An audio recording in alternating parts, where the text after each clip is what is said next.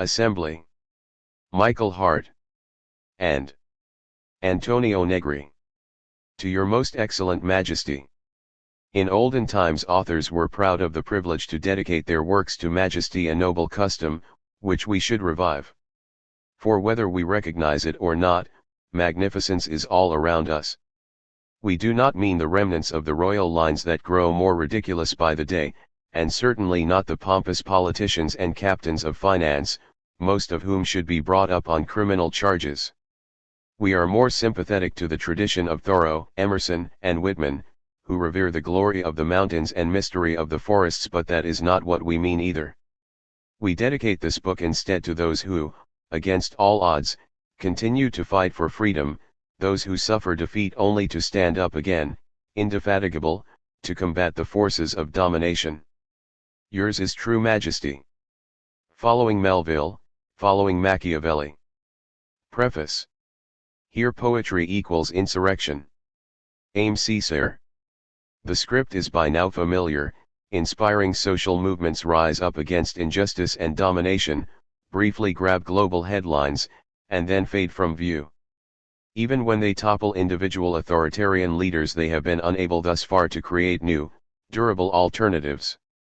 Save few exceptions, these movements either have abandoned their radical aspirations and become players in the existing systems, or have been defeated by ferocious repression. Why have the movements, which address the needs and desires of so many, not been able to achieve lasting change and create a new, more democratic and just society? This question becomes all the more urgent as right-wing political forces rise and take power in countries throughout the world, suspending normal legal procedures in order to attack political opponents, undermining the independence of the judiciary and the press, operating extensive surveillance operations, creating an atmosphere of fear among various subordinated populations, posing notions of racial or religious purity as conditions for social belonging, threatening migrants with mass expulsion, and much more. People will protest the actions of these governments, and they are right to do so. But protest is not enough. Social movements also have to enact a lasting social transformation. Today we are living in a phase of transition, which requires questioning some of our basic political assumptions. Rather than asking only how to take power, we must also ask what kind of power we want and, perhaps more important, who we want to become. Everything turns, as Hegel says, on grasping and expressing the true not only as substance, but equally as subject. We must train our eyes to recognize how the movements have the potential to redefine fundamental social relations so that they strive not to take power as it is but to take power differently, to achieve a fundamentally new, democratic society and, crucially, to produce new subjectivities. The most powerful social movements today treat leadership as a dirty word, and for many good reasons. For more than a half-century activists have rightly criticized how centralized, vertical forms of organization, including charismatic figures, leadership councils, party structures, and bureaucratic institutions, become fetters to the development of democracy and the full participation of all in political life. Gone are the days, on the one hand, when a political vanguard could successfully take power in the name of the masses. The claims of political realism and the presumed effectiveness of such centralized leadership have proved completely illusory. And yet, on the other, it is a terrible mistake to translate valid critiques of leadership into a refusal of sustained political organization and institution, to banish verticality only to make a fetish of horizontally and ignore the need for durable social structures.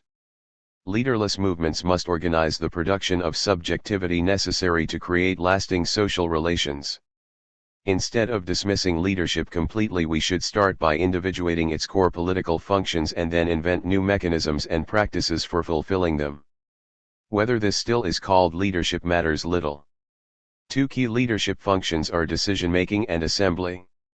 To guard against the cacophony of individual voices and the paralysis of the political process, the thinking goes, leaders must be able to bring people together in a coherent whole and make the difficult choices necessary to sustain the movement and ultimately to transform society. The fact that leadership is defined by a decision-making capacity presents a paradox for modern conceptions of democracy.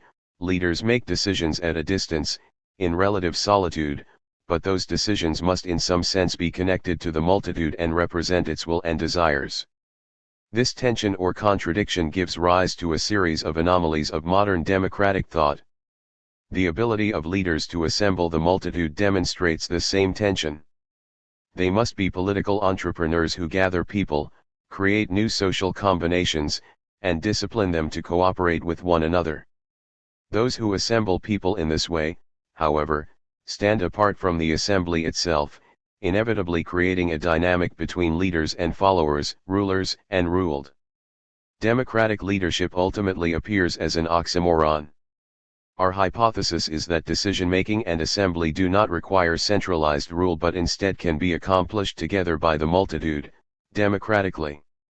There are, of course, and will continue to be, issues that because of their urgency or technical nature require centralized decision-making of various sorts, but such leadership must be constantly subordinated to the multitude, deployed and dismissed as occasion dictates. If leaders are still necessary and possible in this context, it is only because they serve the productive multitude. This is not an elimination of leadership, then, but an inversion of the political relationship that constitutes it, a reversal of the polarity that links horizontal movements and vertical leadership. So what do today's movements of the multitude want? They certainly demand equality, freedom, and democracy, but they also want well-being and wealth, not to possess more but instead to create sustainable relations of access and use for all. Long ago these demands were conceived together in terms of happiness. Today political, social happiness is not an unrealistic dream, but instead is embedded in the reality of social production, the result of together producing society, producing social relations in conditions of freedom and equality. That is the only path to a really democratic society. If we treat the potential effectiveness of democratic organizing to transform the world only in political terms, however, if we treat the political as an autonomous realm detached from social needs and social production, then we will constantly and inevitably find ourselves spinning in circles or running into dead ends. In effect, we need to leave the noisy sphere of politics, where everything takes place on the surface, and descend into the hidden abode of social production and reproduction. We need to root the questions of organization and effectiveness, assembly, and decision-making in the social terrain, because only there will we find lasting solutions. That is the task of the central chapters of our book. We can verify the potential of the multitude to organize itself, to set the terms for how we cooperate, and to make decisions together only by investigating what people are already doing, what are their talents and capacities, in the field of social production. Today production is increasingly social in a double sense. On one hand, people produce ever more socially, in networks of cooperation and interaction, and, on the other, the result of production is not just commodities but social relations and ultimately society itself. This double terrain of social production is where the talents and capacities of people to organize and rule themselves are nurtured and revealed, but it is also where the most important challenges and the most severe forms of domination facing the multitude are in play, including the ruling mechanisms of finance, money, and neoliberal administration. One key struggle on the terrain of social production plays out over the uses, management, and appropriation of the common, that is, the wealth of the earth and the social wealth that we share and whose use we manage together. The common is increasingly today both the foundation and primary result of social production. We rely, in other words, on shared knowledges, languages, relationships, and circuits of cooperation along with shared access to resources in order to produce, and what we produce tends, at least potentially, to be common, that is, shared and managed socially. There are primarily two approaches to the common today, which point in divergent directions. One affirms the right to appropriate the common as private property, which has been a principle of capitalist ideology from the outset. Capitalist accumulation today functions increasingly through the extraction of the common, through enormous oil and gas operations, huge mining enterprises, and monocultural agriculture, but also by extracting the value produced in social forms of the common, such as the generation of knowledges, social cooperation, cultural products, and the like. Finance stands at the head of these processes of extraction, which are equally destructive of the earth and the social ecosystems that they capture. The other approach seeks to keep access to the common open and to manage our wealth democratically, demonstrating the ways that the multitude already is relatively autonomous and has the potential to be more so. People together are ever more able to determine how they will cooperate with each other socially, how they will manage their relations to each other and their world, and how they will generate new combinations of human and non-human forces, social and digital machines, material and immaterial elements. From this standpoint we can see, in fact, that transforming the common into private property, closing access, and imposing a monopoly of decision-making over its use and development, becomes a fetter to future productivity. We are all more productive the more we have access to knowledges, the more we are able to cooperate and communicate with each other, the more we share resources and wealth. The management of and care for the common is the responsibility of the multitude, and this social capacity has immediate political implications for self-governance, freedom, and democracy. And yet whispers some evil genius in our ears, the conditions in the world today are not propitious.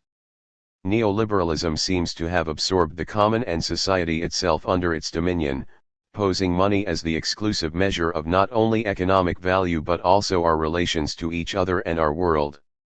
Finance rules over almost all productive relations, which it has thrust into the icy waters of the global market. Maybe, the evil genius continues, your inversion of political roles could have made some sense if entrepreneurs were like what capitalists boasted about in the old days, that is, figures who promoted the virtues of innovation. But those entrepreneurs are fewer and fewer. The venture capitalist, the financier, and the fund manager are the ones who now command, or more accurately, money commands, and those are merely its vassals and administrators. Today's capitalist entrepreneur is no Ahab leading his ship in uncharted seas but a sedentary priest officiating over an unending orgy of financial accumulation. Moreover, neoliberalism not only has imposed a reorganization of production for the accumulation of wealth and the extraction of the common toward private ends but also has reorganized the political powers of the ruling classes. An extraordinary violence that compounds and exacerbates poverty has been structured into the exercise of power. Police forces have become kinds of militias that hunt the poor, people of color, the miserable, and the exploited, and, correspondingly, wars have become exercises of global police, with little concern for national sovereignty or international law. From the politics of exception have been stripped every varnish of charisma, if there really ever was any, and the state of exception has become the normal state of power. Poor little deluded ones, concludes our evil genius, with all the arrogance, condescension, and disdain of the powerful for the rebel's naivete. And yet there is much more at play. Fortunately, there are myriad forms of daily resistance and the episodic but repeated revolt of potent social movements. One has to wonder if the contempt with which the powerful hold the travails of rebels and protesters, and the insinuation that they will never succeed in organizing if not subordinated to traditional leadership, does not mask their dread that the movements will proceed from resistance to insurrection and thus their fear of losing control. They know, or suspect, that power is never as secure and self-sufficient as it pretends to be. The image of an omnipotent Leviathan is just a fable that serves to terrify the poor and the subordinated into submission. Power is always a relationship of force or, better, of many forces. Subordination cannot be understood, Ranjit Guha explains, except as one of the constitutive terms in a binary relationship of which the other is dominance. To maintaining social order requires constantly engaging and negotiating this relationship. This conflict is today part of our social being. It is, in this sense, an ontological fact. The world as it is, this is how we understand ontology, is characterized by social struggles, the resistances and revolts of the subordinated, and the striving for freedom and equality. But it is dominated by an extreme minority that rules over the lives of the many and extorts the social value created by those who produce and reproduce society. In other words, it is a world constructed in social cooperation but divided by the domination of the ruling classes, by their blind passion for appropriation and their insatiable thirst for hoarding wealth. Social being thus appears as either a totalitarian figure of command or a force of resistance and liberation. The one of power divides into two, and ontology is split into different standpoints, each of which is dynamic and constructive. And from this separation also follows an epistemological divide. On one side is an abstract affirmation of truth that, however it is constructed, must be considered a fixed order, permanent and organic, dictated by nature. On the other is a search for truth from below that is constructed in practice. The one appears as the capacity of subjugation and the other as subjectification, that is, the autonomous production of subjectivity. That production of subjectivity is made possible by the fact that truth is not given but constructed, not substance but subject. The power to make and to construct is here an index of truth. In the processes of subjectivation that are developed and enacted in practice, a truth and an ethics thus arise from below. Leadership, then, if it is still to have a role, must exercise an entrepreneurial function, not dictating to others or acting in their name or even claiming to represent them, but as a simple operator of assembly within a multitude that is self-organized and cooperates in freedom and equality to produce wealth. Entrepreneurship in this sense must be an agent of happiness. In the course of this book, then, in addition to investigating and affirming the resistances and uprisings of the multitude in recent decades, we will also propose the hypothesis of a democratic entrepreneurship of the multitude. Only by assuming society as it is and as it is becoming, that is, as circuits of cooperation among widely heterogeneous subjectivities that produce and use the common in its various forms, can we establish a project of liberation, constructing a strong figure of political entrepreneurship in line with the production of the common. It may well seem incongruous for us to celebrate entrepreneurship when neoliberal ideologues prattle on ceaselessly about its virtues, advocating the creation of an entrepreneurial society, bowing down in awe to the brave capitalist risk-takers, and exhorting us all, from kindergarten to retirement, to become entrepreneurs of our own lives. We know such heroic tales of capitalist entrepreneurship are just empty talk, but if you look elsewhere you will see that there is plenty of entrepreneurial activity around today, organizing new social combinations, inventing new forms of social cooperation, generating democratic mechanisms for our access to, use of, and participation in decision-making about the common. It is important to claim the concept of entrepreneurship for our own. Indeed, one of the central tasks of political thought is to struggle over concepts, to clarify or transform their meaning. Entrepreneurship serves as the hinge between the forms of the multitude's cooperation in social production and its assembly in political terms. We have already developed in our other work some of the economic claims that are necessary for this project, and we will continue to develop them in this book. Here is a partial list in schematic form. 1. The common, that is, the various forms of social and natural wealth that we share, have access to, and manage together, is ever more central to the capitalist mode of production. 2. In step with the common's growing economic relevance, labor is being transformed. How people produce value both at work and in society is increasingly based on cooperation, social and scientific knowledges, care, and the creation of social relationships. The social subjectivities that animate cooperative relationships, furthermore, tend to be endowed with a certain autonomy with respect to capitalist command. 3. Labor is being changed also by new intensive relationships and various kinds of material and immaterial machines that are essential for production, such as digital algorithms and general intellect, including extensive banks of social and scientific knowledges. One task we will propose is that the multitude reappropriate and make its own such forms of fixed capital that are essential means of social production. 4.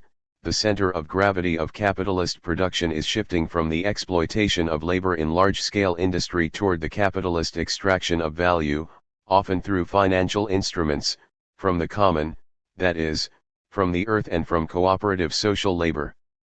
This is not primarily a quantitative shift, and indeed, considered globally, there may be no reduction of the numbers of workers in factories.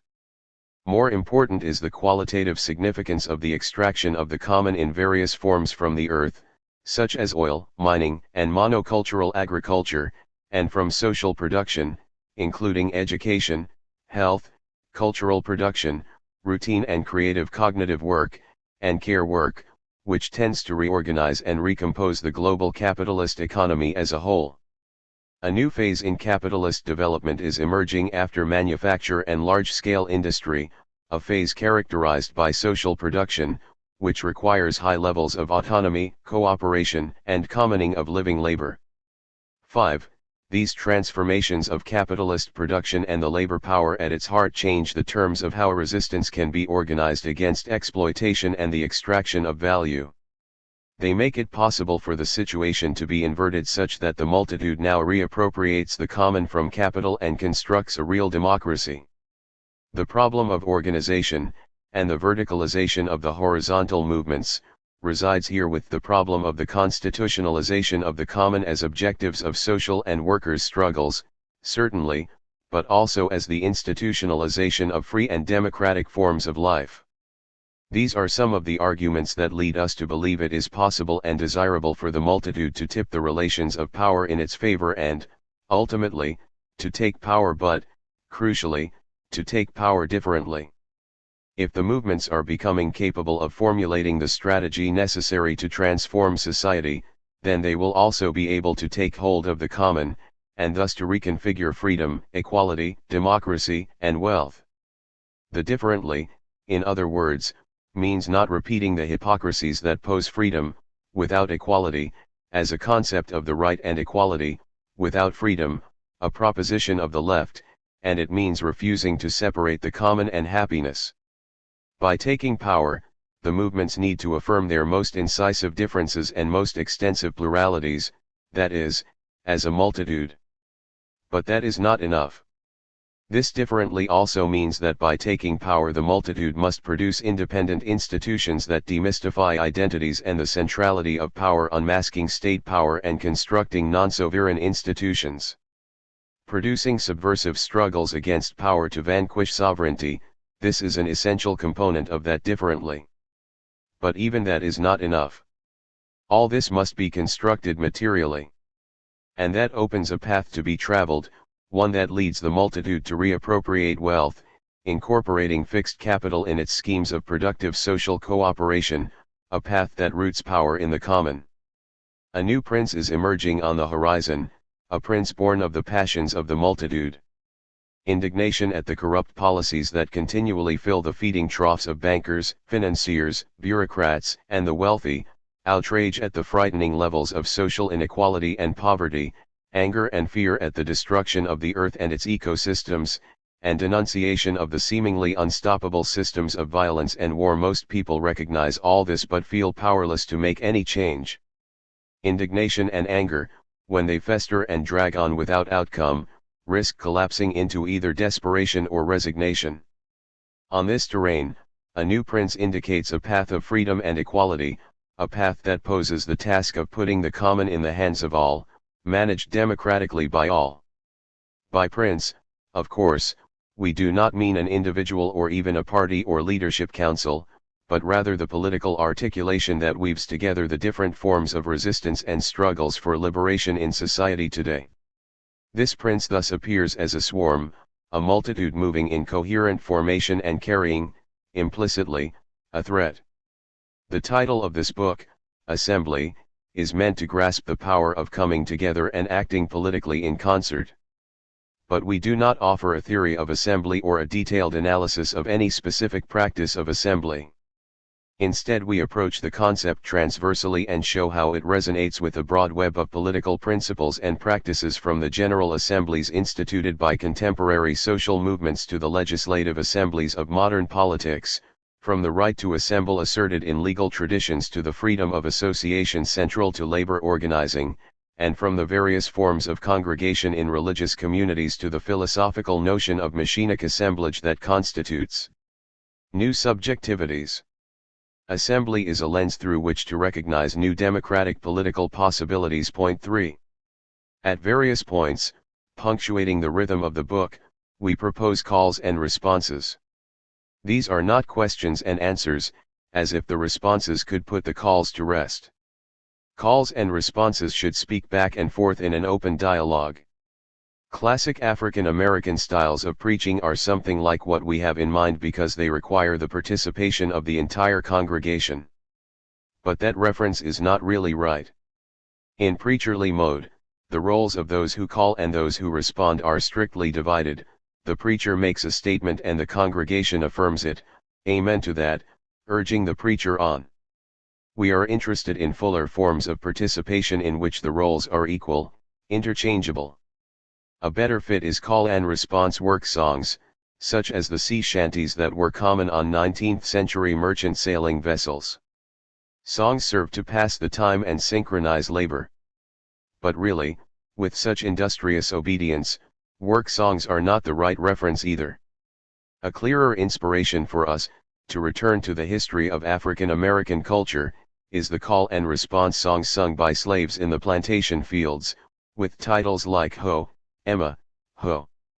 These slave songs, derived from West African musical traditions, maintained labor rhythms like other work songs, but also occasionally the slaves used coded lyrics to transmit messages to one another in ways that the master, although standing right above them, could not understand, messages that could help them avoid the master's lash or subvert the work process or even plan escape.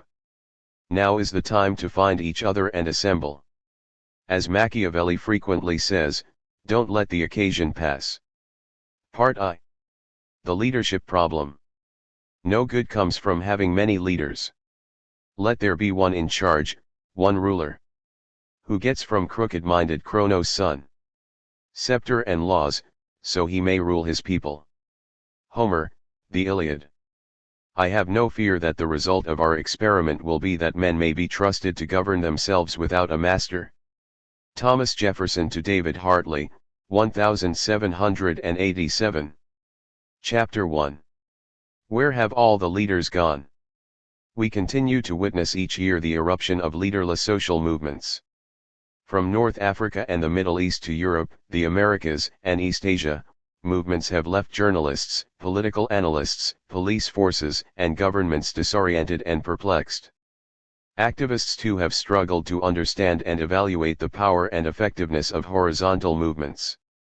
The movements have proven able to pose democratic ideals, sometimes to force reforms, and to pressure and even overthrow regimes and, indeed, widespread social processes have been set in motion in coordination with or as a consequence of them, but the movements tend to be short-lived and seem unable to bring about lasting social transformation. They don't grow the roots and branches, as Machiavelli says, to be able to survive adverse weather. Point 1. Many assume that if only social movements could find new leaders they would return to their earlier glory and be able to sustain and achieve projects of social transformation and liberation. Where, they ask, are the new Martin Luther King Jr.'s, Rudy Dutschek's, Patrice Lumumba's, and Stephen Biko's? Where have all the leaders gone? Leadership has become a conundrum that today's movements seem unable to solve, but the leadership problem in revolutionary and progressive movements is not entirely new. To leap over the contemporary impasse, let's take a few steps back and get a running start. Errors of the Communards. In March 1871, while the bourgeois government and its army retreats to Versailles, the Communards take control of Paris and quickly set about inventing institutional structures for a radically new kind of democracy, a government of the people, by the people. Universal suffrage and free education are established, standing armies are abolished, representatives are paid workingmen's wages, and, perhaps most important, the mandates of all politicians are revocable at any time. The Communards seek to create the means for everyone to participate actively in all political decision-making and to represent themselves. Karl Marx, writing from London, admires the audacity of the Communards and celebrates their powers of institutional innovation, their capacity to reinvent democracy. But he also claims that, from two good intentions, the Communards commit two crucial errors. First, by too quickly dissolving the Central Committee of the Commune and putting decision-making immediately in the hands of the people, The communards are overly dogmatic in their attachment to democracy. Second, by not pursuing the retreating troops of the Third Republic to Versailles while they have the military advantage in March, the communards are led astray by their devotion to nonviolence and peace. The communards are too angelic in Marx's view, and their lack of leadership contributes to their defeat in May, just 2 months after their historic victory.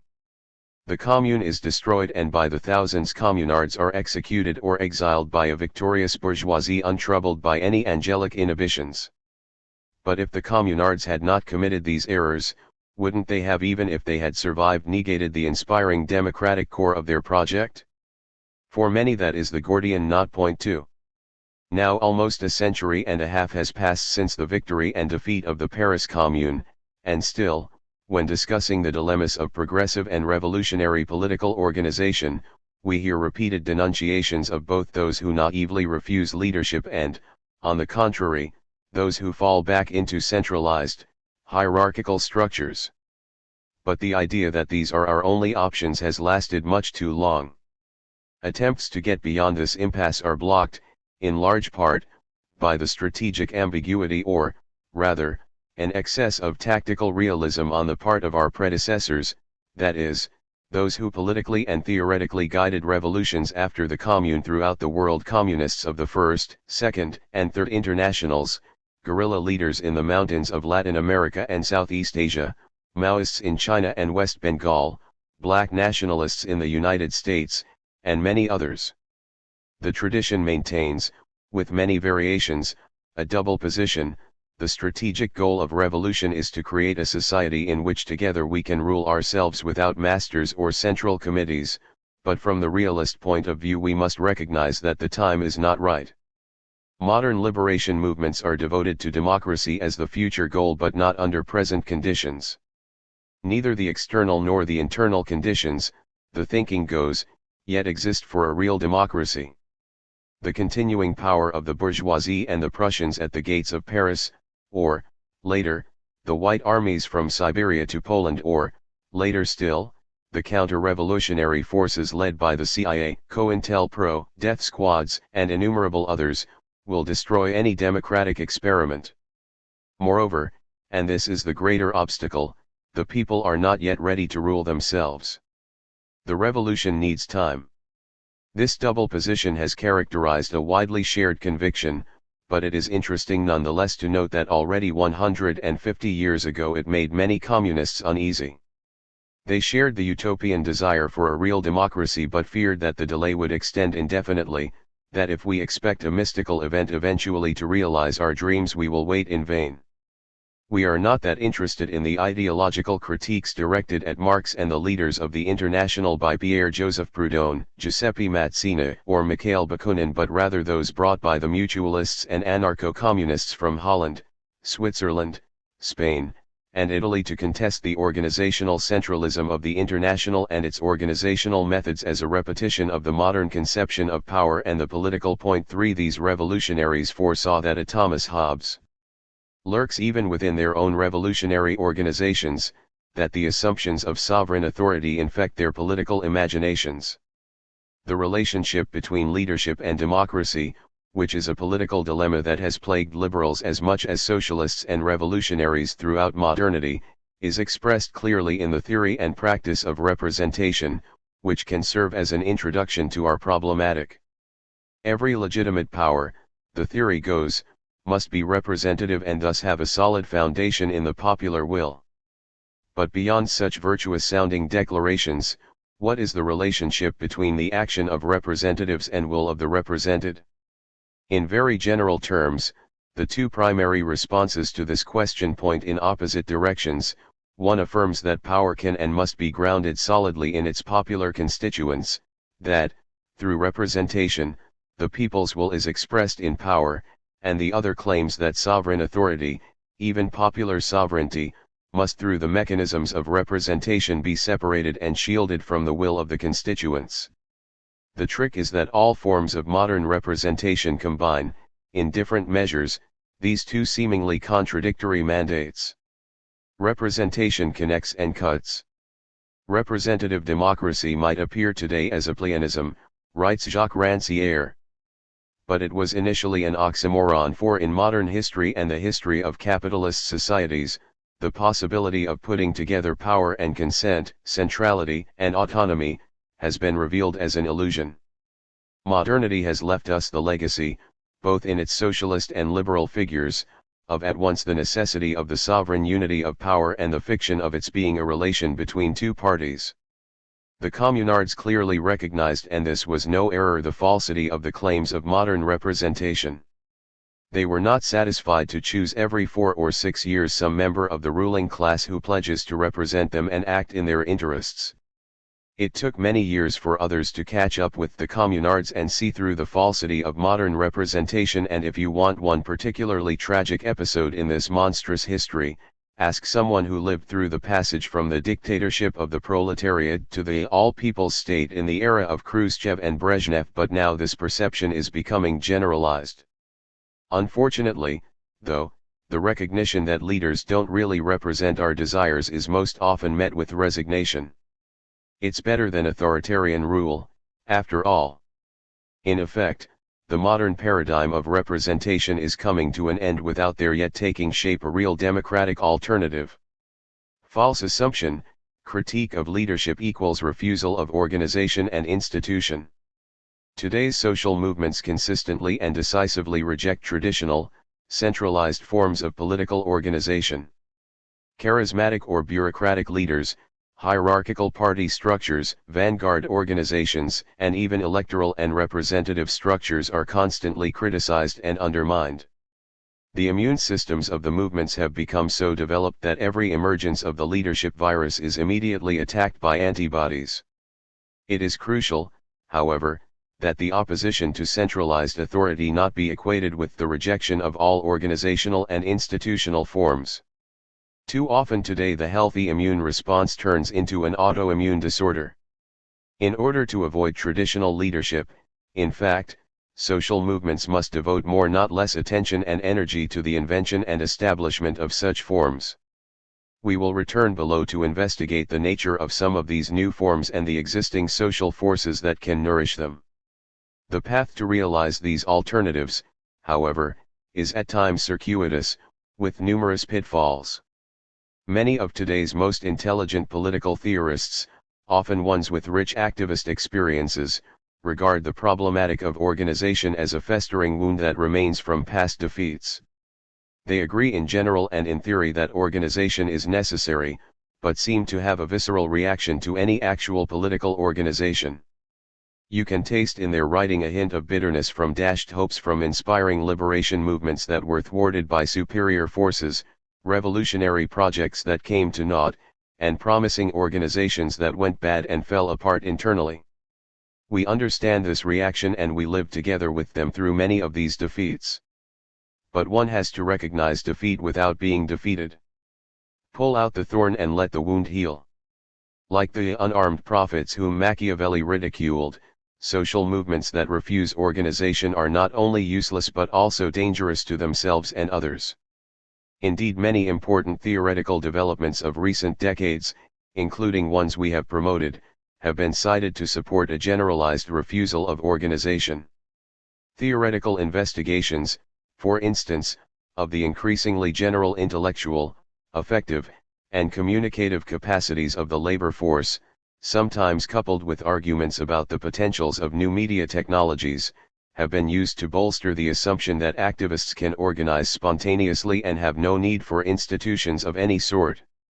The philosophical and political affirmation of immanence, in such cases, is mistakenly translated into a refusal of all norms and organizational structures, often combined with the assumption of radical individualism. On the contrary, the affirmation of immanence and the recognition of new generalized social capacities are compatible with and indeed require organization and institution of a new type, a type that deploys structures of leadership, albeit in new form. In short, we endorse in general the critiques of authority and demands for democracy and equality in social movements. And yet we are not among those who claim that today's horizontal movements in themselves are sufficient, that there is no problem, and that the issue of leadership has been superseded. Behind the critique of leadership often hides a position we do not endorse that resists all attempts to create organizational and institutional forms in the movements that can guarantee their continuity and effectiveness. When this happens, the critiques of authority and leadership really do become liabilities for the movements. We do not subscribe either, at the opposite extreme, to the view that the existing horizontal movements need to dedicate their efforts to resuscitating either a progressive electoral party or a vanguardist revolutionary party. First of all, the potential of electoral parties is highly constrained, particularly as the state is ever more occupied, or sometimes actually colonized, by capitalist power and thus less open to the influence of parties. Second, and perhaps more important, the party in its various forms is unable to make good on its claims to be representative, and we will return to the question of representation in more detail.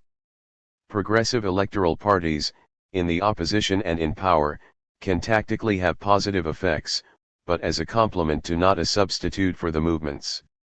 We have no sympathy with those who claim that, because of the weakness of the movements and the illusions of reform through electoral means, we need to resuscitate the corpse of the modern vanguard party and the charismatic figures of liberation movements past, propping up their rotting leadership structures.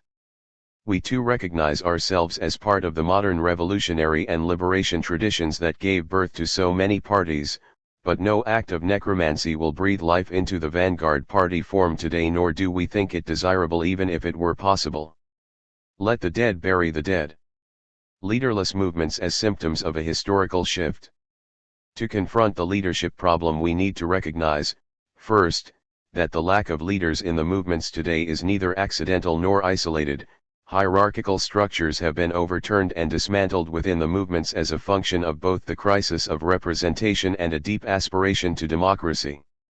Today's leadership problem is really a symptom of a profound historical transformation, one that is currently in midstream. Modern organizational forms have been destroyed and adequate replacements have not yet been invented.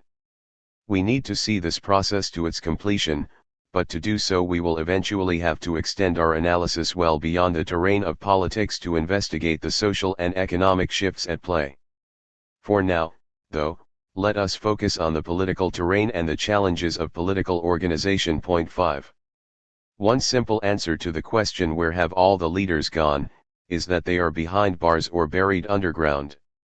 The ruling powers and the forces of reaction, often in collaboration with the institutional parties of the left, have systematically imprisoned and assassinated revolutionary leaders. Each country has its own pantheon of fallen heroes and martyrs: Rosa Luxemburg, Antonio Gramsci, Che Guevara, Nelson Mandela, Fred Hampton, Ibrahim Kapakaya. You can make your own list. Although targeted killing and political imprisonment are the most spectacular, a host of other weapons of repression are continually employed that, although less visible, are often more effective. Specialized legal persecution, from measures that criminalize protest up to extraordinary rendition and Guantanamo-style imprisonment; covert operations, including counter-information programs, provocations by undercover law agents, and entrapment by goading potential activists into illegal acts; censorship, or using dominant media outlets to spread false information, create ideological confusion, or simply distort events by translating social and political questions into matters of style, fashion, or custom; the making of leaders into celebrities in order to co-opt them, and many, many more. Point 6. And don't forget the collateral damage of each of these methods of repression, not only those bombed or imprisoned in error but also the children of the imprisoned, the communities disrupted, and the generalized atmosphere of fear. The ruling powers deem such damage as acceptable costs of achieving the objective. Every counterinsurgency manual preaches the importance, by one means or another, of removing revolutionary leaders. Cut off the head and the body will die. No one should underestimate the effects and damages of such forms of repression, but on their own they reveal little about the decline of leadership in social movements. The repression and targeting of revolutionary and liberation leaders, after all, are not new and, in fact, focusing on such external causes gives us a poor understanding of the movement's evolution, in which the real motor of change is internal. The more profound answer to the question where have all the leaders gone, is that leaders have constantly been critiqued and torn down from within the movements, which have made anti-authoritarianism and democracy their central foundations. The goal is to raise the consciousness and capacities of everyone so that all can speak equally and participate in political decisions. And such efforts are often accompanied by undermining all who claim to be leaders. One powerful moment in this genealogy, one that still resonates with activists throughout the world, is constituted by the efforts of many feminist organizations in the late 1960s and early 1970s to develop tools to promote democracy within the movement.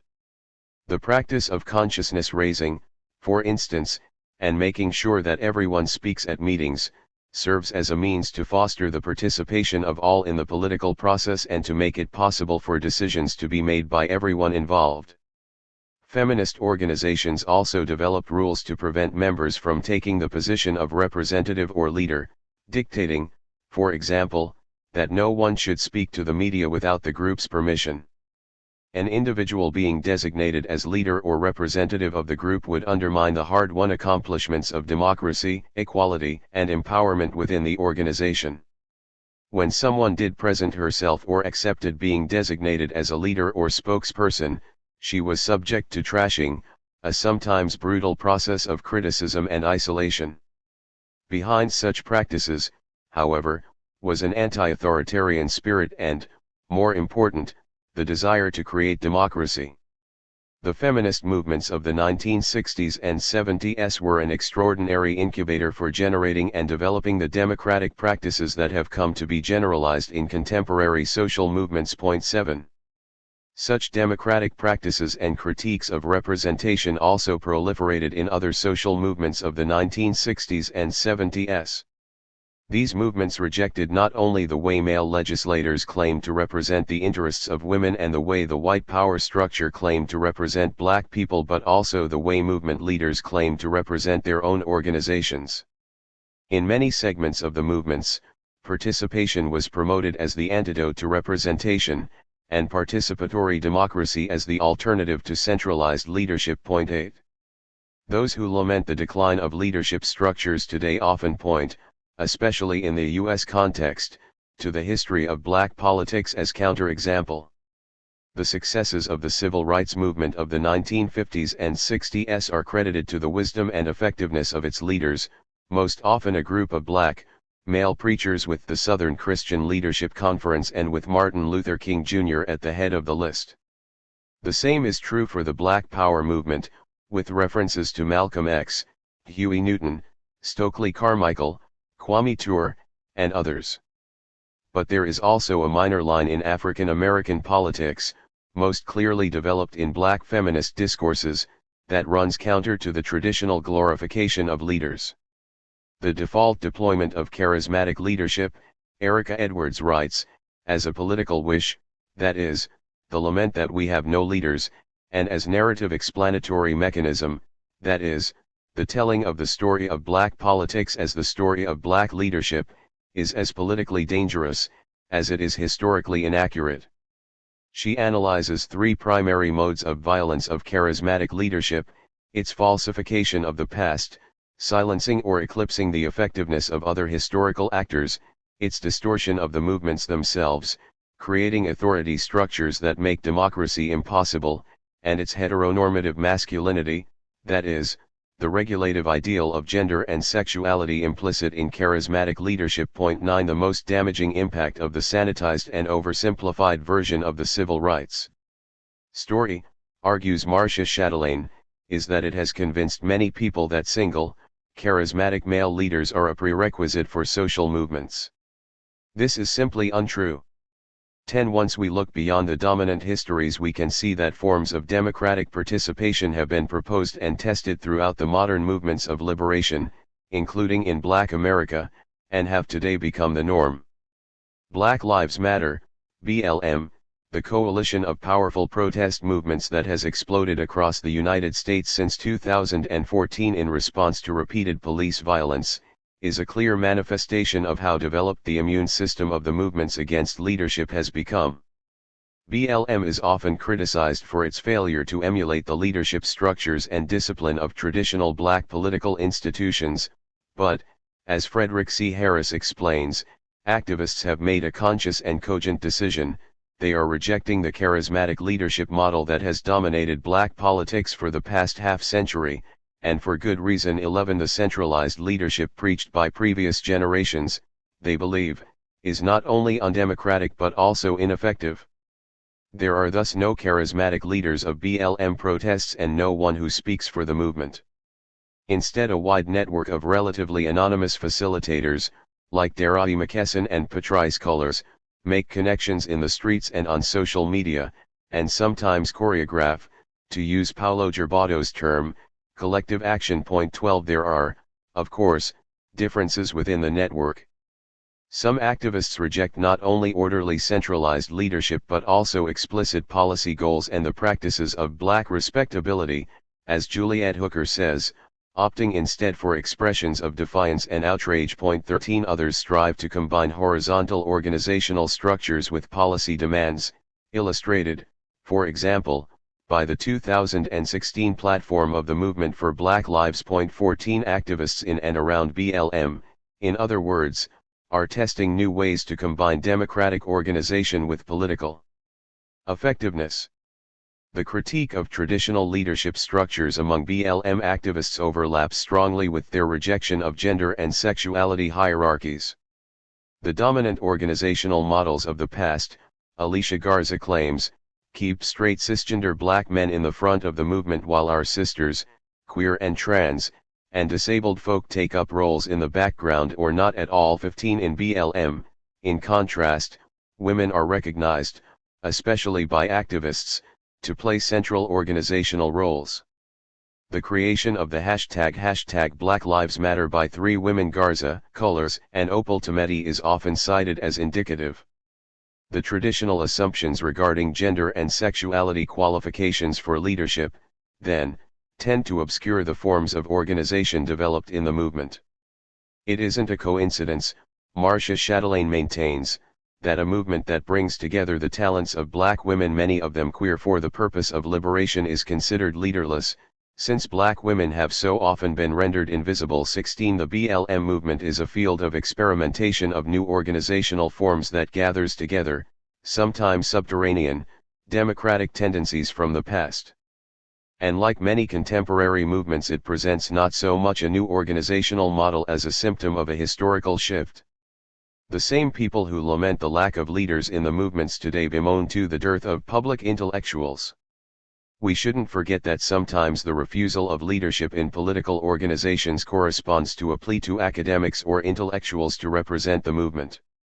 This issue was powerfully present in the revolts of 1968, when new social subjects took the floor and spoke out.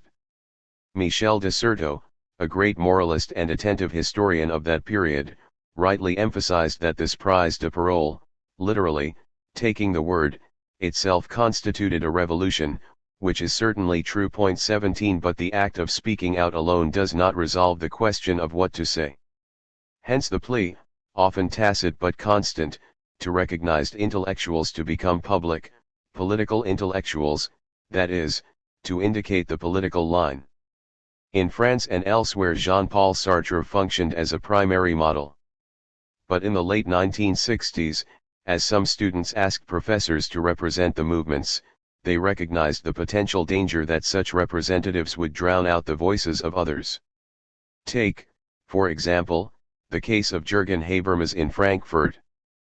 He supported the movements and combated Theodor Adorno's unfounded critiques of them, but he also undermined the movements by trying to rein them into an ethics of individualism and the respect for formal democracy. 18 The activists themselves, however, tried to express, against individualism, their collective project and, against the merely formal democracy of the dominant parties and the state bureaucracy, the truth of the exploited and the necessity of revolution. The most intelligent intellectuals have taken this lesson to heart. When they support movements rather than presenting themselves as spokespeople, they seek to learn from the movements or even to play a role functional to them. Gilles Deleuze and Michel Foucault are good examples of this, as R. Edwards said, and Gayatri Spivak, Judith Butler, and Stuart Hall. Intellectuals, at least the best of them, have learned a fundamental lesson: never speak in the name of others. The movements instead must serve as guide, marking the political direction for intellectuals. Already in the early 1960s, Mario Tronti understood well that the role of the party intellectual is over, since all theoretical knowledge tends to be embedded in practical activity. So, let's be done with public intellectuals. That is not to say, of course, that academics should stay closed in their ivory towers or write in incomprehensible jargon, but that those with the talent and inclination should engage cooperatively in processes of co-research, valorizing and contributing to the theoretical knowledges and political decision-making that emerge from the movements. Point 19.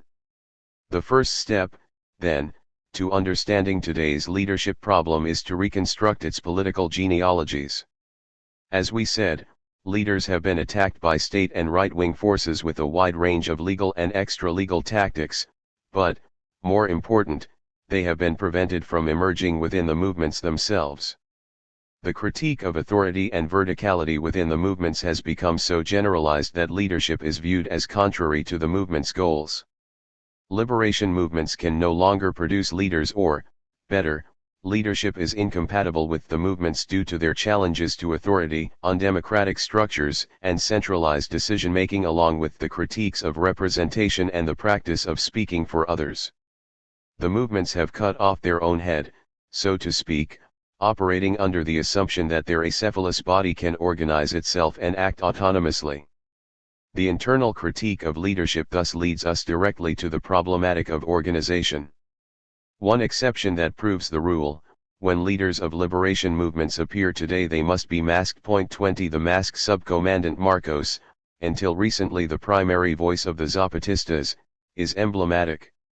His mask served not only to prevent recognition by the Mexican police and the army, but also to maintain an ambiguous relation with the democracy of the Zapatista communities. The mask marked his status as a subcommandant, undercutting the traditional military title, and allowed him to insist that Marcos is not an individual but a placeholder for all the subordinated. Marcos is a gay person in San Francisco, he asserted, a black person in South Africa, an Asian person in Europe, a Chicano in San Isidro, an anarchist in Spain, a Palestinian in Israel, an indigenous person in the streets of San Cristobal. 21. Beatriz, Paul, Preciado recognizes in Marcos's maskin act of disidentification in line with the most radical queer and transgender practices. Zapatista, queer, and trans experiences invite us to deprivatize the face and the name so as to transform the body of the multitude into a collective agent of revolution. 22. But even the mask is not enough.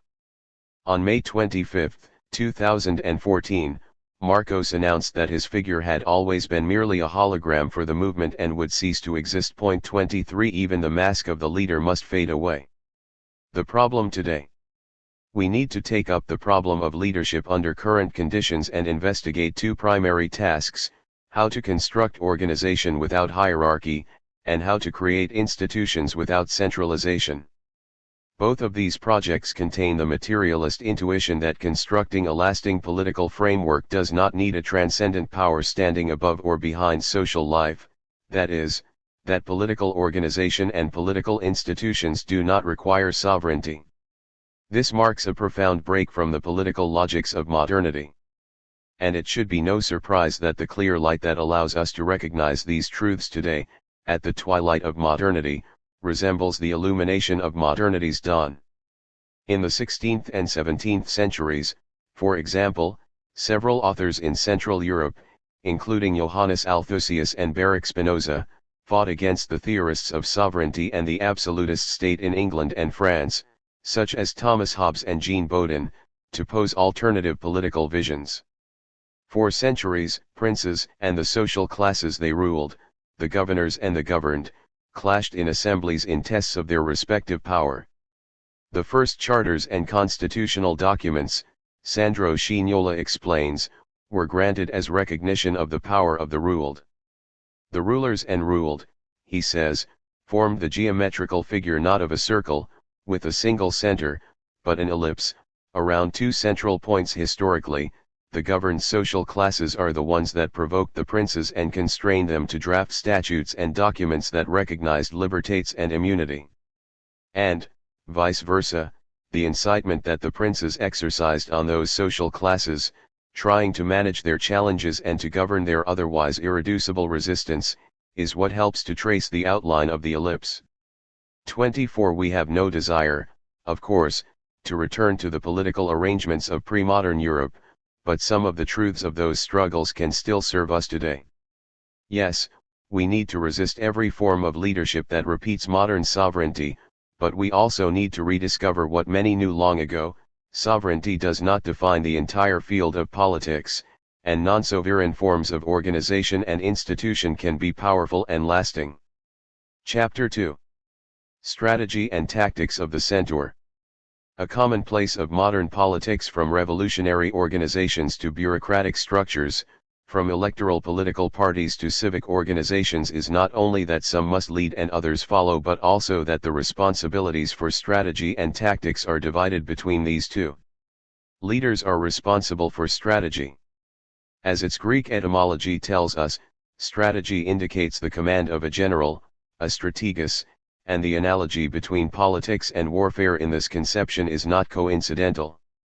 The primary requirement of the strategist is to see far, across the entire social field. From the hilltop, leaders must have the power to analyze the strengths and weaknesses of the forces we are up against. The strategist must also adopt the standpoint of the general interest, setting aside or balancing partial interests and factions. Finally, the strategic role of leadership requires seeing far in the temporal sense, prudence, planning for the long term, and creating a continuous arc of activity. Tactics, which involves the arrangement of forces, is the domain of followers, who are limited because they act on the interests of a specific group and their concerns are short-term. Their operations require knowing the immediate surroundings in space and time. Only when aligned with the strategic vision can tactical work contribute to the general efforts over the long term. The centaur, half human and half beast, is emblematic of the union of the leaders and the led.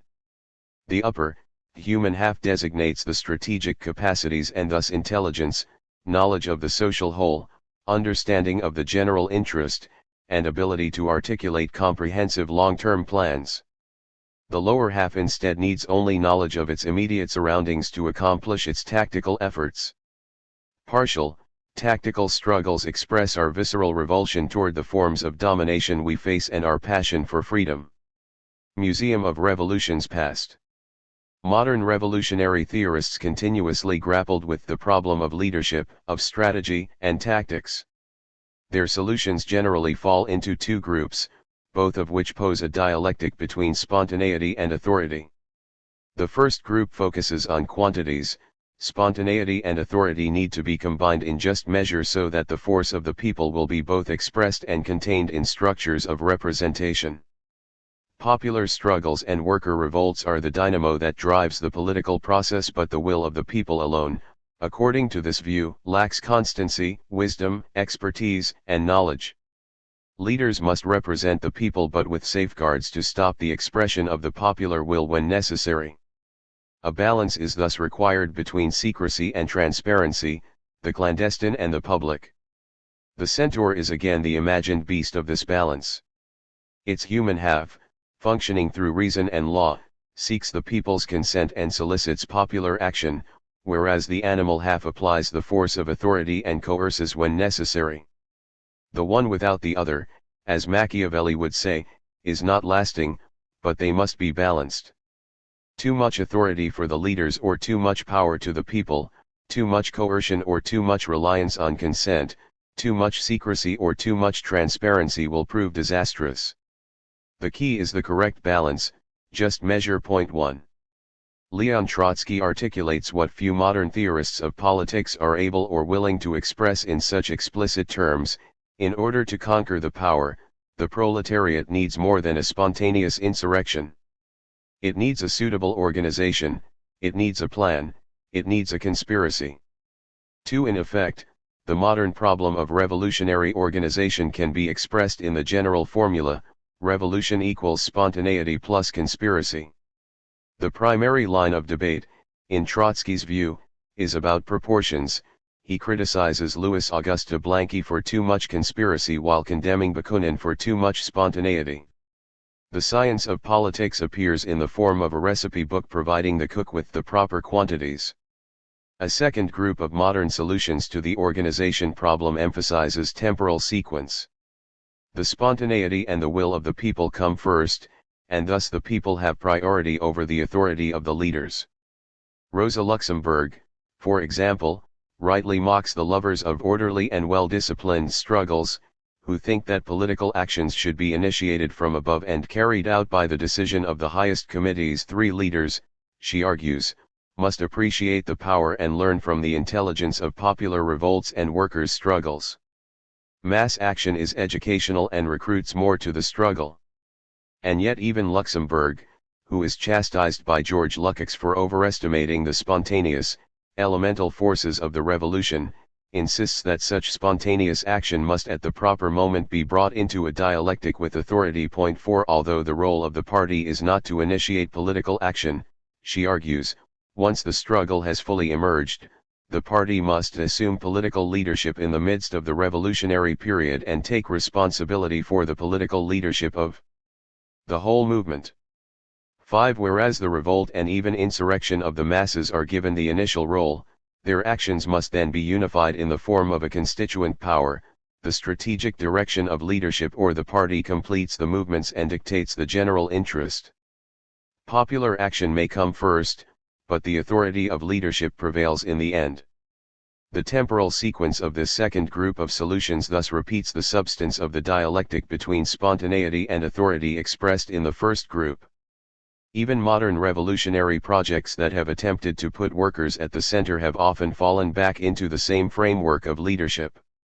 Consider, for example, the notion that the technical composition of the proletariat should guide the political composition of revolutionary organization. Technical composition here refers to the organization and socialization of labor power in economic production, and recognizing the present technical composition requires a thorough investigation of what people do at work, how they produce and cooperate productively. The idea that the technical composition should guide the political composition undermines notions that workers can't represent themselves. The same capacities for cooperation and organization that workers develop in production can be deployed in politics too.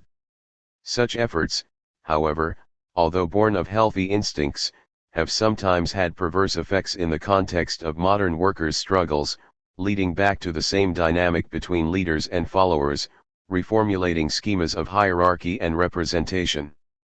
For a long period the urban, white, male factory worker, recognized as being at the pinnacle of capitalist production, was thought to be able to represent all those engaged in other forms of labor, waged and unwaged, a formulation that peasants, feminists, people of color, indigenous activists, and others have rightly refused. The hierarchies of capitalist production are effectively transferred onto revolutionary organization. 6. The various modern revolutionary and progressive conceptions of the relationship between leadership and the people, between authority and democracy, can be summed up with the paradoxical expression democratic centralism. The tension between the two terms serves both to recognize the separation and to indicate their possible or progressive synthesis. Antonio Gramsci imagines this dual relation, division and synthesis, in dynamic topological terms. Democratic centralism, he explains, is a centralism in movement, so to speak, that is, a continuous adequation of the organization to the real movement, a bringing together in sync on contemporary of the thrusts from below with the command from above, a continuous insertion of the elements that blooms Bacciano from the depths of the masses in the solid frame of the apparatus of direction that assures the continuity and regular accumulation of experiences. 7. Democratic centralism thus appears as a unity of opposites, the result of a properly dialectical process. The two halves, however, democratic initiative and central leadership, are not really opposites but instead have different capacities and fulfill different roles: tactics and strategy, spontaneity and political planning, which is why they fit together in Gramsci's imagination like gears that line up and mesh. First call, strategy to the movements. The political division of labor within revolutionary and liberation movements between leaders and followers, strategy and tactics, rests on an appraisal of the capacities of the different actors. Only the few, the thinking goes, have the intelligence, knowledge, and vision needed for strategic planning, and therefore vertical, centralized decision-making structures are required. What if we were able to verify, instead, that capacities for strategy today are becoming generalized? What if democratic, horizontal social movements were developing the ability to grasp the entire social field and craft lasting political projects? This would not mean that centralized decision-making structures can be abolished, that a pure horizontally would be sufficient. In our view, in fact, under present conditions, a dynamic between verticality and horizontally, between centralized and democratic decision-making structures, is still necessary. But recognizing today's changing social capacities allows us to reverse the polarity of the dynamic, and that shift could have extraordinary effects. Our first call is thus to invert the roles, strategy to the movements and tactics to leadership. Point 8. Throughout modernity, of course, movements continually arose that refused leadership. After 1807, for example, after the King of Prussia's armed forces had failed, organized Prussian and Austrian peasants, Karl von Clausewitz called them a powerful torch, fought back Napoleon's army. The result, however, was the establishment of a universal draft by the Prussian monarchy, subjecting the guerrilla forces to national ideology. Point 9. The experience of popular revolts in Spain from 1808 to 1813 had similar characteristics. Point 10. More relevant for us are the various phases of Vietnamese popular war against France and the United States, which had characteristics similar to many other anti-imperialist struggles of the 20th century. Popular rebellions were the foundation of the anti-colonial struggle, but they were eventually absorbed under the direction of the party and the military organization. Today it is both possible and desirable that the movements develop autonomous and lasting political strategic capacities. Tactical leadership. Whereas social movements and structures of democratic decision-making should chart the long-term course, leadership should be limited to short-term action and tied to specific occasions. Saying that leadership is tactical, and thus occasional, partial, and variable, then, does not mean that organization is not necessary. To the contrary, organizational issues require more attention, but a new type of organization is necessary, one subordinated to and in service of the movements. We will return later to analyze more fully the conception of tactical leadership, but for now we can simply indicate in general terms situations that require swift response, the most obvious of which involve threats of violence. Although many recent social movements have experimented with participatory decision-making on a large scale, we do not, yet, have adequate means to confront immediate problems in a democratic way. One type of threat that needs a tactical leadership can be grouped under the theme of counterpower, confronting the existing power structures, especially regarding questions of force and under the threat of violence, often requires prompt decision-making. It is irresponsible for even the most democratic street protest not to have a security team to protect activists against violence to change the route, for example, when the police or thugs attack. The same need applies at a larger scale when progressive or revolutionary movements are threatened by the violence of oligarchies, death squads, media attacks, militias, right-wing reaction, and the like. The issue becomes much more complex when we confront the traditional assumption that leadership is required for effective political organization and in order to sustain and guide institutions. As we said earlier, we view the needs for political organization and institutionalization to be not only still necessary but even greater than before.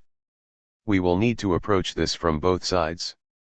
On the one hand, we will investigate how the multitude has become and can become capable of organizing politically and also of sustaining and innovating institutions. The multitude is achieving, for instance, an entrepreneurial role in society and politics, as well as in economic relations. On the other hand, When leadership structures are necessary within organizations and institutions, their functioning must be limited to tactical judgments regarding how to apply the general social strategy in changing circumstances, and leadership must be completely subordinated to and submerged in the multitude. You're playing with fire, many of our friends will say, or simply deluding yourselves. You'll never limit the power of leaders, even the honest ones. Once you give them a little, they will take more and more. How many times have you heard autocratic politicians claim they are merely servants of the people? How many times have you seen a political activist lifted up into a position of power by social movements only then arrogantly to rule over them? These friends are right that no legal safeguards or formal structures or divisions of power will effectively guard against the usurpation of power. This is ultimately a relation of force, even among allies. The only sure means to constrain leadership to a merely tactical role is for the multitude to occupy completely and firmly the strategic position and defend it at all costs. We should focus on developing the strategic capacities of the multitude, in other words, and limiting leadership to tactics will follow. Strategic movements. To equate movements with strategy means that the movements already have, or can develop, adequate knowledge of the social reality and can plot their own long-term political direction. We must recognize, on the one hand, the knowledges and organizational capacities that people already possess and, on the other, what is necessary for the entire multitude to participate actively in the construction and implementation of lasting political projects. People do not need to be given the party line to inform and guide their practice. They have the potential to recognize their oppression and know what they want. The capacities for strategy that are already widespread in social movements are often not immediately evident. A good first step toward unearthing them is to demystify the concept of spontaneity. Distrust anyone who calls a social movement or a revolt spontaneous. Belief in spontaneity, in politics as in physics, is based simply on an ignorance of causes and, for our purposes, ignorance of the existing social organization from which it emerges. When in February 1960, for instance, 4 young black men sat at the whites-only lunch counter of a Woolworths in Greensboro, North Carolina, and refused to leave, journalists and many academics described it as a spontaneous protest, and from the outside it certainly appeared to come from nowhere. But when you look within the movement, as Alden Morris argues, you can see the rich organizational structures from which it emerged, including student associations, church and community groups, and sections of the NAACP, as well as the cycle of sit-in protests that spread throughout the U.S. South in the 1950s. The Greensboro sit-in was not spontaneous but an expression of a broad network of ongoing organizational activity. 11 The same is true of many workers' struggles throughout Europe in the 1960s and 70s, which the dominant trade unions and party leaders called spontaneous in order to discredit them. They too, however, were the fruit of continuous, tireless agitation inside and outside the factories. 12 Belief in spontaneity is an ideological position. Ignorance is never really innocent that serves, consciously or not, to eclipse and discredit the work, knowledge, and organizational structures that stand behind events of protest and revolt. We need to investigate the structures and experiences from which spontaneity arises and reveal what those social bodies can do. 13. To discover how widespread capacities for strategy are, however, we have to look beyond activist organizations and beyond the realm of politics. We need to delve into the social terrain. For this reason, in parts 2 and 3 we will descend from the realm of politics to investigate the social and economic relationships of cooperation that constitute contemporary society. Only in this way will we be able to gauge accurately people's current capacities, to recognize the existing wealth but also the deficiencies, and thus to plot what must be done.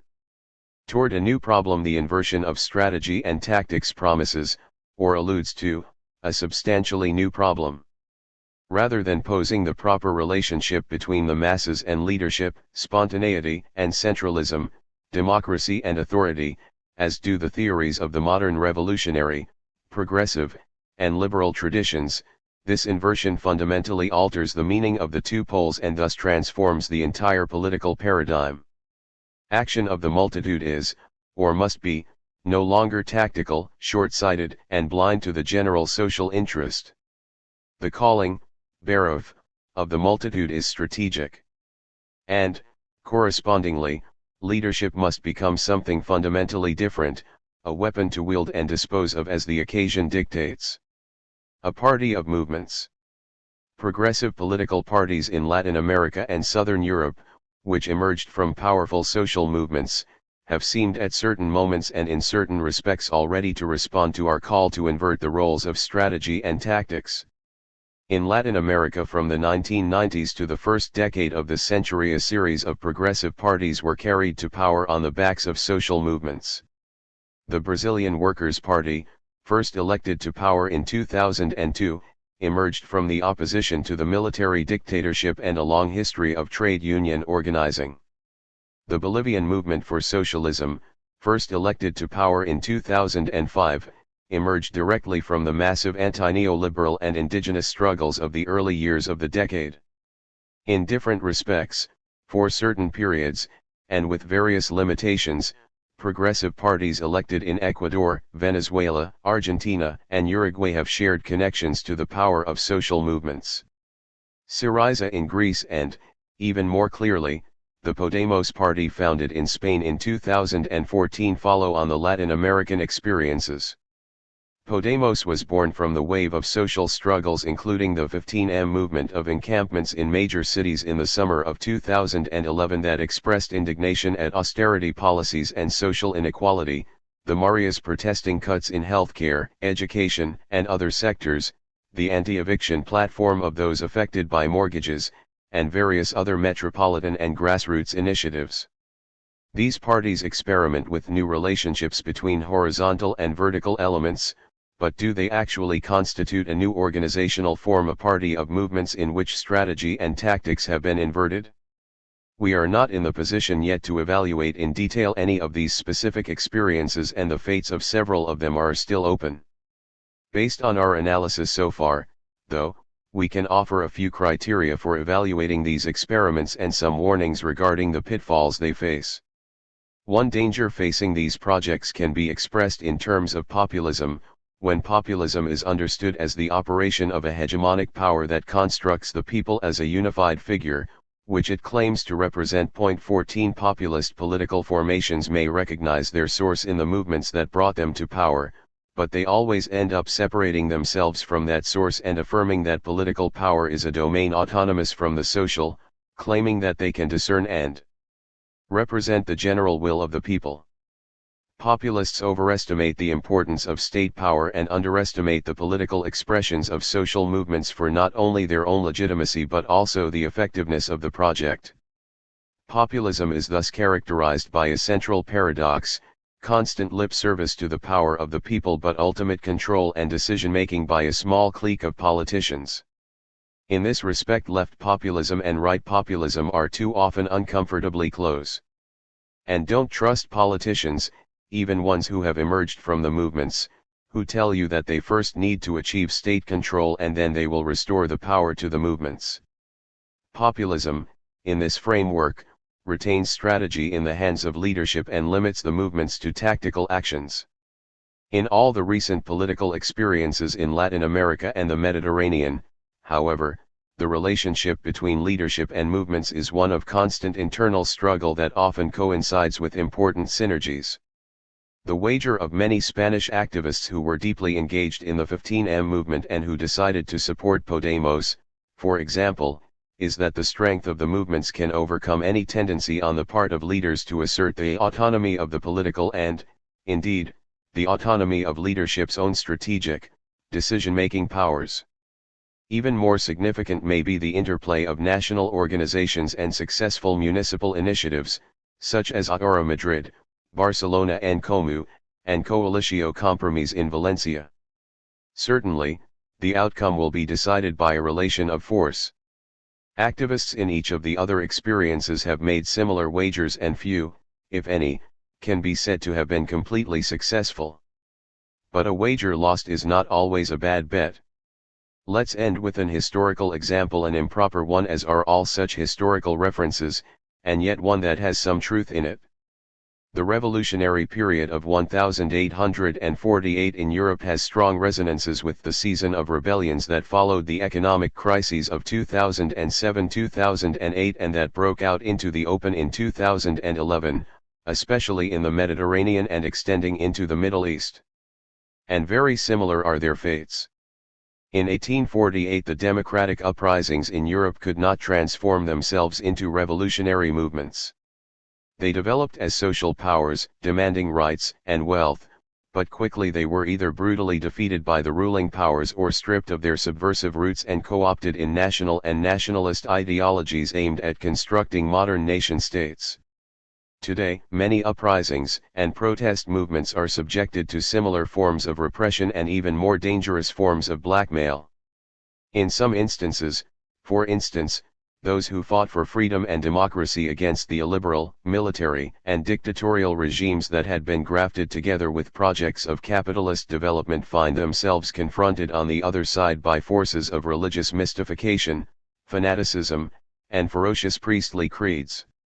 Fighting against the one seems to throw you, willingly or not, into the arms of the other. The multitudes are certainly right to rebel, but it is no surprise that many have shipwrecked trying to navigate through such brutal hazards. Marx noted that the proletariat first appeared as an organized political force in June 1848 on the Paris barricades, and the fact that it was quickly crushed did not dull the historical significance of its combat.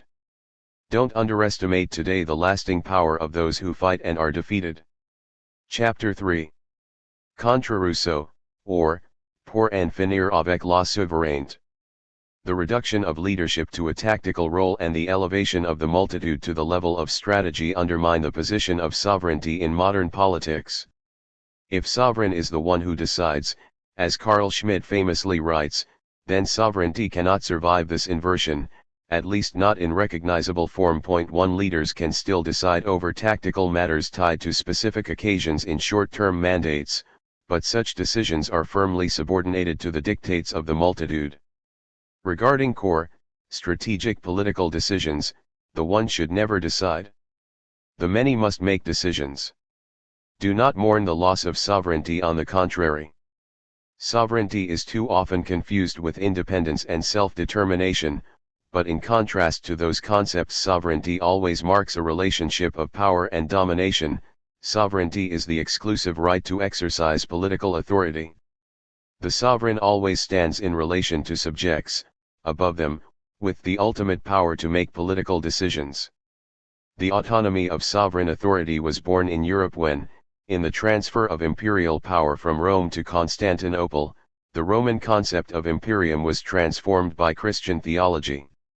From that moment on, sovereign power took on absolutist characteristics, and later, with the territorial dissolution of the empire and, eventually, with the birth of nation-states, this was reinterpreted as the basis of the modern state, becoming the motor of a continuous concentration of power. This notion of sovereignty was instrumental to the formation of Westphalian international law, an order built of national sovereignties. 2. Keep in mind that the concept of sovereignty that functioned in early modern Europe was also a pillar of the ideological justification of conquest and colonization. As Alvaro Reyes and Mara Kaufman argue convincingly, for European political thinkers from Juan Gines de Sepulveda to Thomas Hobbes and John Locke, the concept of sovereignty emerges from the colonial mentality and is conceived explicitly in relation to the natives of America, who are considered populations that remain in the state of nature. The sovereign must rule over those who cannot rule themselves. Sovereignty, however, is not limited to the colonies. Reyes and Kaufman note that, whereas many political models and institutions are transported from Europe to the colonies as part of the conquistador's armory and the colonial administrator's operations manual, some also flow back and are established at the center of European structures of rule. Although born as part of the ideological framework justifying the conquest and colonization of the Americas, colonial sovereignty migrates to Europe and sustains there a kind of internal colonialism, a lasting structure of political domination that divides rulers from ruled and centralizes political decision-making. 3. One modern strategy to contain the powers of sovereignty has been to subordinate it to the rule of law, that is, to limit the decision-making powers of the sovereign within the established system of norms. This indeed has been an effective defensive maneuver, but it really displaces rather than resolves the problem. No notion of custom or tradition or natural right can negate the need for political decision-making, and the rule of law does not provide an alternative decision-making power. Another modern strategy has been to appropriate sovereignty from rulers, reverse positions within the structure, and establish a new sovereign power. The third estate will be sovereign, the nation will be sovereign, even the people will be sovereign. The dictatorship of the proletariat, a concept invented to counter the existing dictatorship of the bourgeoisie, stands in a long line of modern attempts to reverse positions within the relationships defined by sovereignty.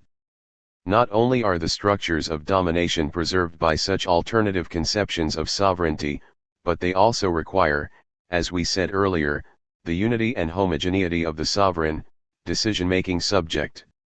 The people or the nation or the proletariat can be sovereign only when it speaks with one voice.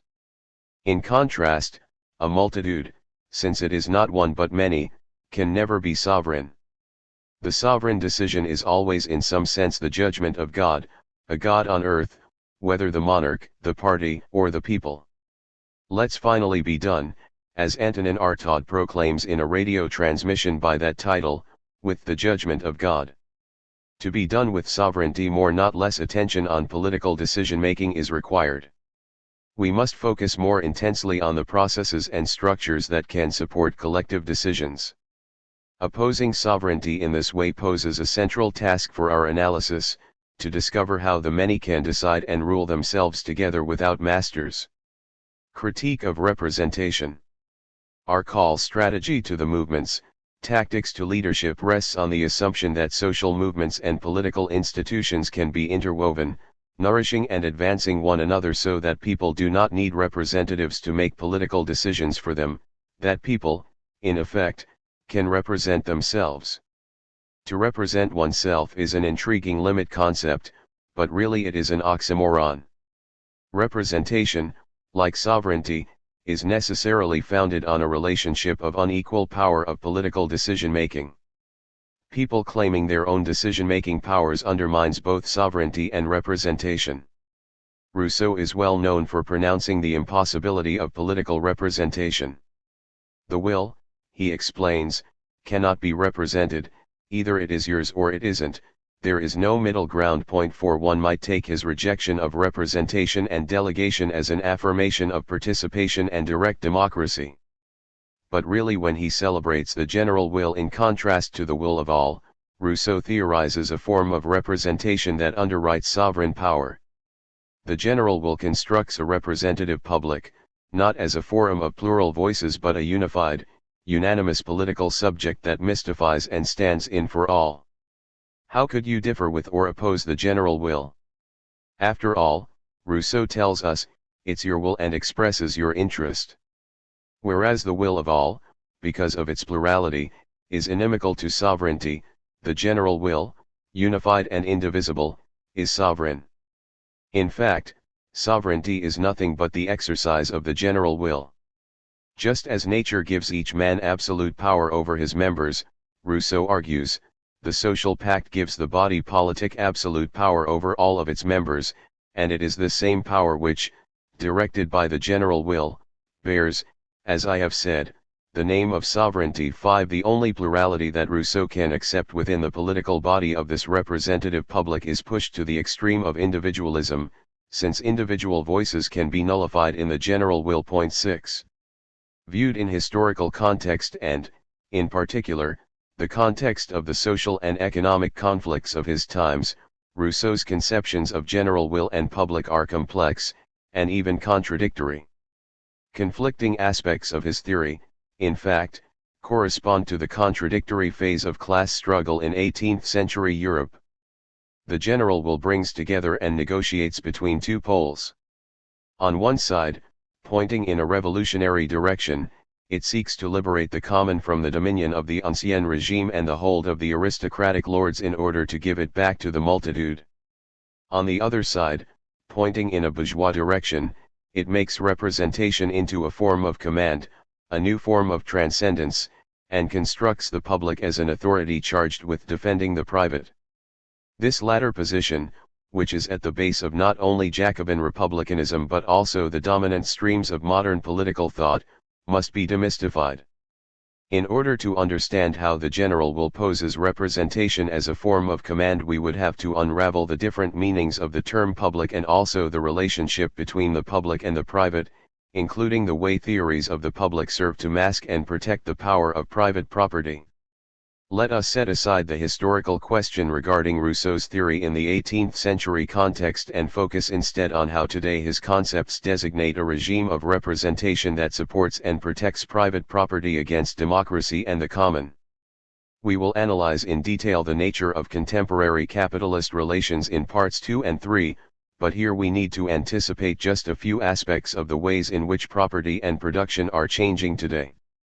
Those, including us, who speak of a new capitalism, cognitive capitalism, communicative capitalism, immaterial production, effective production, social cooperation, the circulation of knowledges, collective intelligence, and the like, are trying to describe, on one hand, the new extension of the capitalist pillage of life, its investment and its modes of exploitation not only in the factory but throughout society, and, on the other, the spread of the field of struggles, the transformation of the sites of resistance, and the way that today the metropolis has become a site of not only production but also possible resistances.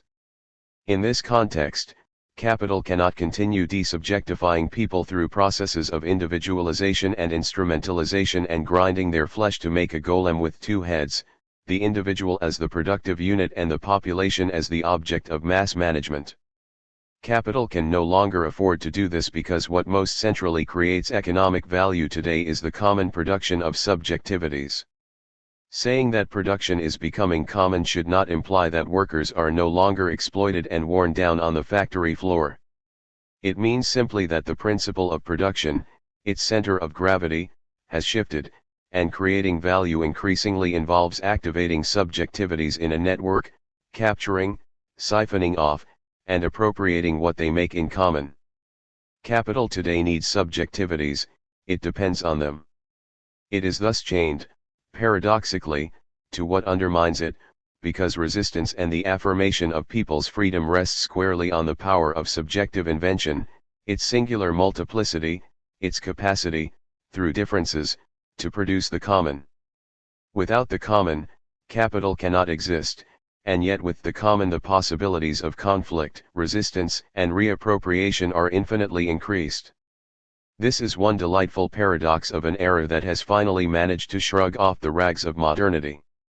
The mystification of contemporary capitalist relations rests on the almost permanent reproposition of two terms, the private and the public, which function together as a kind of bait, but correspond to two ways of appropriating the common.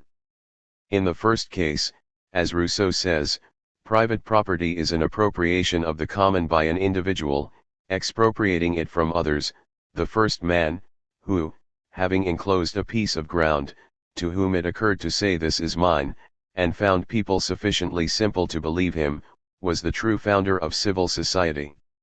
How many crimes, wars, murders, how many miseries and horrors mankind would have been spared by him who, pulling up the stakes or filling in the ditch, had cried to his kind, beware of listening to this impostor, you are lost if you forget that the fruits are everyone's and the earth no one's.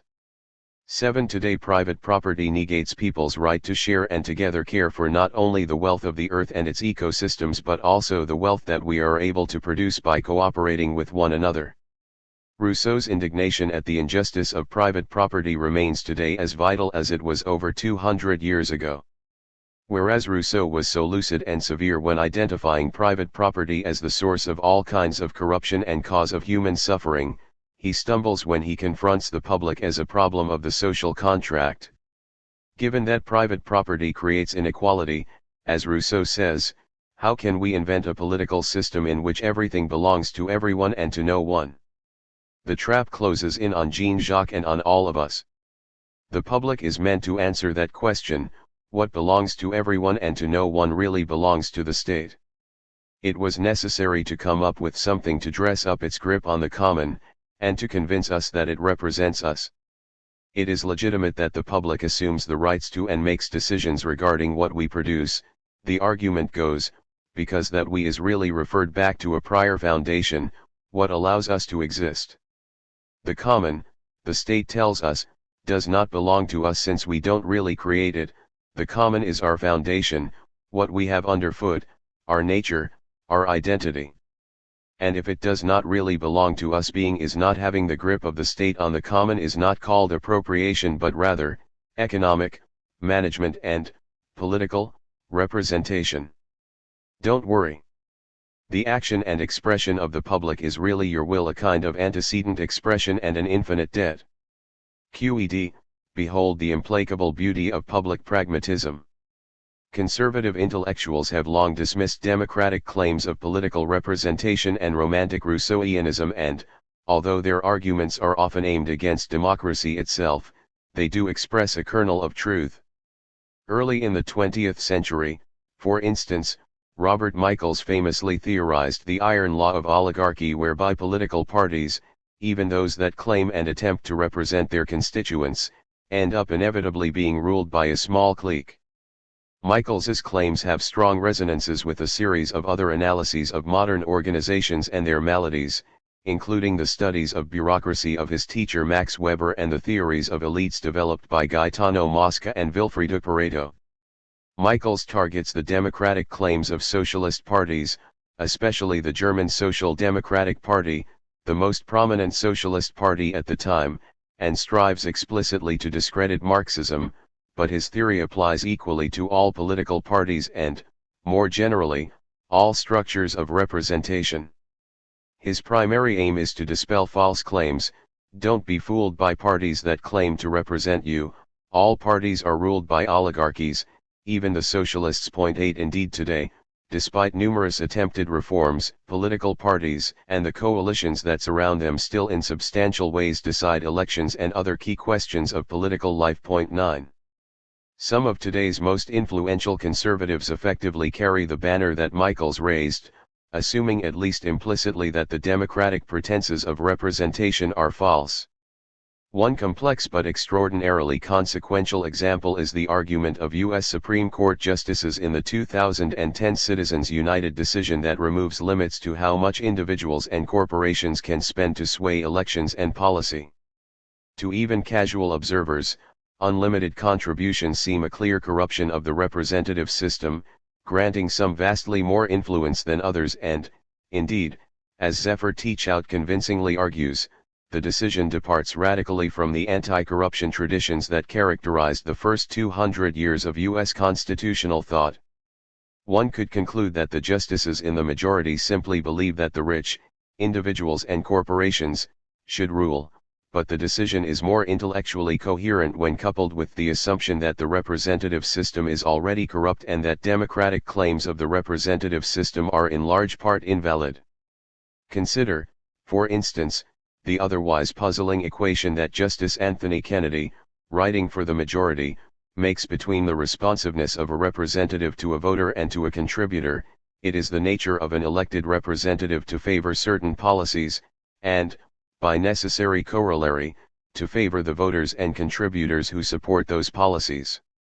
It is well understood that a substantial and legitimate reason, if not the only reason, to cast a vote for, or to make a contribution to, one candidate over another is that the candidate will respond by producing those political outcomes the supporter favors. Democracy is premised on responsiveness. 10. We can read behind Kennedy's reasoning a tacit assumption, echoing Michels, that the democratic claims of political representation are substantially untrue. By equating the two types of responsiveness, he is not really elevating contributions to the level of representation, or democratic speech, but effectively bringing representation down. All politicians, political parties, and political structures equally on the left and right are, despite their claims to representation, controlled by elites. There is thus no compelling reason, the argument seems to go, to favor one form of oligarchic control, tied to the representative and electoral system, and ban another, based on monetary contributions, no reason to favor the party and media elites over the wealthy elites. 11. The kernel of truth contained in this purportedly realist and certainly cynical tradition of conservative thought is that the democratic claims of representation are false. Political representatives and their electoral parties tend to limit decision-making to a small group, an elite, a kind of oligarchy. This is not merely a critique of the way that the political party system has been corrupted. Think of the sham of managed democracy in Putin's Russia or numerous other examples, but an analysis of the fate of modern political representation itself. Politics ends up being controlled by elites, the conservative theorists seem to believe, and there is no reason to give advantage to the pious left-wing elites who feign democratic representation over the right-wing forces more honest about their elitism. Representation, to go back to our earlier discussion, is another form of sovereignty. The rational kernel of this conservative line of thought, though, is thoroughly shrouded in a mystical shell, which maintains that democracy is incompatible with organization and institution and, ultimately, that creating a democratic society is unrealistic or undesirable. Instead, making democratic organization a reality is the aim of our first call. To do this, we also need to question the progressive assumption that political representation is the royal road to democracy and recognize it instead as an enormous obstacle. Don't misunderstand us, we are not questioning representation in order secretly to support some vanguardist, and thus non-representative, solution or to refuse any participation in institutional structures that mix representation with democratic elements. Our base assumption instead is that those are not our only choices. Frequently today social movements highlight the conflict between representation and democracy, and critique the insufficiencies of electoral schemas of representation in order to affirm the possibility of achieving a real democracy. In the 2001 uprising in Argentina against government austerity programs, for instance, protesters chanted, "Que se vayan todos, out with them all," opposing not a specific leader or party but the entire political system, and even more directly the Spanish indignados in May 2011 chanted, "No nos representan, they don't represent us." These refusals are symptoms of an increasingly widespread and radical critique of the Republican or, better, Rousseauian solutions to the problem of representation. 12. Critique of constituent power. In the tradition of modern constitutional theory, constituent power in contrast to established, constituted power designates a revolutionary event, an exception to the legal order that expresses ex nihilo a new political order, with the US and French revolutions as oft-cited examples. The sovereignty of constituent power in legal terms derives precisely from this exceptional character. And the act of taking power is distinguished by its evental nature, the social unity of the victorious revolutionary forces, and, for many commentators, its purely political, rather than social or economic, character. 13. Several aspects of contemporary capitalist globalization, however, undermine the concept of constituent power defined in the modern legal tradition, as an originary and unconditioned power in a national frame. 14. The construction of the global market has weakened the powers of nation-states and lessened their constitutional autonomy. Nation-states retain important legal, economic, and administrative powers, of course, but increasingly these are subordinated to, on one hand, structures and institutions of global governance and, on the other, the demands of the capitalist world market. The national space can thus no longer serve, as it did most often in the modern tradition, as the theater of constituent power. Furthermore, the economic structures of global capital tend to condition and increasingly absorb legal and administrative apparatuses. Society as a whole is being subsumed within the circuits of neoliberal rationality and capitalist command, primarily through the workings of finance capital and the power of money. The conception of an autonomous political realm in which constituent power could act is thus ever more implausible. Even more damaging for the concept of constituent power are the philosophical analyses that have thrown into question its revolutionary pretensions by demonstrating that it is not really separate from constituted power. Giorgio Agamben calls the paradox of constituent power the fact that, notwithstanding the insistence of legal theorists to the contrary, constituent power remains inseparable from constituted power, with which it forms a system. 15 Jacques Derrida similarly highlights the problem that constituent violence cannot really be held distinct from state violence but instead repeats it, the very violence of the foundation or position of law, Rechtsstaatlichkeit, must envelop the violence of conservation, Rechtserhaltensgewalt, and cannot break with it. 16 Despite claims to exceptional status, Agamben and Derrida agree, constituent power cannot be conceived as a revolutionary force separate from constituted power. One could conclude at this point that we should simply abandon the concept and stop talking about constituent power. That would deprive us, however, of an important means of understanding contemporary forms of resistance and revolt, and appreciating their potential for social transformation. It would be better to reconceive the concept by following how it is being rewritten in practice. In fact, the only reason we do not fully subscribe to Agamben's and Derrida's conclusions, even though they convincingly critique the notion of constituent power in the modern legal tradition, is that they do not grasp what constituent power really was in modern revolutionary struggles and what it is becoming in contemporary movements. We need to complement their critical positions with an appreciation of the materiality and plurality of revolutionary processes, and to pass from constituent power as a legal concept to constituent power as a political dispositif in action. There we can recognize it not as a unified event but rather in terms of social heterogeneity and temporal duration, a plural, replicating, continuous power. When constituent power abandons its unity, it gains rather than loses in revolutionary potential.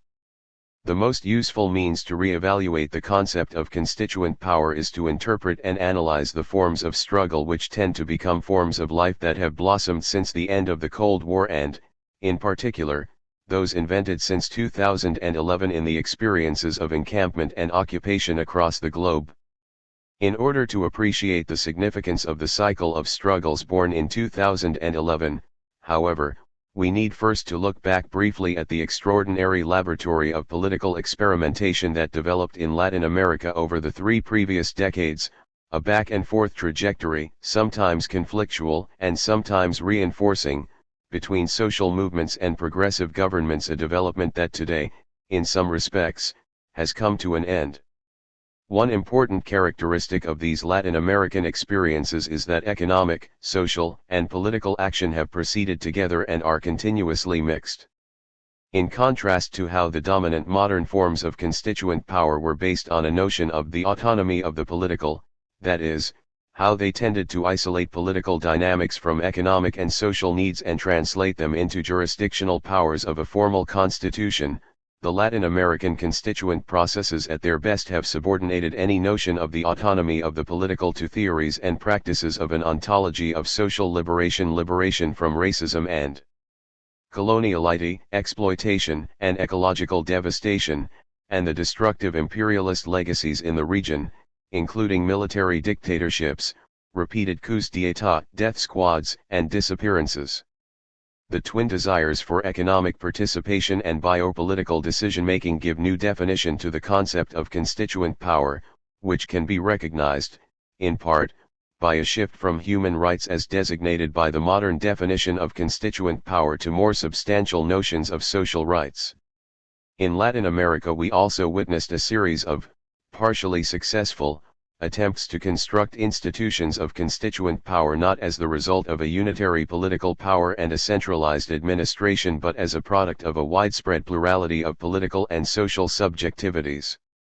In the most successful experiences, constituent power has not taken the form of a unified revolt pursuing a linear sequence of uprising, insurrection, and the taking of power in order eventually to be transformed in formal constitutions. Instead it has developed through continuous operations of renewal prolonged in successive constitutional initiatives, a process that keeps open the collaborative and conflictual dynamic between social movements and progressive governments. These constituent processes still celebrate symbolic events in the narratives of their coming to power, but their essential core is really a series of short and long-term dynamics that are more or less radical but in any case continuous. Where these developments have successfully taken place, constituent power has revealed a new and deeper nature, that of being a widespread and multitudinous germination of the desire for freedom and equality. In short, the temporal and social unities of constituent power have become plural, the imagined punctual event has extended to a continuous process, and the fantasy of a unified people has been expanded to a vast multitude. In the powerful cycle of social movements that has developed since 2011, many of these elements not only reappeared but were also developed and deepened, subordinating notions of the autonomy of the political to projects that weave together political, economic, and social liberation, redefining constituent power as continuous processes of transformation, and promoting and constitutionalizing a plurality of diverse social subjectivities. A strong current running through these movements, first, weaves together the political, the economic, and the social through critiques of inequality, privatization, and the powers of finance. Consider, for instance, how a feeling of magic was created at the various urban encampments from Tahrir, Cairo, to Taksim, Istanbul, from Puerta del Sol, Madrid, to Zuccotti Park, New York, and from Ogawa Plaza, Oakland, to Cinelandia, Rio de Janeiro, when activists temporarily made urban space common, that is, no longer private or public but instead characterized by open access and experimental mechanisms of democratic management. Common urban space was experienced as a kind of antidote to the poisons of neoliberal privatization, and such experiences are symptomatic of a larger struggle that poses the common against the hegemony of private property and finance. Attacking private property and insisting on social cooperation and the common as motors of a new constituent process does not mean abandoning the desire to have access to social goods and to achieve security in life. On the contrary, as we will argue in Chapter 6, private property is a central obstacle to security and access to the necessities of life for the vast majority. Moreover, today, given the increasingly social and cooperative nature of production, the right of property can no longer be a right to monopolize a good and hold individual decision-making powers. It can no longer be the right of a wolf that jealously defends its spoils from other wolves, but must instead be transformed into a right to the common, an exit from solitude through production in cooperation, and a social existence in equality and solidarity. This cycle of struggle has also demonstrated, second, the plural temporalities of constituent power, beyond the brief event in the media limelight. Constituent power is expressed not only as act but also as potential, indicating both the power of future actions and the accumulated potential of the past. In essence, the task of activists is to produce constituency, that is, create constituent potential even during periods of seeming calm, and then to ignite the explosive charge of all that deposited potential when crisis erupts. Crises can reveal in this way what was accumulated in the preceding period. One could conclude that constituent power is not only, as Gilles Deleuze and Félix Guattari say, a political insistence but an ontological consistency. You should not need a soothsayer, then, to see that the movements of 2011 are not finished. Their explosion was strong and the repression against them severe, but their effects will continue. Even when out of view, they are accumulating potential like a battery storing up an electric charge in wait for its next release. And it is similarly obvious that the Greek referendum of July 2015 against neoliberal austerity was not an isolated event or a failure, but the appearance in the open of a subterranean river that will eventually, despite obstacles of renewed nationalisms, racisms, and security apparatuses, spread across Europe.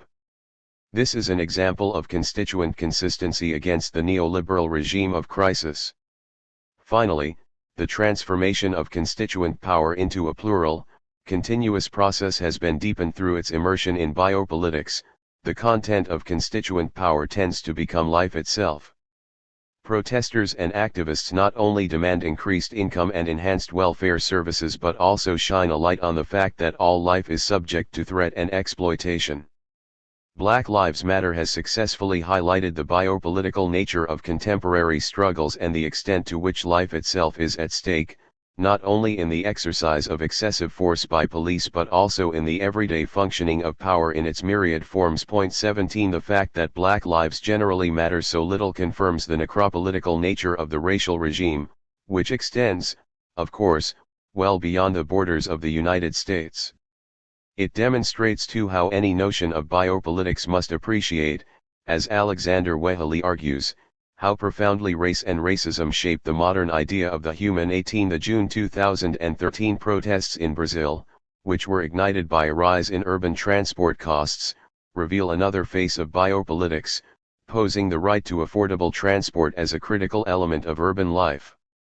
Such struggles demonstrate not only a temporal continuity but also a social extension of constituent action, an expansion of needs, desires, and social demands. Constituent power must become a composition of diverse constituent singularities. It could be useful in this regard to experiment with the notion of constituencies understood now outside the standard electoral framework and instead as elements in a process of composition. Conceiving of constituent power as a swarm concept, as a multitudinous pluralism means breaking with every fetishistic conception of political union and thus critiquing the concepts of the people and the nation for the ways they have traditionally been posed as unities. At this point, in light of the forms of struggle that have emerged in recent years and the ways they are redefining constituent power as a continuous, radically plural, and biopolitical process, we are in a better position to recognize the distance from the modern legal concept, and especially how constituent power is no longer compatible with representation and sovereignty. As we saw earlier, the democratic claims of political representation are becoming ever more widely recognized as hollow and, similarly, speaking in the name of others is becoming ever more proscribed in social movements. In the place of representation, cooperation, and composition arise as mechanisms by which a plurality of diverse political forces act in common. This shift away from representation occurs correspondingly in the economic field.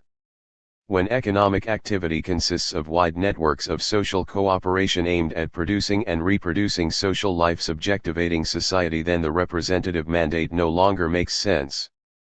In this context, any recourse to notions of the general will seem completely out of place and illegitimate. The will of all can and must be organized in cooperation. The exclusion of sovereignty from constituent power is especially significant. It is impossible to establish today a form of constituent power conceived in terms of transcendence or exception.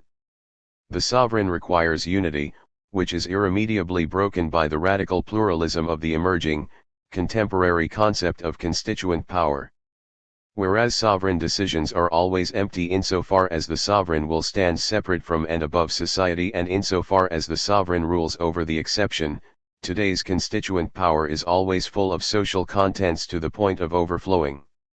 To reconceive constituent power, then, the exception of sovereign power must be replaced by the excess, that is, the overflowing nature of social production and cooperation. Second call, invent non-sovereign institutions. In modern political and legal thought, the institution is always posed as an instance of sovereignty.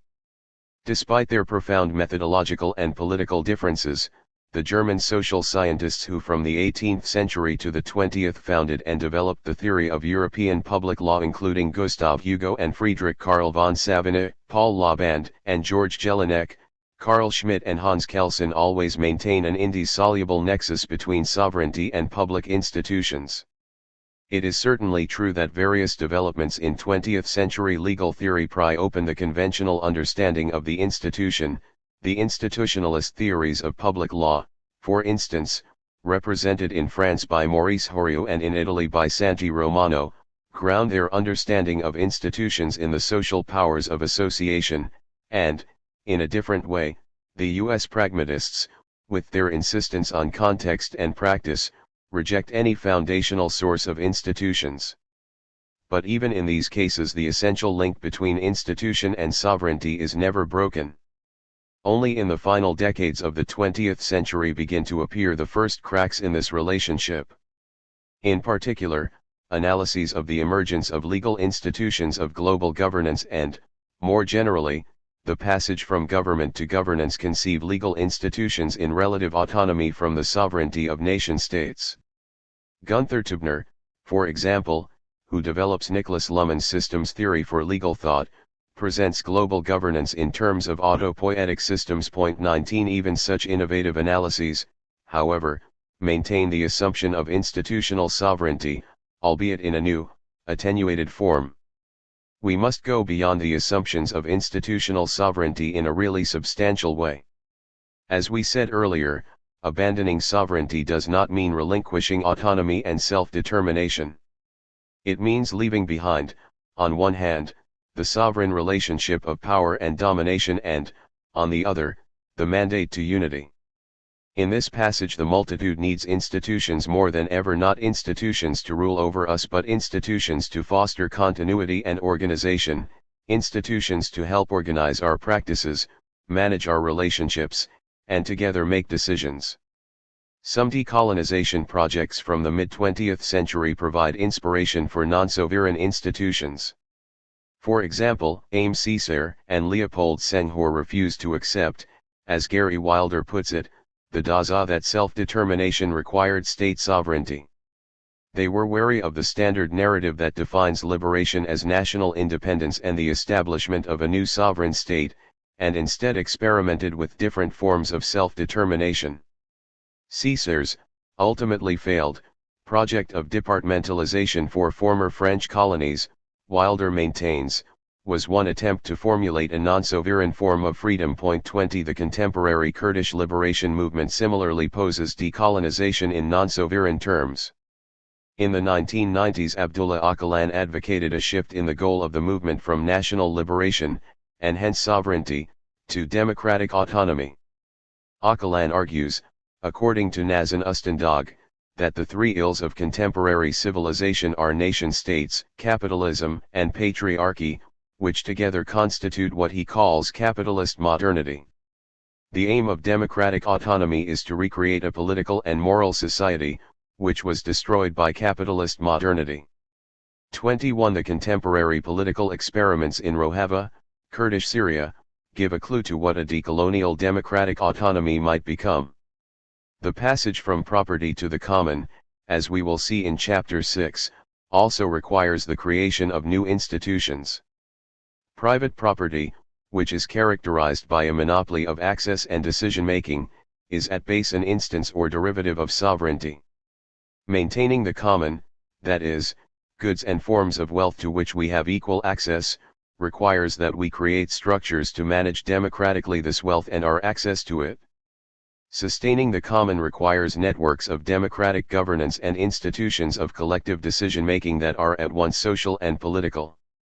The encampments of the cycle of struggles that began in 2011, experimenting with the means to govern occupied urban territories outside the logic of private or public property, already give us a hint of the nature of these institutions of the common. What would it mean, then, for a multitude to take power? Taking power remains for us a central objective and, as we have tried to explain, that does not mean simply reversing the relationship of domination, ruling over others, and, ultimately, maintaining the machinery of sovereign power while merely changing who sits at the controls. For a multitude to take power a first requirement is this, to invent new, non-sovereign institutions. First response, ground political projects in social life. Any attempt to respond to the first call to reverse the relationship between strategy and tactics or the second to compose new institutional forms from within the constituent movement of the multitude will invariably founder if we only look to the political terrain. With our eyes fixed on the political, assuming that people have the capacities necessary to organize and sustain long-term visions or to manage collectively lasting institutions, in short, that people are capable of democracy will inevitably prove to be an illusion. If people were angels, you might be tempted to say, echoing James Madison's supposed realism, then and only then would a real democracy be possible. The only really effective and realistic way to respond today is to shift our perspective from the political to the social terrain or, better said, to wed the two. Only then will we be able to recognize and foster the existing, widespread circuits and capacities for cooperation and organization, and indeed to comprehend that the talents of social cooperation are a broad and solid basis for political organization. Soviet society succeeded in the early 1920s partially, temporarily in connecting the radically democratic, constituent activity of the Soviets to the institutional processes of social and economic transformation. For a brief period, the revolution became a real and proper instituent machine or, rather, a complex of constituent institutions. The formula that Lenin proclaimed in 1920, for instance, communism equals Soviets plus electrification, combines a form of political organization with a program of economic development. 22 The Soviet project for industrial development quickly ran into insurmountable obstacles, in part due to the very low level of industrialization in Russia at the time and the narrow existing basis for industry in the social and educational resources of the population. What we might learn from Lenin's formula, nonetheless, is the need to couple revolutionary political organization with a project of social transformation. It would be anachronistic, of course, to repropose any such plan of economic modernization, and in Part 2 we will confront directly how the concept of economic development has to be rethought radically given contemporary social and ecological conditions. Today democratic organization must be coupled with a program of social and economic post-modernization or, post-modernization, a program that not only appreciates the destructiveness and tragedies of modernization but also grasps and organizes the contemporary capacities for social production and reproduction, that is, the potentials of existing forms of life. Such a program would have to present development not as simply producing more goods but instead as an ontological expansion of social being. Today's challenge takes shape clearly when situated in the phases of capitalist development. Between the 18th and 19th centuries, as Marx explains, the center of gravity and the dominant mode of capitalist production passed from manufacture, which relies primarily on the division of labor to increase productivity, to large-scale industry, which increases productivity by introducing complex machinery as well as new schemes of cooperation. Carlo Vercellone extends Marx's periodization to the cusp of the 21st century, when capital's center of gravity shifts from large-scale industry to the phase of general intellect, that is, production based in increasingly intense and widespread circuits of social cooperation as well as machinic algorithms as the basis to extract value from the production and reproduction of social life, a phase in which the distinction between the economic and the social is becoming increasingly blurred.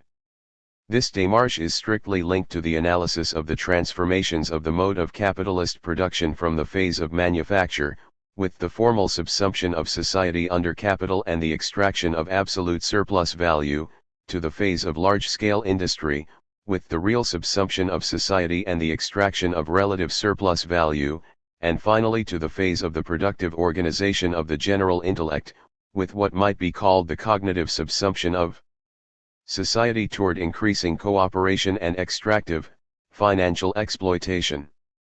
Socialized production and reproduction is biopolitical activity. Noting this shift or, really, this point of inflection in the curve of capitalist development does not imply, of course, that large-scale industry has ceased to exist or even decreased in quantitative terms, just as agricultural production remained predominant in quantitative terms during the first period of industrialization. The shift instead redraws the lines of the global divisions of labor and power, and forces us to reorient our understandings of both the mechanisms of capitalist command and the forms of antagonism that challenge it. 23 We will return in more detail to all these concepts as well as this periodization in Chapter 10. Against alienated, that is, isolated, individualized, instrumentalized, labor arises a common resistance, which in the industrial regime was expressed most powerfully as a refusal of work and today is expressed in new forms of antagonism that are active across the entire social terrain. Constituent power can thus no longer be conceived in purely political terms and must be mixed with social behaviors and new technologies of subsistence, resistance, and transformation of life. The process of the construction of new institutions must be absorbed into this new materiality. Our response is thus not yet a substantive proposal but rather a methodological guideline. A response, after all, should not be expected to offer a solution, and put the matter to rest. A good response, instead, catches the call and sends back a volley in the other direction, creating a back and forth dynamic. Here, then, is our first response, when searching for the basis of new democratic forms of political and institutional organization. Begin by investigating the cooperative networks that animate the production and reproduction of social life. Against the autonomy of the political. The autonomy of the political is conceived by many today as a force of redemption for the left, but in fact it is a curse from which we must escape. We use the phrase autonomy of the political to designate arguments that claim political decision-making can and should be shielded from the pressures of economic and social life, from the realm of social needs. Some of the most intelligent contemporary proponents of the autonomy of the political conceive it as a means to rescue liberal political thought from the ideological dominance of neoliberalism, as an antidote to not so much neoliberalism's destructive economic policies, including privatization and deregulation, but rather the ways that neoliberalism transforms public and political discourse, the way it imposes economic rationality over political speech and effectively undermines all political reasoning that does not obey market logic. Whereas liberal democracy, Wendy Brown argues, provided a modest ethical gap between economy and polity, neoliberal political rationality closes this gap and submits every aspect of political and social life to economic calculation. 24 Neoliberalism, according to this view, is the discursive and ideological face of the real subsumption of society under capital, or, as Brown puts it, the saturation of social and political realms by capital. 25 The ideological project to subordinate political reasoning to market logics, although now perhaps more intense, was not born with neoliberalism. The methodological individualism and social choice research models, which were key components of Cold War ideology in the social sciences, particularly in the United States in the work of authors such as Kenneth Arrow, similarly insist that in order for research to be scientific it must base political rationality on economic logics of choice. 26 To argue for the autonomy of the political, in this context, is a way to refuse the dominance of market logic and to rescue political discourse from its demise, to restore not the economic liberalism of free markets but the liberal tradition of political thought, the liberal tradition of rights, freedom, and equality, equal liberty, as Etienne Balibar says, that has strong resonances with the work of Hannah Arendt and stretches back at least to John Stuart Mill. 27. The best of these liberal critiques of neoliberalism are honest and valuable endeavors but are inadequate for democratic projects. On the one hand, merely political notions of freedom and equality, which do not directly attack the social and economic sources of inequality and unfreedom, including the rule of property and the command over our productive and reproductive lives, will prove forever inadequate. On the other, as long as they are considered only in political terms, the capacities for people to rule themselves collectively will remain perpetually obscure, and thus real democracy sustained by a multitude able to make political decisions will appear a noble but unrealistic idea.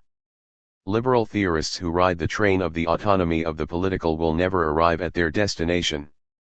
A second group of left arguments, equally well-intentioned but equally ineffective, is aimed at the economic face of neoliberalism, its projects of privatization and deregulation, and for them the autonomy of the political means primarily the return of some form of state and public control.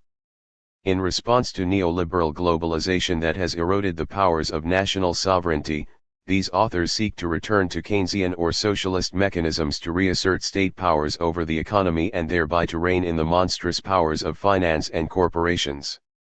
One can recognize both explicit and implicit calls for the return of the state as a force to thwart neoliberalism in the work of several progressive intellectuals, such as Paul Krugman, Alvaro Garcia Linera, and Thomas Piketty.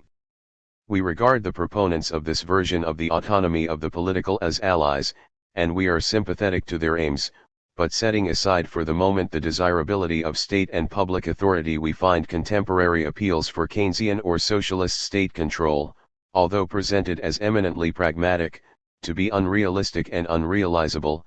The social and political conditions on which these projects were based in the 20th century no longer exist. 28 Under neoliberal rule, the Traditional trade unions and organizations of the working classes have been utterly broken and corporatized, the social constitutions and welfare structures have been eviscerated, and the professional associations, and citizens themselves, scattered to the point of generating nostalgia even among right-wing elites. This is not to say that we should abandon all hope and resign ourselves to neoliberal rule, but instead that we must construct an alternative starting point, from the production and reproductive lives of the multitudes as they are today, recognizing their capacities for organization and cooperation. This will be one of our tasks in Part 2. Finally, a small group of left intellectuals argues for the autonomy of the political in vanguard form, often presented in response to the inability of today's horizontal social movements to overthrow the existing capitalist structures and to take power themselves. Slavoj Žižek, for instance, following Alain Badiou, proclaims that a new figure of the master is needed, a Thatcher of the left, a leader who would repeat Thatcher's gesture in the opposite direction. 29 Knowing Žižek's work, we do not read these statements at face value, that is, as a proposal to elevate some leftist leader to the position of ultimate authority. His proclamations are better understood as provocative gestures animated, on the one hand, by understandable frustration at the demise of leaderless movements. He is writing in early 2013, when Zuccotti Park, Tahrir Square, and Puerta del Sol had all been swept clean by police, and, on the other, by dogmatic psychoanalytic assumptions about group formation, which we do not share. Jody Dean, expressing similar frustrations at the defeat of Occupy but without Žižek's ability to hide behind the ambiguity of tongue-in-cheek provocations, extends the argument for vanguardist leadership. 30 As we argued earlier, given their highly developed immune systems, it would be impossible today, thankfully, to impose central authority and traditional leadership over the dynamic and creative social movements. These diverse affirmations of the autonomy of the political from the liberal to the radical left share not only the fact of being fearful of and mesmerized by the authority of neoliberalism but also a faith in sovereignty as a recipe for restoring the power of the left. It is true, as many of these authors maintain, that neoliberalism has undermined traditional political sovereign powers. There is no need to look further than the ways that in Europe the forces of global capital have managed the crisis since 2008 and how inelegantly the leaders of finance capital, going beyond all obstacles through the pressure of markets, have imposed their will not only on the debtor states but on all European countries. European societies have literally been reconstructed according to hierarchical criteria created by the power of money, the new coercive configurations of the division of labor, precarity, mass unemployment, etc., the aleatory but systematic organization of productive infrastructures, the variable salary scales in the reordering of the norms of social reproduction, and the diverse designs and alternative measures rigidly established in the program for the supposed exit from the crisis but in reality for the deepening through the crisis of class divisions. Finance capital, under neoliberal command, is in this context unchained from the need to respond to the traditional political structures of representation and the functioning of national governments, electoral mechanisms, fundamental legal structures, and more are swept away. This is all true in Europe and throughout the world. We object, however, to the reasoning that, since neoliberalism undermines the political, the only means, let alone the only effective or desirable means to combat neoliberalism is to restore the autonomy of the political, that this kind of play of opposites defines our political possibilities. We contend that we have other options, and, specifically, a non-sovereign and truly democratic organization of society is possible. Instead of resurrecting the autonomy of the political must flow back into and be reclaimed by the social. Political rationality and political action can no longer be considered autonomous but always completely embedded in the circuits of social and economic life. We seem to be faced with a paradox: the more protests and social movements develop notions of democracy against the autonomy of the political, the more strongly some left intellectuals call for a return to the political. This is not really a paradox from the perspective of these authors, though, because they generally conceive of sovereign political power as the necessary means to complete and consolidate democratic experiments and developments on the social terrain. We find ourselves thrust back to the double bind of the communards, their error of dismantling the Central Committee and distributing decision-making power to all leads to defeat, and yet not dismantling the Central Committee would negate the democratic nature of their entire project. This double bind, however, does not, and perhaps never did, define our political alternatives. Sovereignty is not required for political projects to be effective, to win, to take power. Demonstrating the effectiveness of and existing conditions to support non-sovereign political institutions and democratic organization is a task we must address in subsequent chapters. The concept of the left may have been born in the 17th century with the vows of the New Model Army or at the end of the 18th century with the tennis court oaths at the Jeu de Paume. These were noble efforts to redistribute property and power and to configure a new freedom. But there is a gulf between those projects and those who claim the mantle of the left today. Does it make sense to reopen once again the inquiry that the New Left launched 50 years ago? Can the left become something new based on today's social struggles, or instead, is the very concept of the left something to be left behind? Whether or not we call it left, contemporary movements have repeatedly affirmed the need to start over, to discover a radical new beginning, whether in the demand for distributive justice in the alter global struggles or the calls for real democracy in the Mediterranean Springs. These are incitements to a radically innovative what is to be done. It is clear to us, in any case, that the autonomy of the political in any of its forms cannot serve as a vehicle to foster new progressive or revolutionary projects but instead is a primary obstacle. Chapter 4. The Dark Mirror of Right-Wing Movements. Social movements, of course, are not all progressive. Right-wing movements, from the Nazis to religious fanatics, have animated some of the most destructive and barbaric political developments of the past century. Today right-wing movements, often in collaboration with right-wing governments, are once again on the rise. Understanding their nature and inner workings is an urgent task, but that would require a much longer study and is well beyond our aim in this chapter. Here we seek merely to individuate a few defining characteristics of right-wing movements to see what lessons progressive and liberation movements can derive from them. The fact that social movements can be destructive and even that right-wing movements at times deploy some characteristics of liberation struggles should not lead us to distrust the politics of social movements in general or claim that somehow here the radical left and radical right meet. Right-wing movements do, in fact, reflect liberation movements but in a distorted mirror, inverting the primary elements such that identity becomes paramount and democracy deferred or negated. Efforts to restore or redeem the identity and unity of the people, in fact, emerge as a thread that runs through the diverse range of contemporary right-wing movements, both religious and secular, from European anti-migrant movements to the Tea Party and from ISIS to anti-Muslim movements in India. Right-wing thought and practice are in general not really conservative but reactionary. They seek not to preserve or protect what now exists but instead to restore a previous order. Those who have recently lost social power and prestige, such as white men in the United States, white working-class Europeans, or oligarchies in Latin America, constitute a core of right-wing mass mobilizations, with race, religion, and national identity most frequently the key unifying factors.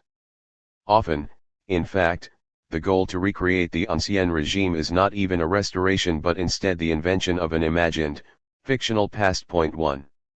Right-wing movements are reactionary also in the sense that they react or respond to left-wing movements. They seek not only to block movements for liberation but also to appropriate selectively, often in distorted forms, the protest repertoires, discourses, and even stated goals.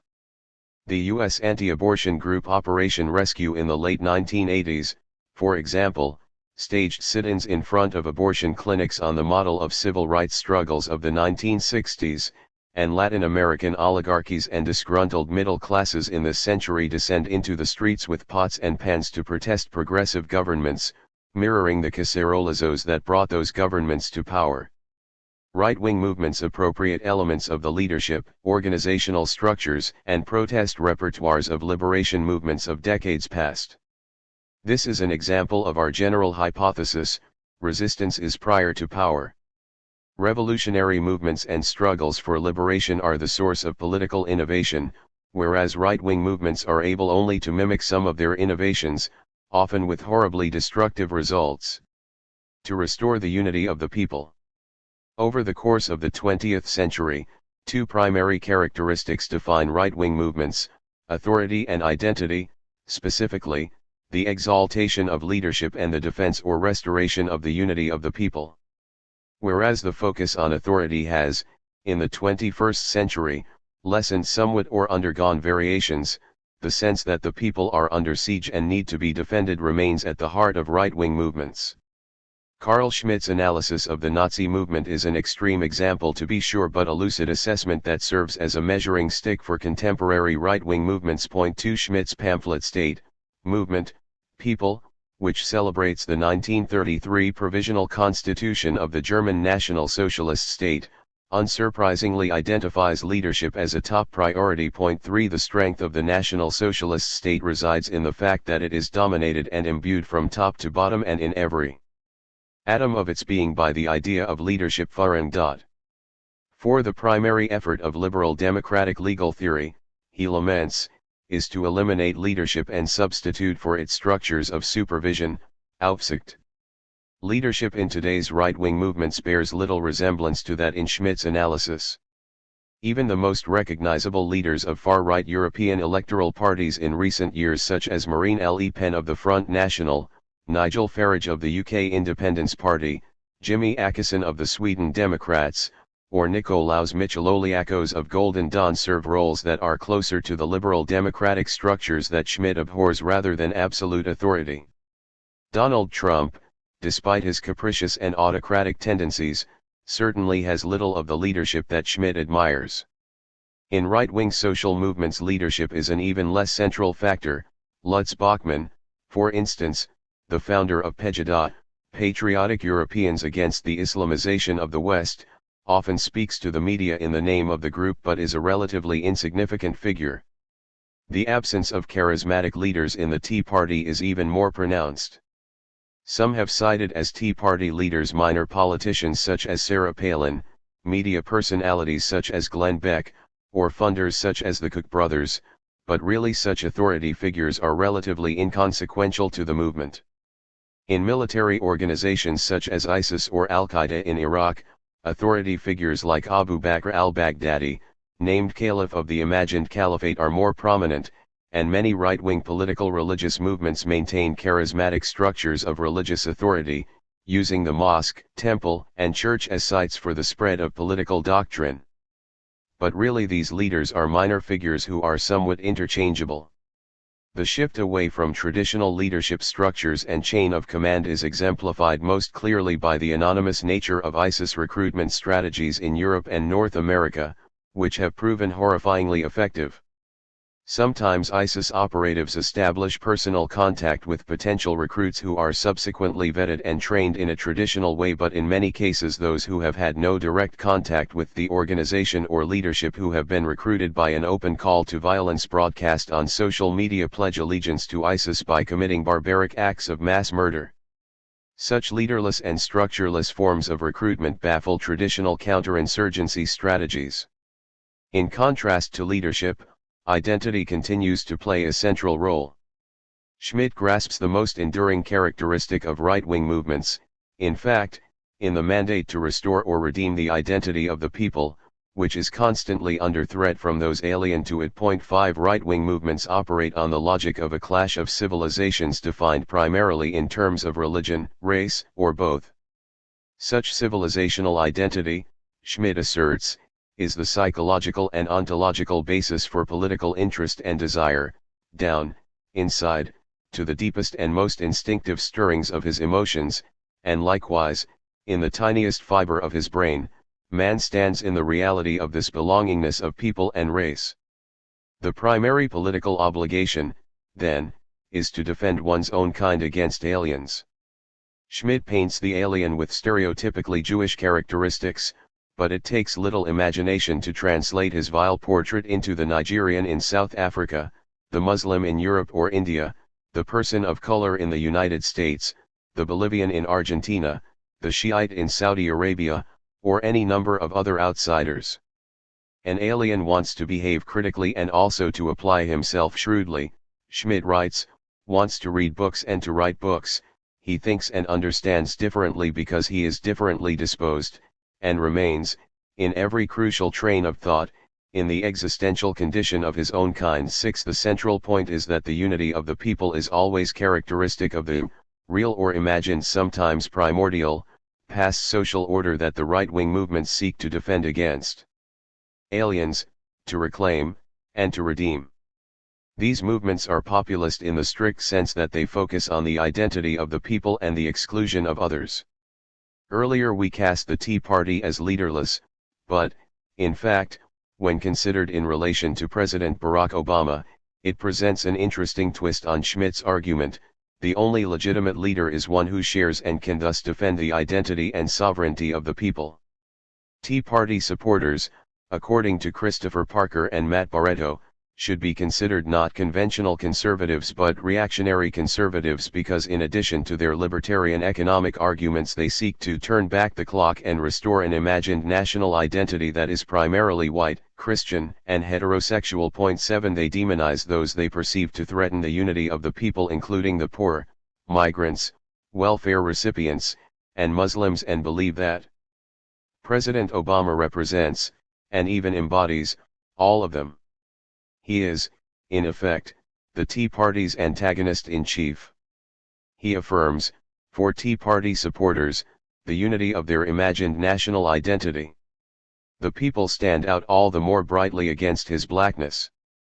The movement grew after his 2008 election, founded in large part on the belief that Obama is alien to the national identity, and the bizarrely persistent claims that he was born outside the United States are only a symptom of this, and will likely fade from view now that he is out of office. Schmidt's diagnosis explains remarkably clearly the rationale behind the Tea Party's incessant indictments of Obama's imperial presidency and the tyranny of his administration. Only ethnic identity can prevent the power of the leader from becoming tyrannical and arbitrary. It alone justifies the difference from any role of an alien transmitted will, however intelligent and advantageous it might be. 8. The Tea Party's core mission, and this is key to understanding contemporary right-wing movements in general, is to affirm the unity of the people and to defend or restore it against all who are alien. Sovereignty can be achieved only in those terms. Even when right-wing movements don't preach racist slogans openly, turn over the rock just a little and their core mission to defend the racial, national, or religious identity of an imagined people against aliens creeps out. Populism and racialized property. Right-wing populist movements, particularly those in the dominant countries, pose a conundrum for analysis insofar as in the search for sovereignty they combine paradoxically anti-elitist politics with efforts to maintain social hierarchies. One way to disentangle this knot is to follow the line of property essential to right-wing populism, one that is entirely infused by racial identity.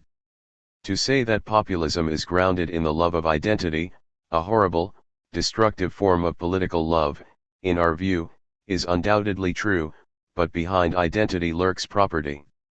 Sovereignty and racialized property are the stigmata that mark the body of right-wing populisms. Right-wing movements, as we said earlier, are reactionary not only in that they seek to restore a past social order but also in that they borrow, often in distorted form, the protest repertoires, vocabularies, and even stated goals of the left resistance and liberation movements. This is especially evident in right-wing populist movements that mobilize the poor and subordinated segments of society to protest against elites in the name of the people, but nonetheless serve to maintain or restore social hierarchies. That is the task, Corey Robin asserts, of right-wing populism, to appeal to the mass without disrupting the power of elites or, more precisely, to harness the energy of the mass in order to reinforce or restore the power of elites. Far from being a recent innovation of the Christian right or the Tea Party movement, reactionary populism runs like a red thread throughout conservative discourse from the very beginning. 9. Robin is certainly correct that right-wing populism serve to reinforce the power of some elites, but to make sense of this we have to distinguish among different kinds of social hierarchies and, in fact, different forms of property. On the one hand, the purported condescension or abandonment by liberal elites often fuels right-wing populist movements, and indeed it is not difficult to find evidence of ways in which liberal elites exploit and neglect the poor and working classes. We don't doubt the sincerity or intelligence of many right-wing activists' protest against the elites of finance, global institutions, and national government. And indeed some populist elements could be recuperated by intelligent left-wing movements. Populism's anti-elite politics often expresses indignation against the rule of property, a form that is disembodied, mobile, and unattached to identity. The power of money, global markets, and even national central banks that debase currency are particular objects of criticism. On the other hand, populisms, in seeking to defend the people, especially defined in racial, religious, or civilizational terms, affirm another kind of property, immobile and embodied property, and ultimately property that is tied to identity. Land rights are thus a recurring theme, as is the fixity of monetary values, for example, in gold. This relationship between identity and property takes two primary forms. First, identity is meant to provide privileged rights and access to property. A primary appeal of populist movements is to restore the, even minimal, economic power and social prestige they imagine to have lost, most often conceived, explicitly or implicitly, in terms of racial identity. Conceptions of a superior race, as Hannah Arendt observes, take the aristocratic experience of pride in privilege without individual effort and merit, simply by virtue of birth, and make it accessible to ordinary people said to share a common nature. 10 In the populist anti-migrant movements that have expanded throughout Europe, the identity of the people, sometimes defined explicitly in terms of whiteness and Christianity and at other times in civilizational terms centered on liberal values, is strongly mixed with promises of property. For both the criminal movements that violently attack migrants, such as Golden Dawn in Greece and Casa Pound in Italy, and their more respectable counterparts, such as the Front National and the Sweden Democrats, the racist, anti-migrant rhetoric is backed by the promise to restore the social position they believe they have lost, specifically the race privilege of working-class whites, and pay them their due wages of whiteness, to borrow a notion developed by W.E.B. Du Bois and David Roediger. 11. Identity, secondly, itself is a form of property, one in which the economic, the cultural, and the racial are inextricably intermingled. Identity connotes, to use the language of property theorists, the possession of something exclusively one's own, and it should not trouble us that identity is largely immaterial, since many forms of property today comprise material and immaterial forms. The law accords holders of whiteness, Cheryl Harris asserts, the same kind of privileges and benefits that it grants holders of other types of property. The exclusion of subordinated others was and remains a central part of the property interest in whiteness, and, indeed, is part of the protection that the court extends to white settled expectations of continued privilege. 12 Whiteness belongs to you, it is your possession to the exclusion of others, and it offers the promise of your sovereignty. Property and sovereignty, we will argue in Part 2, are intimately mixed in the twinned operations of possession and exclusion. This conception of racial property provides a useful frame for understanding the motivations of poor and working-class white populations who support right-wing political groups, even when those groups act against their economic interest. What Arendt calls pride in privilege does not always convey economic benefits, and lack of gains in monetary wealth is not necessarily a disappointment to the poor and working-class supporters of right-wing movements. The need to defend identity and its privileges, the restoration of its racialized property that they believe they have lost, sometimes eclipses all other goals. Identity and property thus have a double relation in right-wing populisms. Identity serves as a privileged means to property and also as a form of property itself, which promises to maintain or restore the hierarchies of the social order. 13. The violence of religious identities. Although some of today's most vicious right-wing movements are driven by religious fervor, one should not assume that faith dictates their political actions, at least not in any direct way. One key to understanding many religious movements today is the way they combine the defense of religious identity with resentment against alien powers. It is important, on the one hand, to recognize both the real causes for indignation and the reactionary projects in which these movements are mobilized and, on the other, to grasp the destructive nature of religious identities. Not all religious movements, of course, are reactionary, and throughout history, the political directions of religious movements vary widely. This is not explained simply by what Ernst Troeltsch, who is undoubtedly among the greatest sociologists of religion, calls the relative autonomy of the religious idea. 14 It depends primarily instead on the specific historical situations from which religious movements emerge, even though the same situation can give rise to different and even contradictory political developments. During the times of the Crusades of Roman Catholicism against Islam and the consequent militarization of faith, for example, also arise great experiences of pacifist and charitable sects, such as Franciscanism. The same is true for the history of Islam, when in the same era are born both despotic military projects of conquest, which force conversion on the vanquished, and mystical forms of life. At the highest point of the Abbasid Caliphate and its rule as political and spiritual guide of the universal Islamic community developed various ascetic mendicant fraternities, religions of the poor that had an important role in the development of Arab Muslim civilization. In Judaism, similarly, the doctrinal and political endeavors to restore the temple to the chosen people coincided with prophetic, messianic, and revolutionary practices.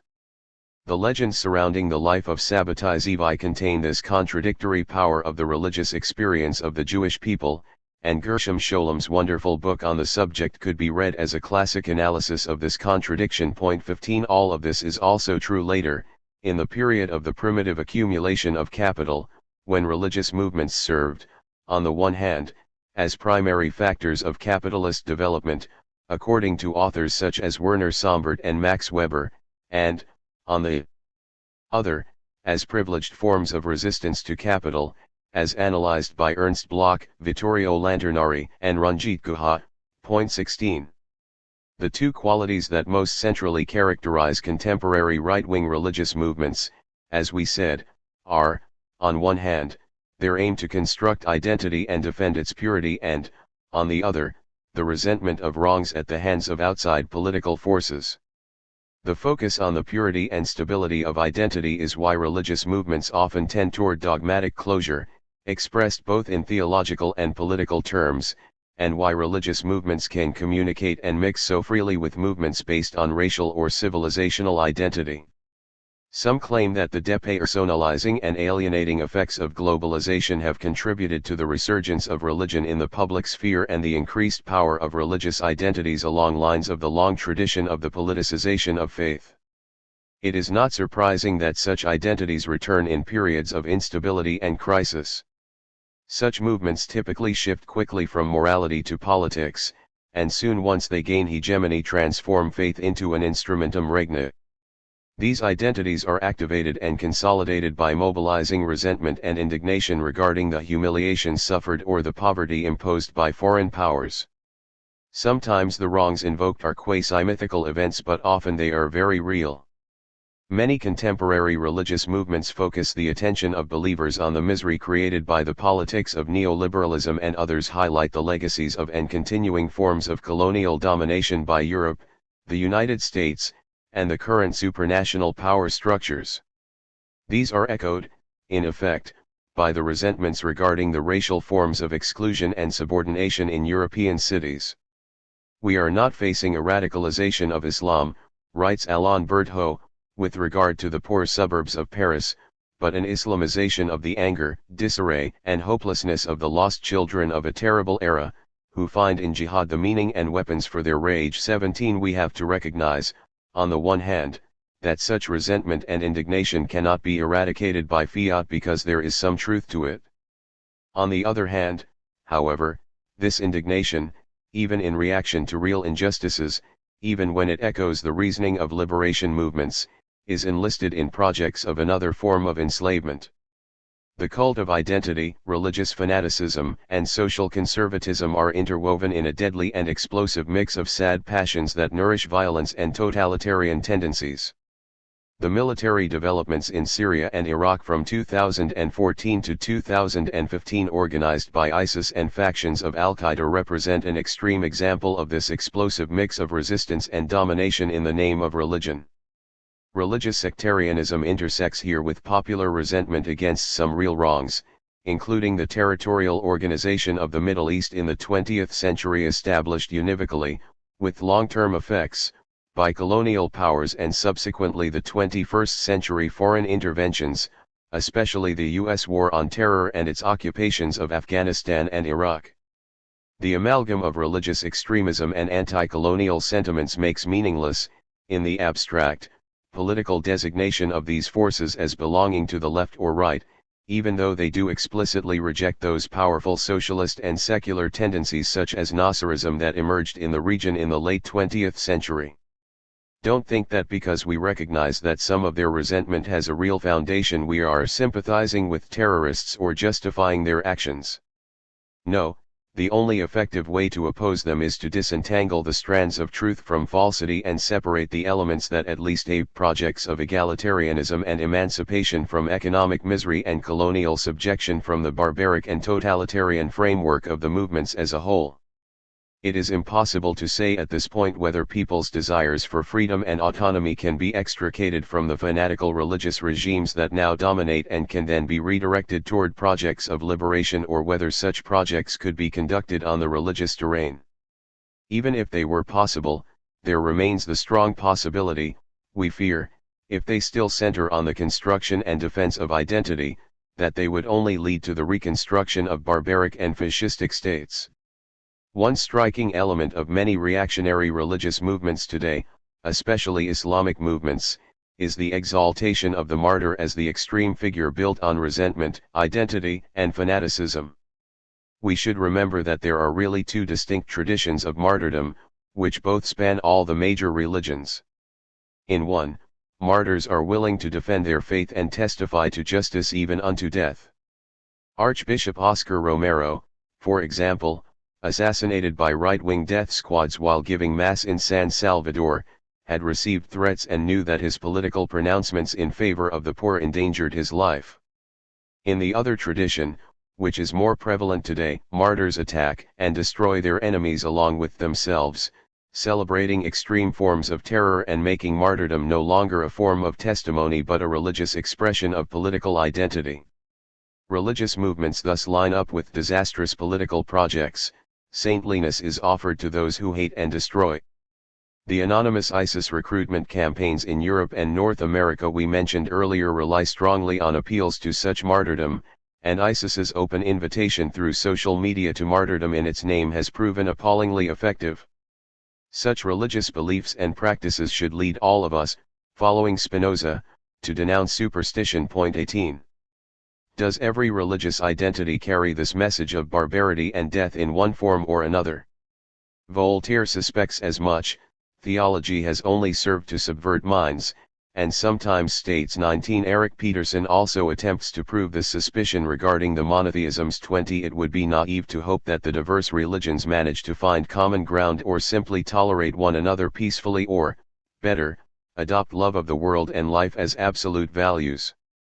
Mahatma Gandhi, on the eve of Indian independence, witnessing barbaric intercommunal violence between Hindus and Muslims and foreseeing clearly the greater bloodbaths and tragedies to come during partition and after, sought something like a non-secular end to religious identity. Gandhi remained, of course, a religious man, but he recognized that even religious tolerance is insufficient for peace insofar as tolerance means maintaining the separate religious identities and merely advocating respect for the other. Instead, Gandhi promoted intercommunalism and modeled that behavior by adopting Muslim and Christian texts and practices, effectively destroying religious identities from the inside by multiplying them. He didn't become less Hindu but, so to speak, more Muslim and more Christian. Gandhi's key insight, we think, which remains equally vital today, is that not religion per se but religious identity, the construction and defense of a religious people, leads inevitably to violence and barbarity, and must be destroyed. Point 21. Finally, even though right-wing movements often are derivative of the structures and practices of liberation movements, they do offer a series of lessons. By gazing at these reflections in a dark mirror, liberation movements should recognize, first, that they must be antagonistic. Movements cannot simply serve to reinforce the ruling powers or to support the maintenance or restoration of the hierarchies of social order. They must instead be autonomous, disruptive, contestational actors. Second, movements must be democratic and maintain an attitude critical of centralized leadership without refusing the need for organization and institution.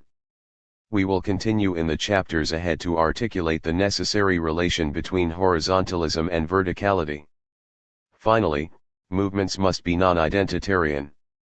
Identity based on race and ethnicity, religion, sexuality, or any other social factor closes down the plurality of movements, which must be instead internally diverse, multitudinous. Liberation movements that do not learn these lessons risk, sooner or later, drifting to the right. 22. Poverty as wealth. Since time immemorial, religious authorities have tried to bind the multitude of the poor to the ruling powers. Dominant religious logics, which legitimate both political power and the possession of worldly wealth, generally pose poverty as a natural outcome, not even worthy of pity. God will forgive the poor and reward those who accept their condition. But in each religious tradition there are also minoritarian currents that affirm poverty and the practices of non-property against the sovereign powers. At the dawn of the modern era, while the Catholic Church in league with the feudal order was denying that Christ counseled poverty and emphasizing explicitly Christ the King rather than the Christ-born poor, the Franciscans affirmed that poverty is the highest form of spiritual life and that all should practice it. This proclamation was immediately translated into social and political practices, and the Franciscans maintained that their ecclesial vow dictates not only the renunciation of property but also the rigorous limitation of the use of goods. 23. This episode is one instance of the revolutionary discovery of the practices of poverty in, and against, the emerging modern world, making property a religious and political problem. The Franciscans, and before them the Cathars, the Waldensians, and many others, introduced a critique of property and proposed practices of non-property that disrupt and threaten to overthrow the ruling powers. 24. When the defense of property is stripped away, the alliance between religious life and sovereignty dissolves.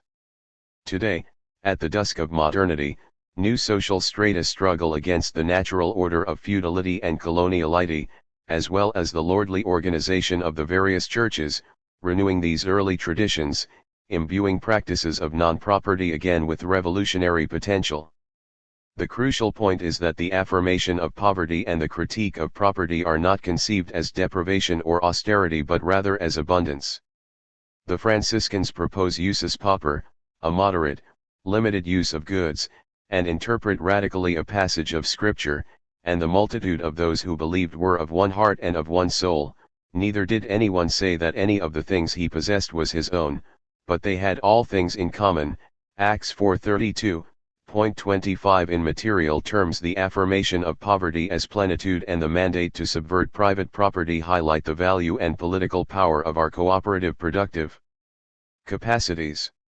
In the usus pauper there is an idea of the abundance of our shared wealth and the anticipation of a potential constitution of the common. 26. The refusal of property is thus not only essential to spiritual transformation, according to Franciscans, but also to a life of plenitude. Poverty is not the absence of wealth but, perhaps paradoxically, its fundamental precondition. Everything for everyone, to cite a Zapatista slogan, is the fundamental dictate of the life of poverty. Once the Church smashed this revolutionary, humanistic enterprise, the birth of modernity came to be defined, in many respects, by its successful domestication within capitalist relations. In the capitalist world, poverty became inextricably linked to exploitation. The poor tend to become no longer slaves, beasts of burden, untouchables at the margins of the human race, but instead integrated and subordinated as producers. After having been separated from the land and every other autonomous means of subsistence, workers become free insofar as, on the one hand, they are no longer subordinated to relations of feudal servitude and, on the other, they no longer have access to the means of production and subsistence. The capacity to work, Marx writes, the purely subjective existence of labor, stripped of all objectivity, is thus absolute poverty. And the worker, as a simple personification of that, is the poor. 27 The proletariat, a multitude of free sellers of labor power who have nothing else to sell and no other means to survive, is cast in a second nature constructed by capital and reinforced by theological justifications of the work ethic and the hierarchies of the social order. The poor are invited to participate responsibly in their own exploitation, and that will be considered a dignity. Ad majorem Dei gloriam. Capitalist asceticism becomes the damnation of the poor and exploited.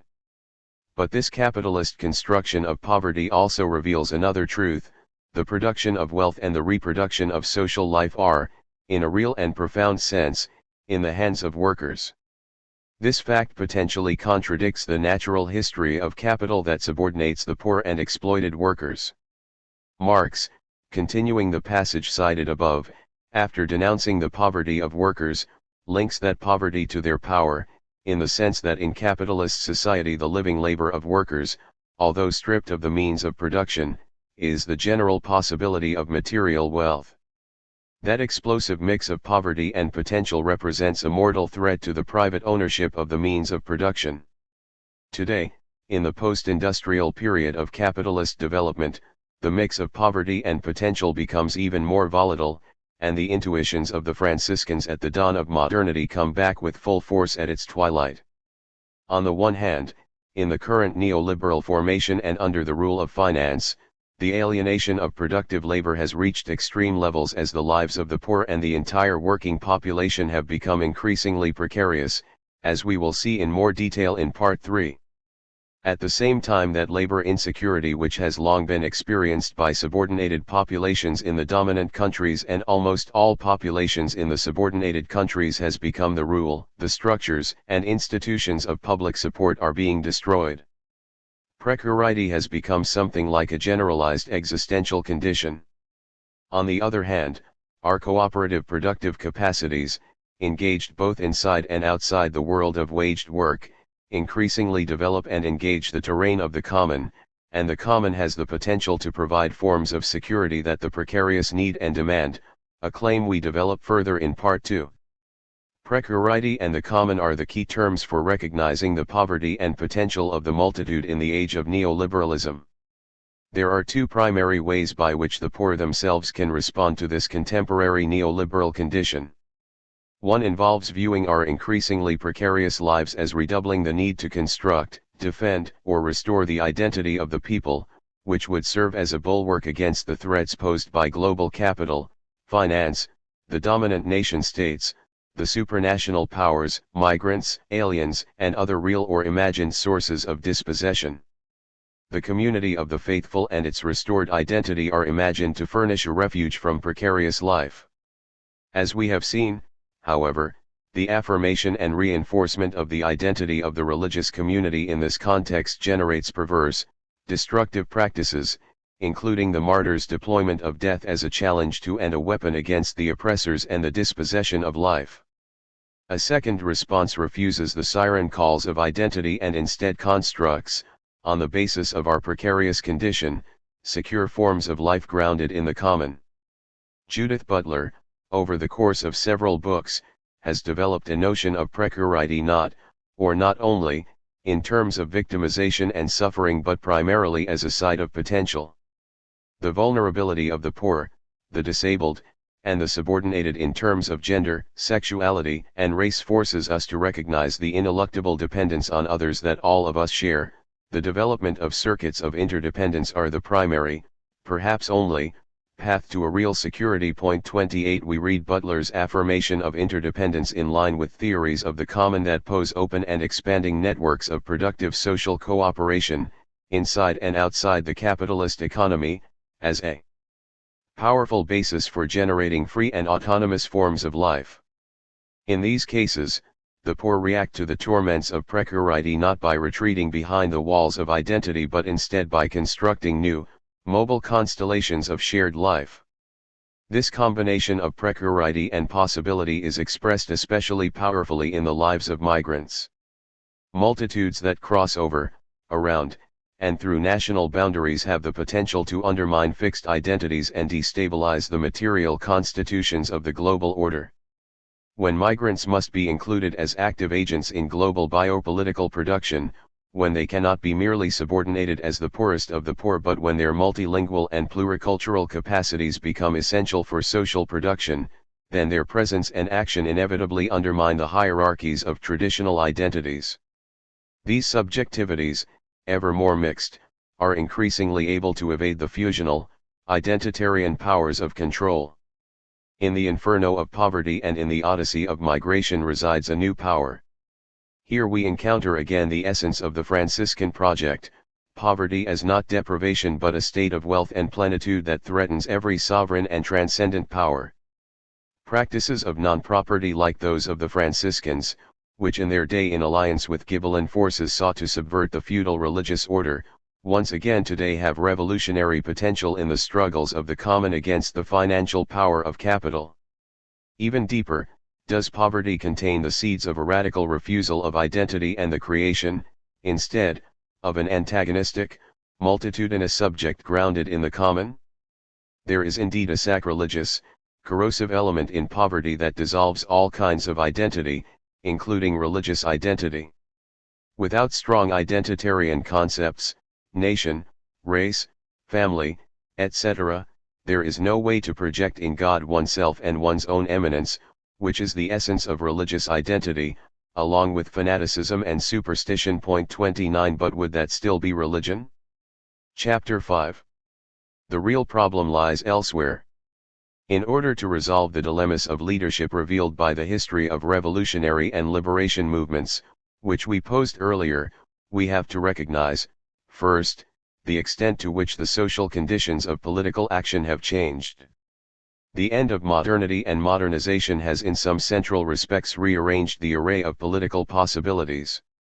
Second, and perhaps more important, the current political impasse cannot be addressed adequately in purely political terms, based on an assumption of the autonomy of the political. We must leave this noisy sphere of political discourse, as Marx might say, and descend into the hidden abode of social production and reproduction. Can we discover, beyond modernity, an other terrain, which lies on a path between the multitude and the common, a path on which the multitude produces and reproduces the common? 1. Blow the dam. Machiavelli instructs us that, in order to tame fortune and to weather the unforeseeable storms of political events, we must construct institutionalized virtue, ordinata virtu, as a line of defense. When the weather is calm, he counsels, we should build dikes and dams so that when the raging waters of the river rise up, the damage can be mitigated. 2. We subscribe wholeheartedly to Machiavelli's prudence. As we said earlier, movements need organization and institutions in order to last and to withstand all manners of adversity. No one should take the justified and necessary contemporary critiques of centralized leadership and authority to mean that political organization and institutions are no longer necessary. And yet there are times when destituent rather than constituent actions are needed, when the most pressing need is to break the consolidated institutions of domination to clear the way for new, different institutions. Sometimes, in other words, we must take the other course, blow the dam. Blowing the dam entails, first of all, understanding the extreme point to which capitalist forces dominate today the totality of our social and political relations, mystify our desires, and yoke our productivity to its goals.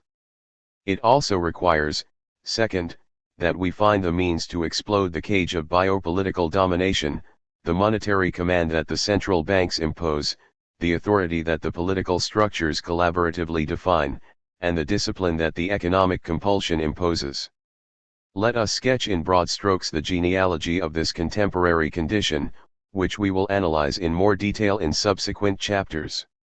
Today's structures of capitalist rule came as a response to the diverse forms of resistance that marked the global event of 1968: anti-colonial and anti-imperialist struggles, anti-racist movements, feminist movements, worker revolts, various forms of refusal of capitalist discipline and control, and numerous others.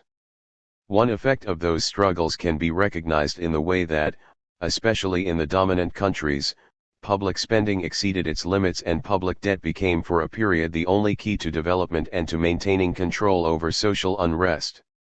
Only through widespread social repression and the reorganization of the social order in the following years, the early 1970s, were key, could the capitalist system be reorganized and maintained. Point 3. These are the years when neoliberalism was born. The 1973 coup d'état in Chile opened the way for a neoliberal experiment and the radical application of Chicago school economics. Margaret Thatcher and Ronald Reagan initiated neoliberal strategies in their countries, but Tony Blair and Bill Clinton, with Gerhard Schroeder a bit later, really consolidated them through the destruction of welfare structures and labor protections and elevation of global finance to the position of rule. Blair, Clinton, and Schroeder did the dirty work for the capitalist class and oversaw in the guise of reformist centrism the triumph of the neoliberal revolution. This dirty work marked the death of the official left, and today that cadaver weighs heavily on all social democratic parties and completely blocks their efforts to represent the popular classes.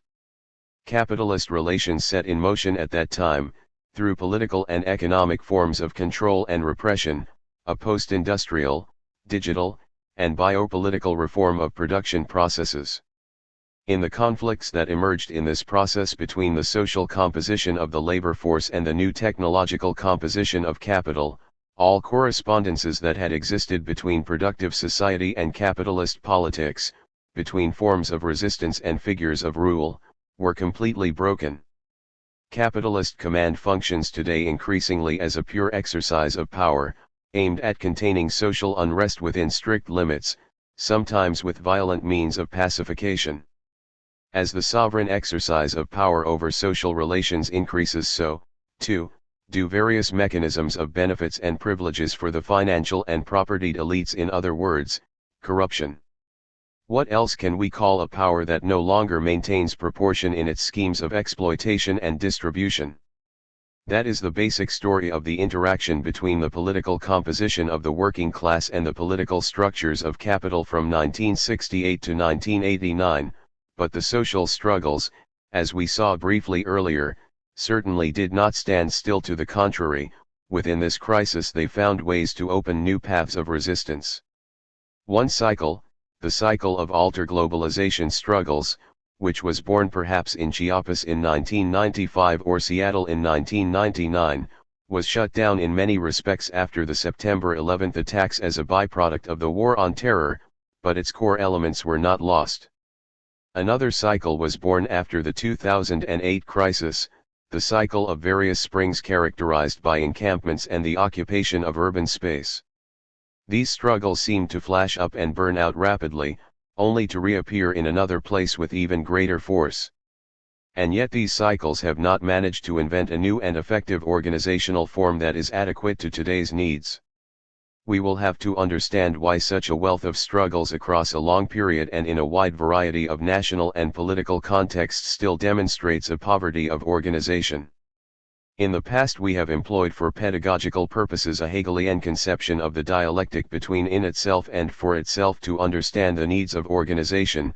The class in itself, that is, the empirical existence of the class, would have to be transformed into a class for itself, imbued with consciousness of its position and potential. This scheme, however, is today completely worn out. That dialectic has always been weighed down by the dualistic prejudice that sees in consciousness a reflective operation of a higher nature. Consciousness, mind, reason, and individual will are human capacities, the theory goes, that dominate, and must dominate, life, the body, passions, and being itself. Turn another corner and we run back into the centaur of modern political thought, a perspective that the dominant strains of modern revolutionary thought bought into completely. Today and in the context of biopolitics, a new type of reflection on organization is possible, one that might begin by inverting the two halves of the centaur but quickly ends up refusing its dualisms entirely. The regime of needs organizes sensation and consciousness, the imagination cuts across and reconfigures the relation between reason and passions, and reflection comes through performative processes and the construction of dispositives open to the future. Keep in mind that, As we said earlier, it is futile to maintain that the political composition of the struggles should correspond or grow directly out of the technical composition of the new forms of labor, either when this is imagined in industrial terms or when projected on network forms. Gone are the days, and thankfully so, when the working class, or, more specifically, the segment of the class most central to capitalist production, could claim to represent the others in struggle. Gone are the days when industrial workers could claim to represent peasants, when male workers could claim to represent women in the reproductive sphere, when white workers could claim to represent black workers, and so forth. The invention of political organization, even when cast in subversive form, by making it conform to the structures of capital, is today an empty gesture, or worse. Only social cooperation, which extends across the spheres of social production and reproduction, can provide an adequate framework for organization. We should emphasize that questioning the relationship between the technical composition and the political composition of the working class, or, better, of the multitudes that work and are exploited under the command of capitalist biopowers, undermines, too, the traditional definition, which might be more Engelschian than Marxian, of the way the cultural and political superstructure is determined by the economic base. Gramsci and Louis Althusser long ago critiqued this framework, recognizing it as an indirect product of a spiritualist philosophical conception and the residue of a crude materialism. It was born, in fact, as the simple reflection of a metaphysics of knowledge, society, and the human that separated spirit from matter. If the notion of structure is conceived speculatively, Gramsci argues, it assuredly does become a hidden god, but for that reason it must be conceived not speculatively but historically, as the ensemble of social relations in which real people move and act, as an ensemble of objective conditions which can and must be studied with the methods of philology. For Althusser makes a similar point about ideology. Ideologies, he writes, are not pure illusions, error, but bodies of representations existing in institutions and practices. They figure in the superstructure, and are rooted in class struggle. 5. Working through this passage again, beyond the metaphysical dualism, even when its two poles were infused with revolutionary theory, is one way of interpreting a long and suffering but victorious experience of contemporary Marxism, a refusal to let anything overdetermine the struggles, which are even more definitive when confronting the new characteristics of capitalist biopowers and the strategies of the multitude to overthrow it. Second response, seek the plural ontology of cooperative coalitions. At this point, a solution to the problem of leadership can be found only within the movements of the multitude. Before addressing how to invent a leadership that is merely tactical, a difficult and even dangerous proposition, we admit we thus need to investigate the ontology of the multitude, and descend into social reality to confirm how the contemporary transformations of social production are making possible a multitude capable of strategic projects. We do not mean to suggest that social movements are everything and sufficient in themselves, but they do present a powerful ontological substance, and this nature of the movements must be understood before we can properly frame our contemporary political problem. The movements that interest us often have a karsic nature, that is, they flow sometimes in full view and then descend for periods into subterranean channels, but together they nonetheless generate an accumulation of practices and subjectivity. Their flows deposit geological layers of a sedimentary social being. We need to focus for a moment on these discontinuous and multiple flows that characterize a plural ontology of politics. Our notion of ontology here refers to a historical account of being that is firmly planted and formed de sen, being there in our collective existence. But, one might object, how can you propose an ontological method that is rooted in history, being in history and being of history, when historicity implies relativism? Whereas being is necessary, according to this view, history is always contingent. This objection, however, implies a metaphysical standpoint that seeks certainty either in the transcendental foundation of consciousness or in the sublime plane of transcendence. Instead, our notion of historical ontology, beyond metaphysics, is completely immersed in experience and anchored by its historicity. The history and historicity of Dasein are not indifferent or accidental phenomena, which seen from above can be relativized by a presumption of absolute truth, but rather they create true expressions in and by human action. Their truth is determined by their constituent power constituting new common being, and their falsity, in contrast, is defined by the extent to which they destroy or constrain common being. Wilhelm Dilthey proposed such a hermeneutical definition of truth when, in response to Martin Heidegger's claim that the historical was impoverished and reduced to the ontic level, for Heidegger a mere being present, Dilthey contended that in the realm of experience, the orlevness of the ontic, an expressive operation, which goes beyond a relativism that effectively nullifies human action, can construct the truth of existence. 6.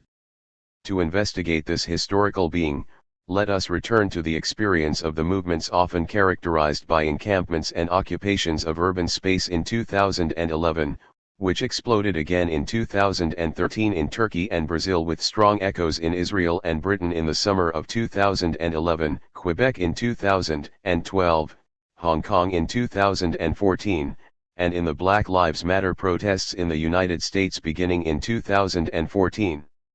These struggles emerged in very different political contexts, whereas they overthrew authoritarian regimes in Tunisia and Egypt, for example, they confronted center-left governments in Spain, the United States, and Brazil, and their protagonists have very different forms of life. Why, then, do we consider them as part of the same cycle and as figures of the same lived reality? One obvious continuity among these movements is that they share a protest repertoire. They play, so to speak, off the same score, involving in many cases encampments and occupations that temporarily make public space common, openly accessible to all, and managed collectively according to innovative rules that are often decided in assemblies or forums. Another shared aspect, which is more complex but nonetheless real, is the demand for a new democratic system, often thought to be prefigured in miniature in the governance of the encampments themselves. 7. Behind these shared practices and aspirations is a more fundamental fact, the plural ontology that the movements express. Small groups and communities focused on specific neighborhood issues, police brutality, high rent, mortgage defaults, sexual violence, linked together in powerful networks. These connections and the common languages that support them are essential. The movements, whether or not they are conscious of this, find support in federalist models, not, clearly, those in the federalist traditions of state sovereignty, but instead the federalist modes of association and articulation. Without renouncing their own autonomy and difference, a wide plurality of groups and subjectivities are able to form coalitions and cooperate in common social and political projects. It should come as no surprise, then, that repressive forces have focused on breaking these associative logics. In North Africa, religious fanaticism is often an effective wedge to create divisions. In Brazil and Britain, racist campaigns often successfully split urban and suburban groups. In North America, provocations to push some protesters toward violent acts creates rifts, and everywhere old-fashioned police repression and media campaigns are reliable tools for breaking connections. These movements affirm a beating heart of plural ontology. A pluralism of subjectivities, multiple models of temporality, and a wide variety of modes of struggle, which emerge from different traditions and express different objectives, together form a powerful swarm held together by cooperative logics. Their aim is to create a model of constituent democracy in which differences are able to interact and together create new institutions, against global capital, against the dictatorship of finance, against the biopowers that destroy the earth, against racial hierarchies, and for access to and self-management of the common. The next step for the movements thus promises not only to confirm this will to animate and incarnate new human relations, but also to participate from below in the construction of new institutions. Whereas up to this point the movements have primarily constructed a politics of plurality, now they must set in motion an ontological machine of plurality. We use the term multitude to name the agent of this plural ontology. We have emphasized elsewhere that multitude designates a radical diversity of social subjectivities that do not spontaneously form together but instead require a political project to organize. 8 Multitude, understood as a political project, is the hinge between the plural social ontology and the possibility of a real democracy. We cannot, however, fully understand this plural ontology or arrive at this political project if our vision remains fixed on the political terrain, even when we analyze the most powerful protests, rebellions, and uprisings. The movements themselves are only symptoms of a deeper social reality, embodied in the daily practices and capacities of the multitude, and its circuits of social production and reproduction. Third call, take power, but differently. We are not ones to shy away from the fact that in order to change the world we need to take power, and we have little sympathy with those who want to maintain their purity and keep their hands clean by refusing power. But we are equally aware that simply filling the existing offices of power with more honest, moral, or well-intentioned people, although better than the alternative, will never lead to the change we seek. It seems that we are caught in a double bind. We can't take power and we can't not take power, but really this is just a poorly posed problem. We need to look more closely at what it means to take power and, indeed, at what power itself means. Most European languages have two words for power, potestas and potentia in Latin, pouvoir and puissance in French, poder and potentia in Spanish, Macht and Vermogen in German, whereas English has only 1.9. This might seem at first sight an example of the poverty of the English language, and in the past we have tried to remedy it rather inelegantly with capitalization, distinguishing between power and power, using power to name the vertical, centralized ruling powers, capitalist command, and biopower while employing power for the horizontal processes of resistance, the force of living labor, and the creative aspects of biopolitics. But perhaps, on closer examination, not marking such a distinction with different terms for power is paradoxically a strength of the English language insofar as it forces us to grapple with the relations between the two notions of power and to articulate the possible passage between them. Let's begin with Machiavelli's definition of power as decision and virtue as cunning and fortune, in the construction and the legitimation of the relationship of government, which requires consent and demands obedience in relation to that of Foucault, who defines the exercise of power as a mode of action upon the actions of others, and thus emphasizes the margin of freedom of those subject to power. Point 10. The two definitions share the grounding of power in a relationship between or among agents. If these agents are conceived as qualitatively different and fixed in their positions, authority on one side and resistance on the other, domination on one side and submission or consent on the other, then perhaps one can be satisfied to maintain the distinction between power, potestas, pouvoir, macht, and power, potentia, puissance, vermogen, and to focus analysis on how they interact with and oppose one another. This is the interpretive framework deployed, for example, when the economistic vulgate of dogmatic Marxism speaks of the relation of power between constant capital and variable capital. In one corner is capital and in the other, in a subordinated and antagonistic position, is labor power. The problem is that with the relationship fixed in this way, the superiority of the one and subordination of the other can never be overcome. The subordination of variable to constant capital, to return to the example of dogmatic Marxism, cannot be challenged fundamentally within the terms of that relationship but only by introducing an exogenous element, that is, the development of political consciousness. When we return to Machiavelli and Foucault, however, and look more closely, we can begin to see how the relation of force can be overturned and how power can recompose power, forcing us to reinterpret and relativize the distinction.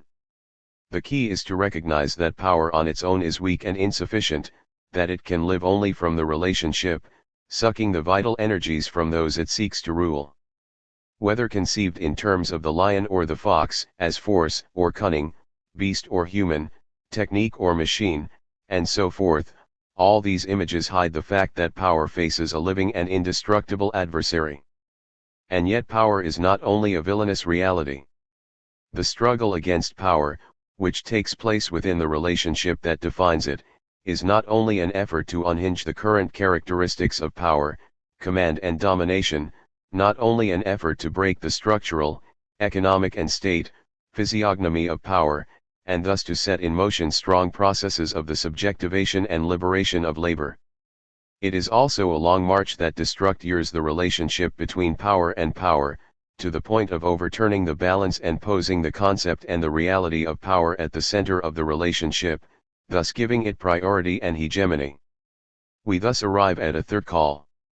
After the first call to give the responsibility for strategy in progressive and liberation struggles to the movements and limit leadership to a tactical position, after the second call to develop new institutions animated by the constitutive action of the movements beyond the traditional mechanisms of representation and regulation through which the dominant modern tradition has understood democracy, and keeping in mind the first and second responses, which rest on the cooperative networks of social production to read the coalitions of political organizing, which create a plural social ontology, we are ready for a third call, to take power, not simply by occupying the existing offices of domination with better leaders, but instead by altering fundamentally the relationships that power designates and thus transforming power itself.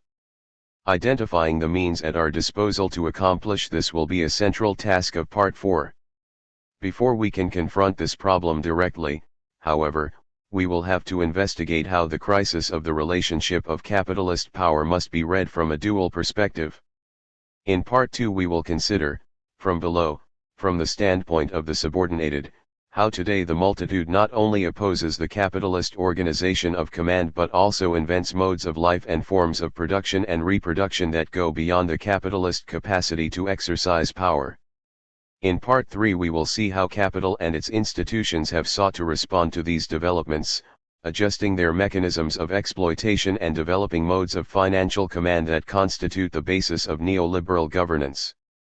Analyzing how even at the center of these transformations are born resistances and struggles will also be part of our task. Part 4, finally, will have to close the circle and delineate the paths for resistance and subversive practices to lead to the construction of a new, sustainable, democratic organization of society, the Prince of the Common. Marxism against Das Kapital. In History and Class Consciousness, George Lukács celebrates the way that Rosa Luxemburg returned to the young Marx and developed his capacity to engage the economic and legal categories of capitalist development through the construction of revolutionary subjectivity. As Lenin did in State and Revolution, Luxemburg resolved a central paradox of Marxist theory that, posing freedom and necessity in opposition, seemed to reduce the prospects of revolutionary action to some kind of 19th-century mechanicism and, in so doing, negate its potential. Whereas Lenin was subsequently embroiled in the tasks of constructing socialism in Russia, Lukács continues, Luxemburg was able to renew Marxist orthodoxy and thereby overcome the dominant modern conception of power, which is absolutist in the sense that it views power as one and indivisible, a conception that also infects much communist thought. In the wake of Luxemburg, according to Lukács, Western Marxism was able to break from the mechanistic ontology of the Second and Third Internationals, which was inevitably catastrophic.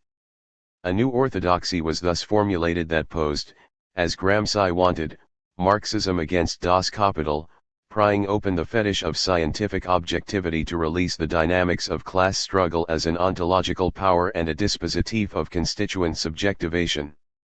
The power of capital exists against the working class, the taking power of the working class must be posed against capital, the concept of power and the substance of capital are thus defined in a condition of duality and conflict. That puts an end to the modern, and theological that goes without saying, conception of power as one and indivisible. Reading Marx and reinterpreting Hegel, Lukács positions philosophical action as the interpretation of the totality. After 1917, that totality was refigured by the revolutionary process of the Soviets and the working class organized in the communist movement. This process transforms the totality in two ways, producing it and being its product, as subject and object. The proletarian subject is not simply the product of a historical process, a thing produced and dominated by capital, but also a mode of ethical and political conduct, liberating itself from within capitalist relations to go beyond capital. Revolutionary praxis reveals the coordinated power of the diverse singular modes of conduct of the struggle. This is how Western Marxism is born, and even though it was suffocated by Stalinist dogmatism, it was reborn stronger than ever after the Second World War and, especially, after 1968.11. Note that what is Western about Western Marxism is its contrast, conceived strictly in provincial European geography, to the Eastern dogmatism of Soviet scientific socialism. There are numerous other powerful and creative currents of 20th-century Marxist theory that are located outside of this restrictive European map, equally non-Western and non-Eastern, including, just to give a few names to indicate the diversity, Roberto Schwartz in Brazil, Alvaro Garcia Linera in Bolivia, Wang Hui in China, Ranjit Guha and Deepesh Chakrabarti in India, Cedric Robinson in the United States, and Walter Rodney in Guyana. Socialist feminist authors, even those in Europe and the United States, such as Christine Delphi, Maria Rosa Dalla Costa, and Nancy Hartsock, should probably also be considered another non-Western territory of Marxism. The contributions of these various non-Wests to Marxism have been extraordinarily significant, but allow us to limit our view here to Western Marxism conventionally conceived to appreciate some of its theoretical riches as well as its limits. There is no shortage of critiques of Lukács's ideas, and it is easy, and correct, to reproach him, on the one hand, for transforming the working class into a sort of Prometheus, the author of an ideal revolutionary process, and on the other, for seeing the working class as the only subject capable of liberation. And yet the realism of Lukács's reinvention of Marxism is also undeniable. He envisions a social subject, which restitutes the world to a free production, the totality of the desire of workers. A political revolution, Lukács writes, does no more than sanction a socio-economic situation that has been able to impose itself at least in part upon the economic reality. Social revolutions, however, are concerned precisely to change the social environment. Any such change violates the instincts of the average man so deeply that he regards it as a catastrophic threat to life. As such, it appears to him to be a blind force of nature like a flood or an earthquake. 12. This is where Lukács's Prometheus acts, defeating both assumptions that the current order is natural and necessary and idealistic conceptions of change. This is not an ideal subject but a mass reality, constituted by the power of revolutionized labor and driven by the spirit of a working class that seeks to revolutionize all of life, the totality, and that has seen in the Bolshevik Revolution the seeds of a new world. After 1968, Western Marxism was reborn by recuperating intensively the concept of totality and developing it in time, history as a process and continuous mutation of the capitalist mode of production, the action of the working class as a movement that implies the production of subjectivity between social revolution and political revolution. Maurice Merleau-Ponty anticipated 1968 in some respects by translating this new experience of historicity as product and as productive into language and into the proletarian practices of the second half of the 20th century. With explicit reference to Lukács's history and class consciousness, Merleau-Ponty incorporates the subjectivity of history and liberates subjectivation from Lukács's Prometheanism, while maintaining intact its power. We give a form to history according to our categories, but our categories, in contact with history, are themselves freed from their partiality. The old problem of the relations between subject and object is transformed, and relativism is surpassed as soon as one puts it in historical terms, since here the object is the vestige left by other subjects, and the subject historical understanding held in the fabric of history, is by this very fact capable of self-criticism. Lukács is trying to preserve and his enemies are trying to attack a Marxism which incorporates subjectivity into history without making it an epiphenomenon. He is trying to preserve the philosophical marrow of Marxism, its cultural value, and finally its revolutionary meaning. Point 13. Here again the two relationships consciousness product and consciousness productivity are held together. Merleau-Ponty also transforms the concept of totality by extending and deepening Lukács's thought. Now the idealistic and totalizing perspective is presented as capital's mystification. It represents society as subsumed in command, reified in the market. Real subsumption equals biopower. But there is always resistance to command and a subversive drive against the hierarchies of the market, a rebellious class that shakes capitalist objectivity from the inside and seeks to open the field to revolutionary subjectivation. Rather than reading the hypostasis of the capitalist totality, which is typical of the authors of the Frankfurt School, which in this regard seems aimed, as Hans-Jürgen Krahl maintained, at neutralizing the work of Lukács, Merleau-Ponty highlights how class struggle shakes and reopens continually the total reality of power. 14 He finds the reified totality in Lukács's discourse, paradoxically, to be open, precisely because it is totalized. This is no longer a dialectic of overcoming, an idealistic Aufhebung that restores order, but a hyperdialectic of rupture. Merleau-Ponty initiates a practice of thought that is predisposed to grasp the dialectical procedure of revolution not as pacification within the Trinity but as irreducible and conflictual, a material, corporeal, living dialectic. In the long period that now separates us from that short 20th century, which ended in 1968, capitalism has not stood still. But neither have those who produce and reproduce society, who remain the antagonistic driving force of capitalist development. The transformations of labor and labor power have led to an era of biopolitical production, in which the production of subjectivity plays a significant role in the creation of economic value. Capital understands this passage and develops its productivity through the further socializations of production. The capitalist practice of subjection through the reification of the life world and the human itself, in a society subsumed within capital, puts labor power in a straitjacket at the level of the totality. Look at capitalist management theories and you will find more or less explicit proposals to dominate the subjectivation of workers, imploring them, above all, to love their work, despite its odious reality. One achievement of Western Marxism was to renew our understandings of the processes of social transformation. Totality as truth means the construction of the totality on the basis of singularities, giving priority to the emancipative dimensions of subjectivity. In Merleau-Ponty this epistemological model is framed by the critique of Soviet dictatorship, which is presented as totalitarianism against subjectivity. Through his notion of dialectic that breaks with modernity, communism becomes, as Merleau-Ponty says, a society of permanent crisis and continual imbalance, replacing government with revolution. 15 This communism has nothing to do with conventional notions of progress and progressivism. Another achievement, which is not often articulated explicitly in Western Marxism, is to renew our conception of power.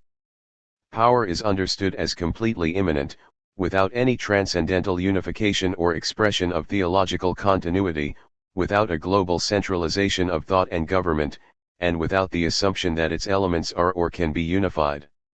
This resonates with how Deleuze interpreted, correctly in our view, Foucault's conception of power. Power has no essence, it is simply operational. It is not an attribute but a relation. 16 Power invests the dominated, as Foucault says, and works through them and their practices, but in return the dominated also make use in their struggles against power of all the practices and behaviors that power has exercised over them. The final word on power is that resistance comes first. In Foucault, he continues, there is an echo of Mario Tronti's interpretation of Marxism as a workers' resistance existing prior to the strategies of capital. 17 The relations of power are completely closed within the diagram, whereas resistances have a direct relationship with the outside from which diagrams derive. And it is no coincidence that resistances in Foucault affirm a completely transversal plurality. Should Foucault be considered, then, the final representative of Western Marxism?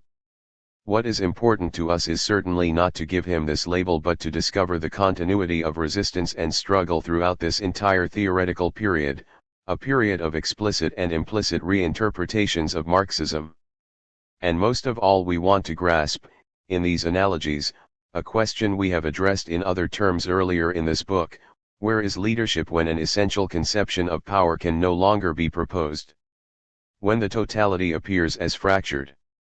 When the movements claim for themselves the strategy of revolution? Part 2. Social production. Was a high wall there that tried to stop me. A sign was painted said, private property. But on the backside it didn't say nothing. This land was made for you and me. Woody Guthrie, This Land Is Your Land, 1940 version. For just as those who paint landscapes place themselves in a low position on the plane in order to consider the nature of the mountains and the heights, and place themselves high on top of mountains in order to study the plains, in like manner, to know well the nature of peoples one must be prince, and to know well the nature of princes one must be of the people. Machiavelli, the Prince. To discover the nature of our political problem we must investigate the current forms of social domination, specifically the ways that neoliberal governance and the power of finance today both extend and transform the modes of capitalist exploitation and control. It is not just a matter of knowing our adversaries in order to combat them.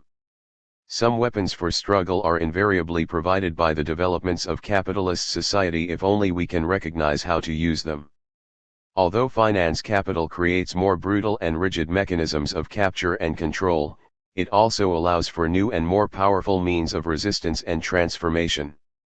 The investigation of the contemporary forms of domination, in other words, can also reveal the real, and increasing, productive powers and capacities for autonomy that multitudes possess in their daily lives. But a political realism that begins with power gives us an upside-down image of the world and masks the real movements of social development. If you begin with power, you will inevitably end up seeing only power. Today's forms of neoliberalism and financial command should really be understood as reactions to projects of freedom and liberation. In a kind of intellectual shorthand, in other words, resistance is prior to power. This methodological principle highlights not so much that struggles for freedom come before new structures of power chronologically, although this is often also true, but rather that the struggles are the principal authors of social innovation and creativity, prior, so to speak, in an ontological sense. First methodological principle of political realism, begin with the multitude. As Machiavelli says, and Spinoza after him, political realism requires reasoning not on the basis of people as we wish they were but on how they really are, here and now. Many writers have imagined republics and principalities that have never been seen nor known to exist in reality.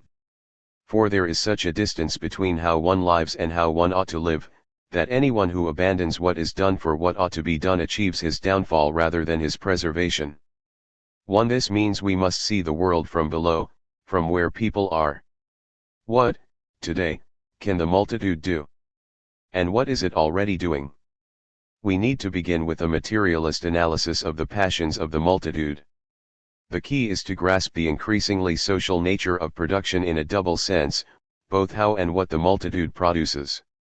The multitude, first, both within and outside capitalist relations, produces socially, in expansive cooperative networks. And, second, its products are not just material and immaterial commodities, it produces and reproduces society itself. The social production of the multitude in this double sense is the foundation for not only rebellion but also the construction of alternative social relations. What does from below mean? Machiavelli's claim, cited in the epigraph above, expresses in just a few words a full conception of power. Only from below can one know the nature of those above, only from the standpoint of citizens can one know the nature of the prince, and only from that of workers can one know the nature of capital. This passage leaves no room for what some call Machiavellianism, namely, the autonomy of the political or, really, state reason. On the contrary, power can be understood and judged only by those below, who can either obey or revolt against it. At the dawn of modernity, Machiavelli demystified the modern concept of power as a leviathan. Many years were necessary before Machiavelli's intuition could be carried through in action and that organic conception of power, that is, its definition as autonomous and monolithic, could be effectively demolished. Merely articulating a concept of power in the form of a relationship, though, already constitutes an audacious intellectual enterprise. Many scholars have followed in Machiavelli's footsteps, even without knowing it. E. P. Thompson, Howard Zinn, the Subaltern Studies Group, and many other historians have demonstrated how writing from below, from the standpoint of the subordinated, affords a clearer and more comprehensive understanding of historical development. Point 2. W.E.B. Du Bois similarly affirms that the standpoint of the subordinated offers the potential for a more complete knowledge of society. The double consciousness of Black Americans, he maintains, is both an affliction and a mark of superiority. They are gifted with a second sight. 3. They see society more fully, with knowledge of both black culture and the dominant white culture, and they contain within themselves, written on their very bodies, the history of domination. In every aspect of his living, writes James Baldwin, in line with Du Bois, the Black American betrays the memory of the auction block, for from below is indeed the standpoint of a wide range of projects for liberation, and that is the perspective we will try to develop in our analysis. Point 5. Let us step back, though, and trace how some of the great theorists of power in the modern tradition share much of Machiavelli's analysis but never fully draw its consequences.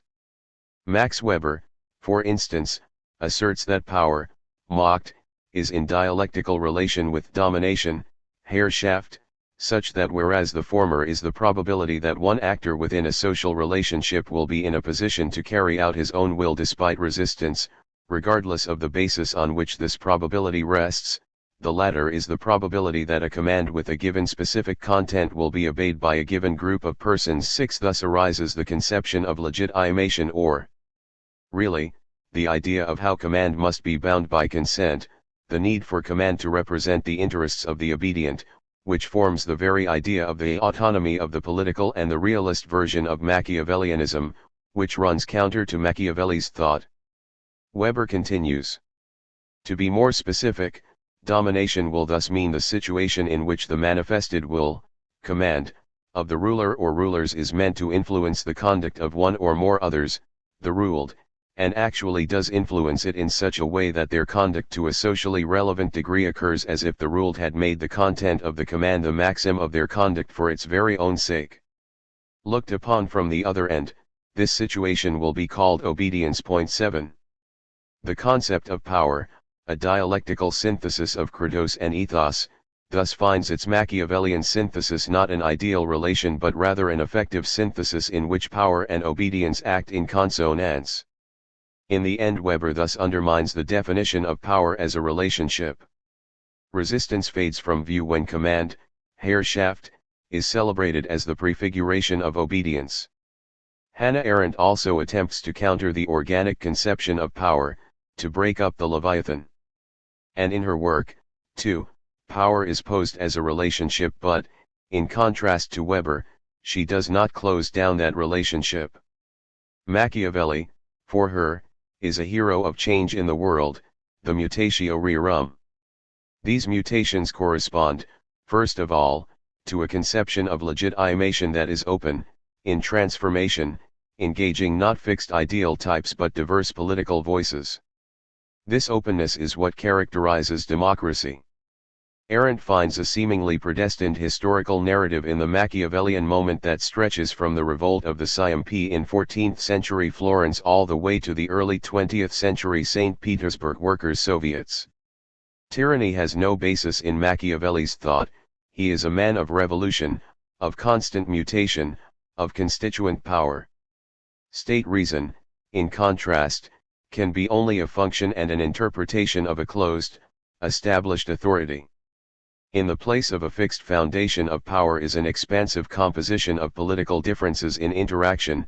The spirit of foundation, she writes, reveals its vitality through a virtue that it can increase, it can expand the foundations. 8. In this context, Arendt makes repeated positive references to Machiavelli, and the concept of the autonomy of the political, in its pessimistic form, seems to fall away.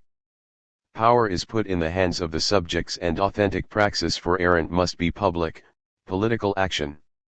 The vita activa is completely engaged in civil life, not flattened in this relationship but open toward the interesse, toward human interactions.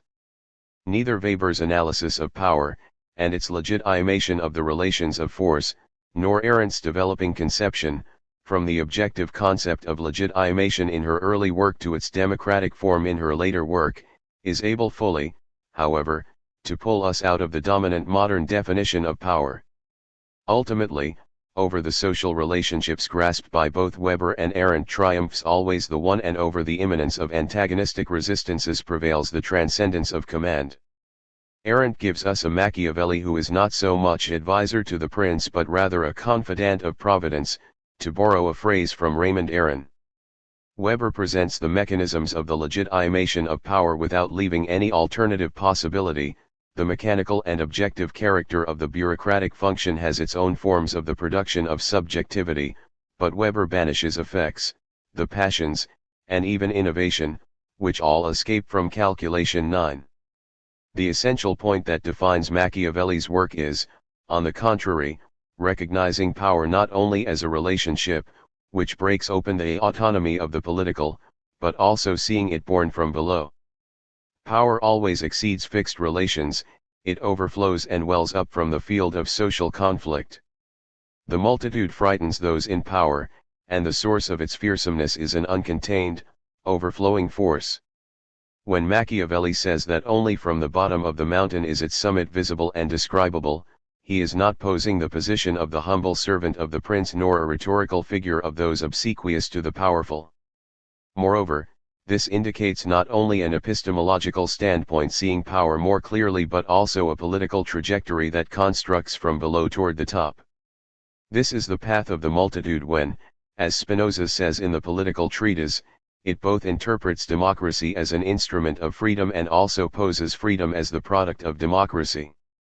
Michel Foucault allows us to translate these challenges to the dominant modern conception of power into the conditions of our contemporary world. At the beginning of his course on biopolitics, in 1979, he explains a methodological decision. I would like to point out straight away that choosing to talk about or to start from governmental practice is obviously and explicitly a way of not taking as a primary, original, and already given object, notions such as the sovereign, sovereignty, the people, subjects, the state, and civil society. How can you write history if you do not accept a priori the existence of things like the state, society, the sovereign, and subjects? 10. This defines a very radical path from below, and we can see where it leads. Truth is constructed on a poetic terrain that produces new being. Liberation struggles, for example, develop intransitive practices of freedom, a freedom that creates truth. In his debate with Noam Chomsky, when Chomsky poses the actions of the proletariat as being based on justice, Foucault inverts the relationship. I would like to reply to you in the terms of Spinoza and say that the proletariat doesn't wage war against the ruling class because it considers that war to be just. The proletariat makes war with the ruling class because, for the first time in history, it wants to take power. And because it will overthrow the power of the ruling class, it considers such a war to be just. 11. So many theorists, however, refuse to accept Foucault's proclamation of an epistemology of power from below. They pretend instead that he is proposing an autonomous and totalizing conception of power, echoing that of the Frankfurt School, which allows no subject to resist. That is not even true for his writings in the 1960s and 70s. Despite the strong structuralist framework of his work in that period, he managed gradually to break through structuralist constraints. First, he accomplished this by conducting a bitter polemic against every individualizing operation and every reprise of Cartesian subjectivity, and then through a destitution of the subject, which is presented as an excavation and exploration of the we of the relationship between I and we not only as a becoming but also as a practice of multiplicity. Foucault's development of the concept of micropowers in the 1970s opened a new dimension that certainly generalized the concept of power but in no way gave it an autonomous and totalitarian figure. On the contrary, it began to destroy that. The important thing is that it is a relational conception of power. One should really situate Foucault's work in the major political tensions of the 1970s. His work followed the expansion of social antagonism from the factories to the wide social terrain and analyzed the new forms of the subjectivation of the struggles. Foucault was completely inside of this, and that is how he went beyond Marx. It was necessary, obviously, to go beyond the economistic versions of Marxism, as adopted by some activists, and to recuperate Marxist thought transfigured in the social.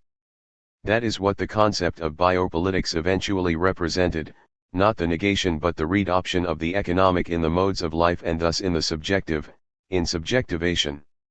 What developed in the movements of the 1970s was thus reflected in or parallel to Foucault's courses, which explicitly marked a break with structuralist and economistic frameworks of the conception of power.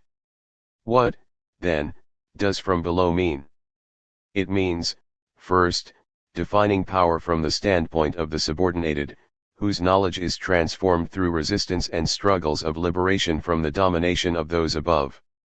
Those below have a fuller knowledge of the social whole, a gift that can serve as the basis for a multitudinous enterprise of constructing the common. From below also designates a political trajectory, an institutional project that has not only the force to subvert command but also the capacity to construct politically an alternative society. Chapter 6. How to open property to the common. For centuries the ruling powers have told us that private property is a sacred and inalienable right, the bulwark that defends society against chaos. Without private property there is not only no freedom, justice, or economic development, but also no sense of self or bonds to those around us, no social life as we know it. The right to property is written into constitutions and, more important, embedded so deeply in the social fabric that it defines our common sense. Private property as we know it was invented with modernity and became for the modern era ineluctable, determining both the foundation and the ultimate horizon of political passions. Without property it seems impossible to understand ourselves and our world. Today, however, as property is increasingly unable to support either our economic needs or our political passions, cracks begin to appear in those common sense understandings. Private property is not the foundation of freedom, justice, and development but just the opposite, an obstacle to economic life, the basis of unjust structures of social control, and the prime factor that creates and maintains social hierarchies and inequalities. The problem with property is not merely that some have it and some don't.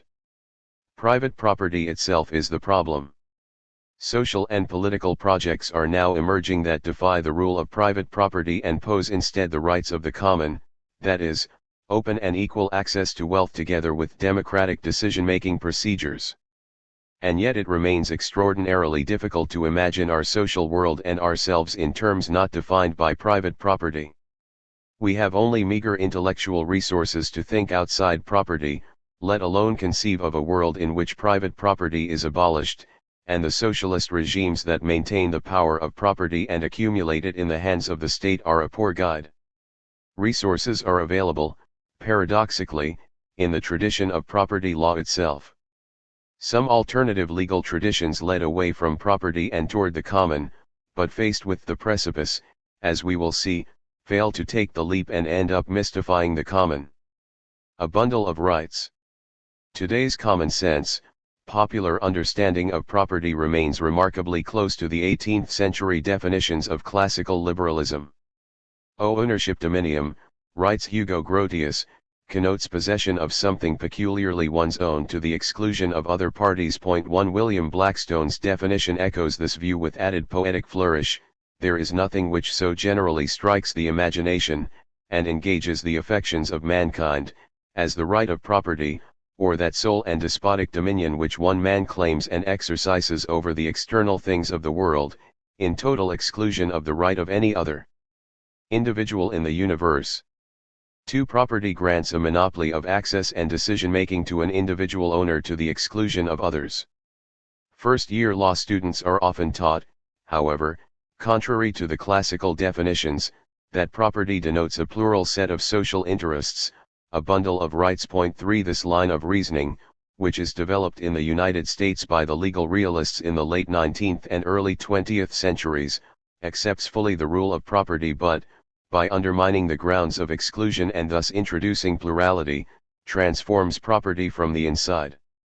Private property as we know it, writes Felix Cohen in explicit response to Blackstone's notion of exclusion, is always subject to limitations based on the rights of other individuals in the universe. For the legal realists argue, in effect, that the exaggerated individualism and the focus on exclusion in the classical definitions of private property are profoundly antisocial, that is, they fail to account for the fact that we live in society and the actions and property of each have effects on others. The argument, in other words, effectively socializes property by, first, recognizing that property is always already social, affecting others in the universe, and, second, creating a basis for those others to express their rights. Being affected is a basis for having a right. Since a coal-burning factory, for example, affects both those living around it and the workers inside, they, in addition to the owner, have rights with regard to that property. This conception preserves the rights of individual property owners, as we said, but also embeds them in a larger, plural field of often conflicting, unequal social rights. The rights that this notion of a bundle introduces are really counter-rights empowered to operate as balances or challenges within property. The legal realist's conception of property rights is particularly powerful because it combines the pluralism of the notion of a bundle with the claim that property implies sovereignty, a form of domination that is equally political and economic. There can be no doubt, writes Morris Cohen, that our property laws do confer sovereign power on our captains of industry and even more so on our captains of finance. Today's captains of industry and finance, whose power has grown exponentially since 1927, the year in which Morris Cohen wrote, exert authority based on their property without even the thinnest claims to representation. The legal realist's argument not only demonstrates how deeply economics and politics are interrelated but also blurs the traditional division of legal thought and practice between civil law and public law, bridging the gap, which stretches back to Roman law, between dominium, an individual's rule over things, and imperium, the sovereign's rule over society. We must not overlook the actual fact, Cohen cautions, that dominion over things is also imperium over our fellow beings. The extent of the power over the life of others which the legal order confers on those called owners is not fully appreciated by those who think of law as merely protecting men in their possessions. 6. Property is thus a sovereign power, not so much in the sense that it repeats the functions of sovereignty on an individual scale. I have sovereign authority over my things, but insofar as property has sovereign effects on a social scale. 7. For the legal realists, one important political consequence of conceiving property as both a bundle of rights and a sovereign power is that it counters the liberal, laissez-faire arguments for property rights free from state intervention. Coercion is always mobilized by property rights in order to regulate and suppress the rights of others, even, and especially, when classical liberal, laissez-faire advocates sing the praises of freedom. On one hand, as a sovereign power, property owners exert political coercion over those around them that is equivalent to forms of state coercion. On the other hand, the protection of property rights and the freedom of laissez-faire liberals require the state to wield coercive force. In protecting property, Robert Hale argues, the government is doing something quite apart from merely keeping the peace. It is exerting coercion wherever that is necessary to protect each owner, not merely from violence, but also from peaceful infringement of his sole right to employ the thing owned. 8. One might argue on the basis of the two primary elements of the legal realist's argument, the recognition that property always involves economic and political coercion and the affirmation of plural social rights, that property should be abolished and a more democratic, equal management of social wealth established, something like what we call the common. The legal realists, however, do not go that route. They mobilize the fact that coercion and state are always already involved in property rights, which undermines laissez-faire claims to freedom, in order to legitimate the actions of the state to address and protect the full plurality of other social actors whose rights are part of the bundle.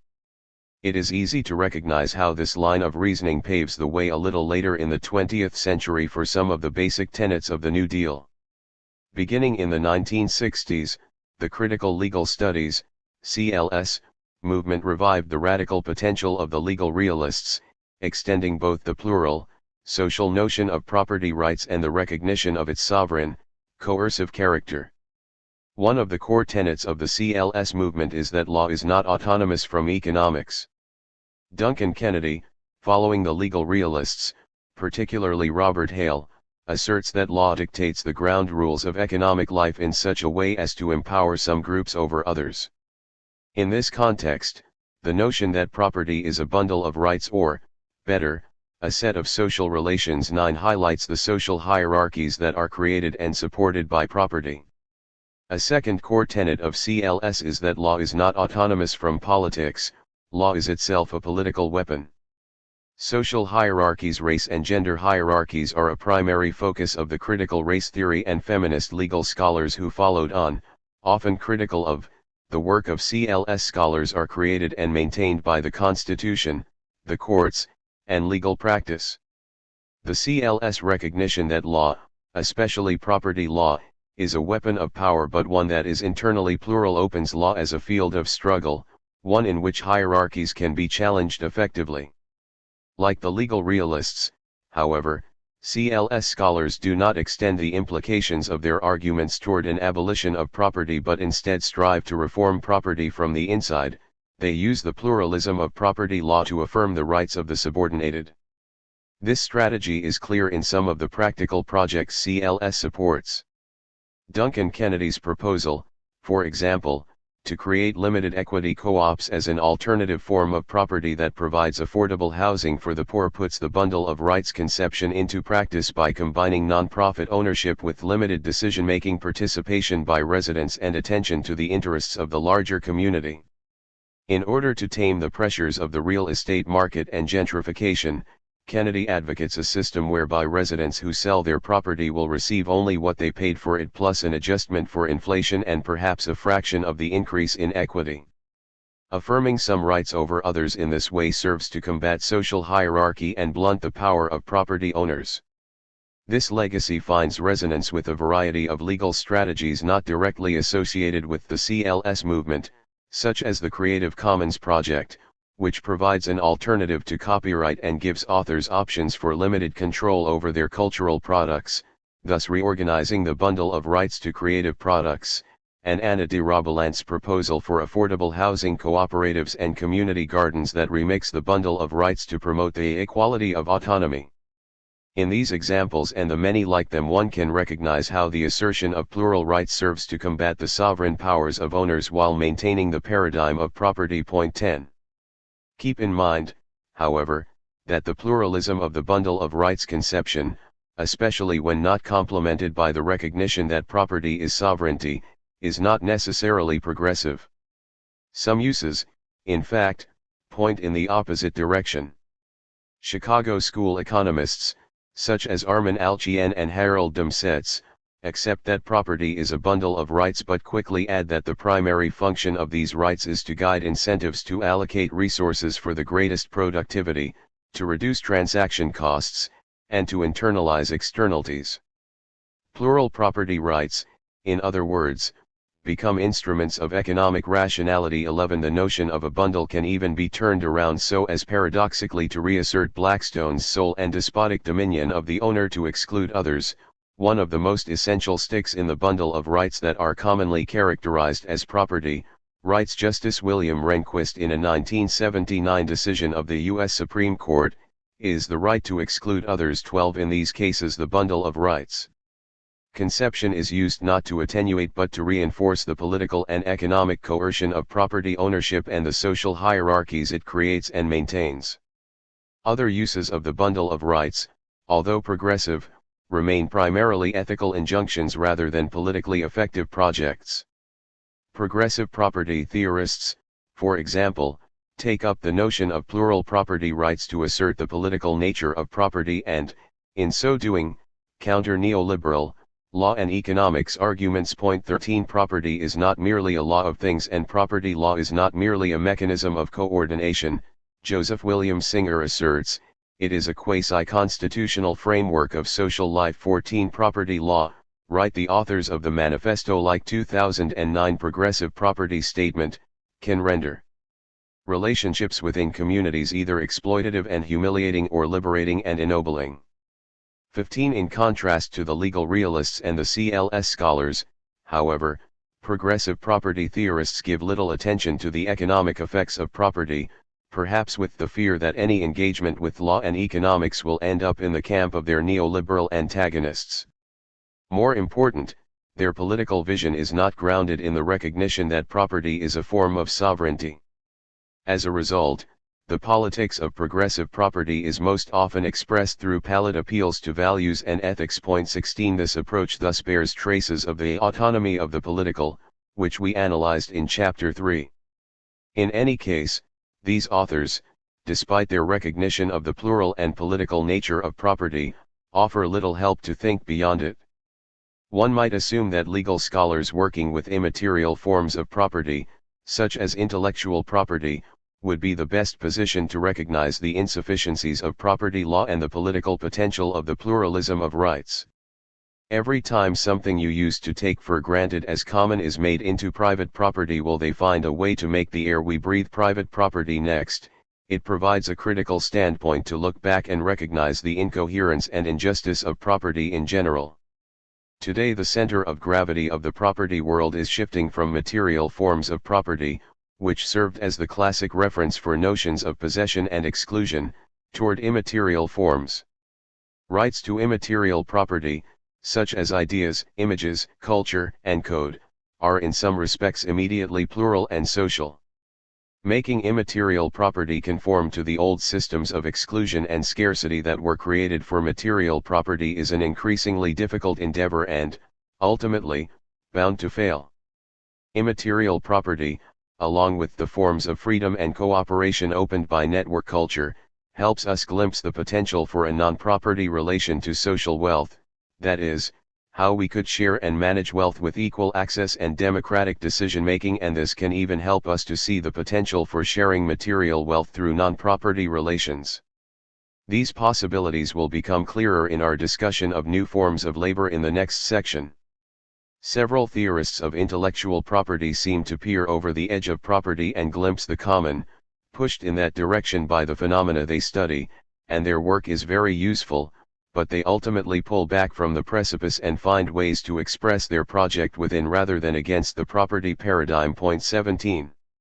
The developments of property law across the last century can appear to be moving, despite the intentions of its theorists and practitioners, beyond property and toward a theory of the common. In the 1970s, for instance, Thomas Gray thought he recognized that the acceptance of property as a bundle of rights not only undermined the classical liberal conception of ownership as the right of an individual over things, but also introduced fragmentation such that property is disintegrating and thus becoming no longer a coherent category in legal and political theory. This process, which has taken place internal to capitalist development, Gray claims, ultimately erodes the foundation of capitalist rule. Marx was wrong, he concludes, because private property need not be abolished by revolution if it tends to dissolve with the development of mature capitalism. We believe Gray's intuition of the historical tendency pointing beyond property, and ultimately beyond capital, is correct, but he is mistaken to think this will proceed on its own. History has led us to an abyss, and we need a little push to leap. The establishment of the rights of the common, if they are to be realized, will be the result of struggle on a wide variety of fronts. At the end of this chapter we will investigate the terrain of struggles and propose forms of social strike. Now, however, let us investigate another avenue within legal theory that opens property toward the common in a way complementary to bundle of rights arguments, a stream of thought that is more prominent in Europe than the United States, and proceeds from the basis of property rights in labor. The social properties of labor. In capitalist society the possession of private property is legitimate, at least, in principle, by labor. If one were to follow the logic of capitalist ideology, then, contemporary forms of production should undermine private property. As labor and economic production are increasingly socialized, following this logic, the individual nature of ownership should gradually be undermined. The social nature of production should imply an equally social scope of the use of, access to, and decision-making over wealth. Capitalist legal structures do not follow this path, of course, but the transformations of labor create a constant tension and provide a resource for change, pointing toward the common. John Locke expresses the argument for the legitimation of property based on labor in its classic and perhaps clearest form: what was common becomes private when individuals add their labor to it, the labor of his body, and the work of his hands, we may say, are properly his. Whatsoever then he removes out of the state that nature hath provided, and left it in, he hath mixed his labor with, and joined to it something that is his own, and thereby makes it his property. 18. One key precondition for this claim is that in the state of nature individuals encounter vacant lands, terra nullius devoid of sovereignty, that are open for ownership. Locke regarded the Americas with a colonialist imaginary, for instance, as being in such a state. The second assumption is that all, or, at least, all free male citizens, own their own bodies and, specifically, their own laboring capacity. Ownership of one's own labor is the building block. When it engages with and mixes with the common, then the common too becomes property through a logic of contagion. Labor sets in motion expansive waves of possession and property. The logic of property based on labor undergoes a series of modifications and qualifications, already in subsequent passages of Locke's treatise and then through the ensuing centuries of capitalist thought, but it remains a basic element of capitalist common sense.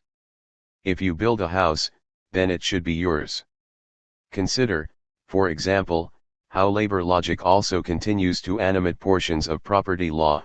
One is eligible to apply for patents when one invents or discovers a new and useful process, machine, manufacture, or composition of matter. 19 Intellectual labor, at least in principle or rather at the level of ideology, legitimates intellectual property.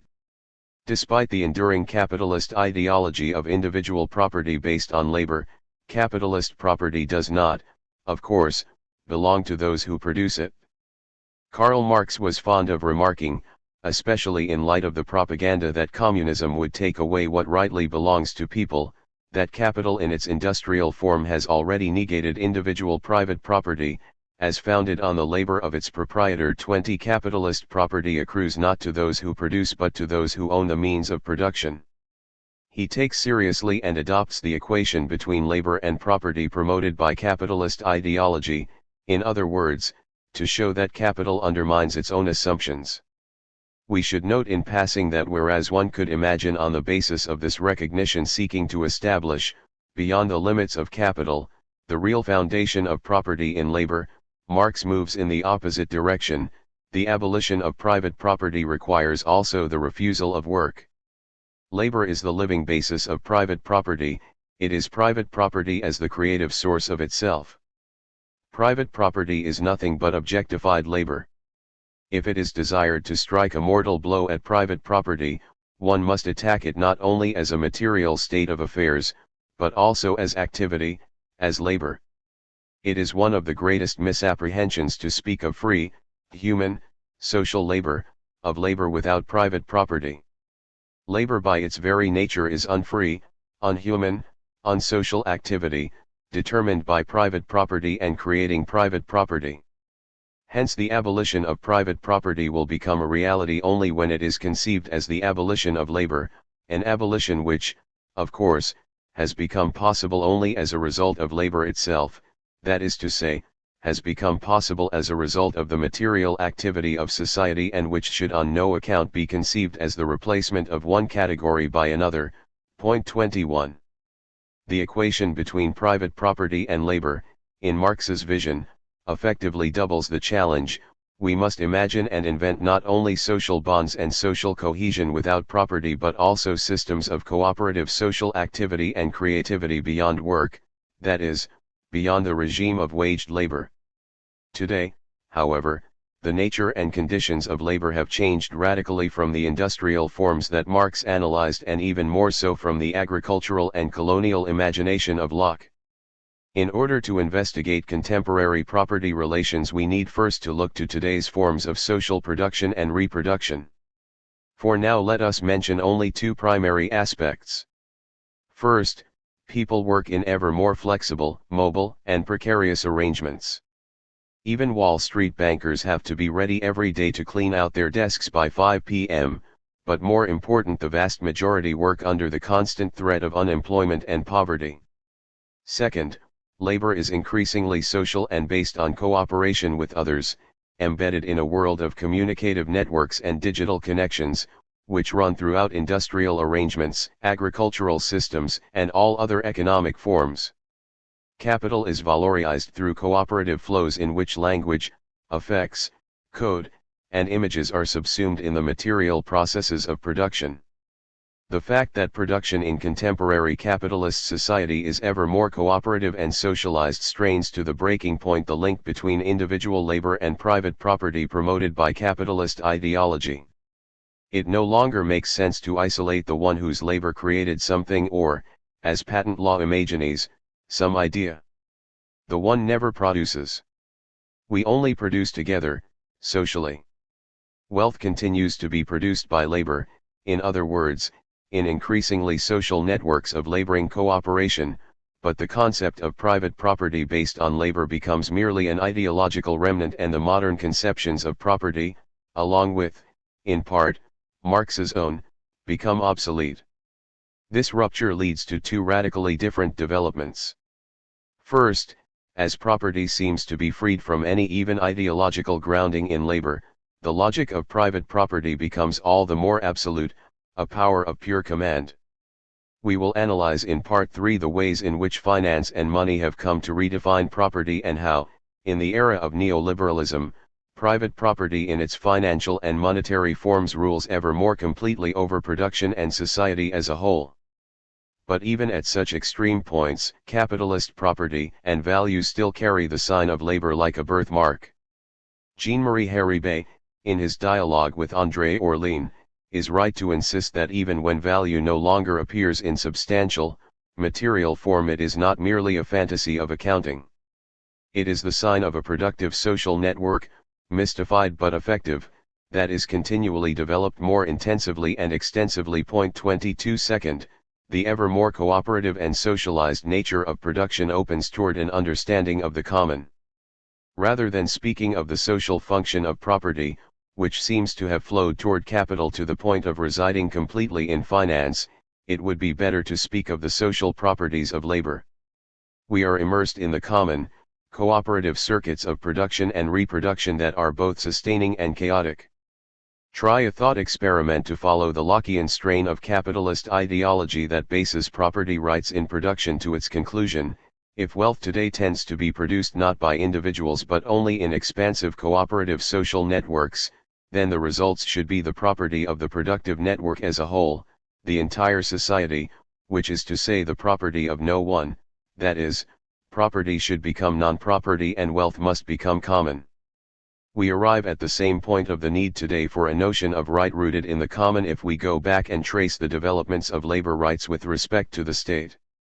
It is sometimes difficult to remember today, when labor organizing is so brutally attacked in countries throughout the world, that in the 20th century institutionalized labor movements, especially in the dominant countries, played a central role in stabilizing the functioning of capital and the state.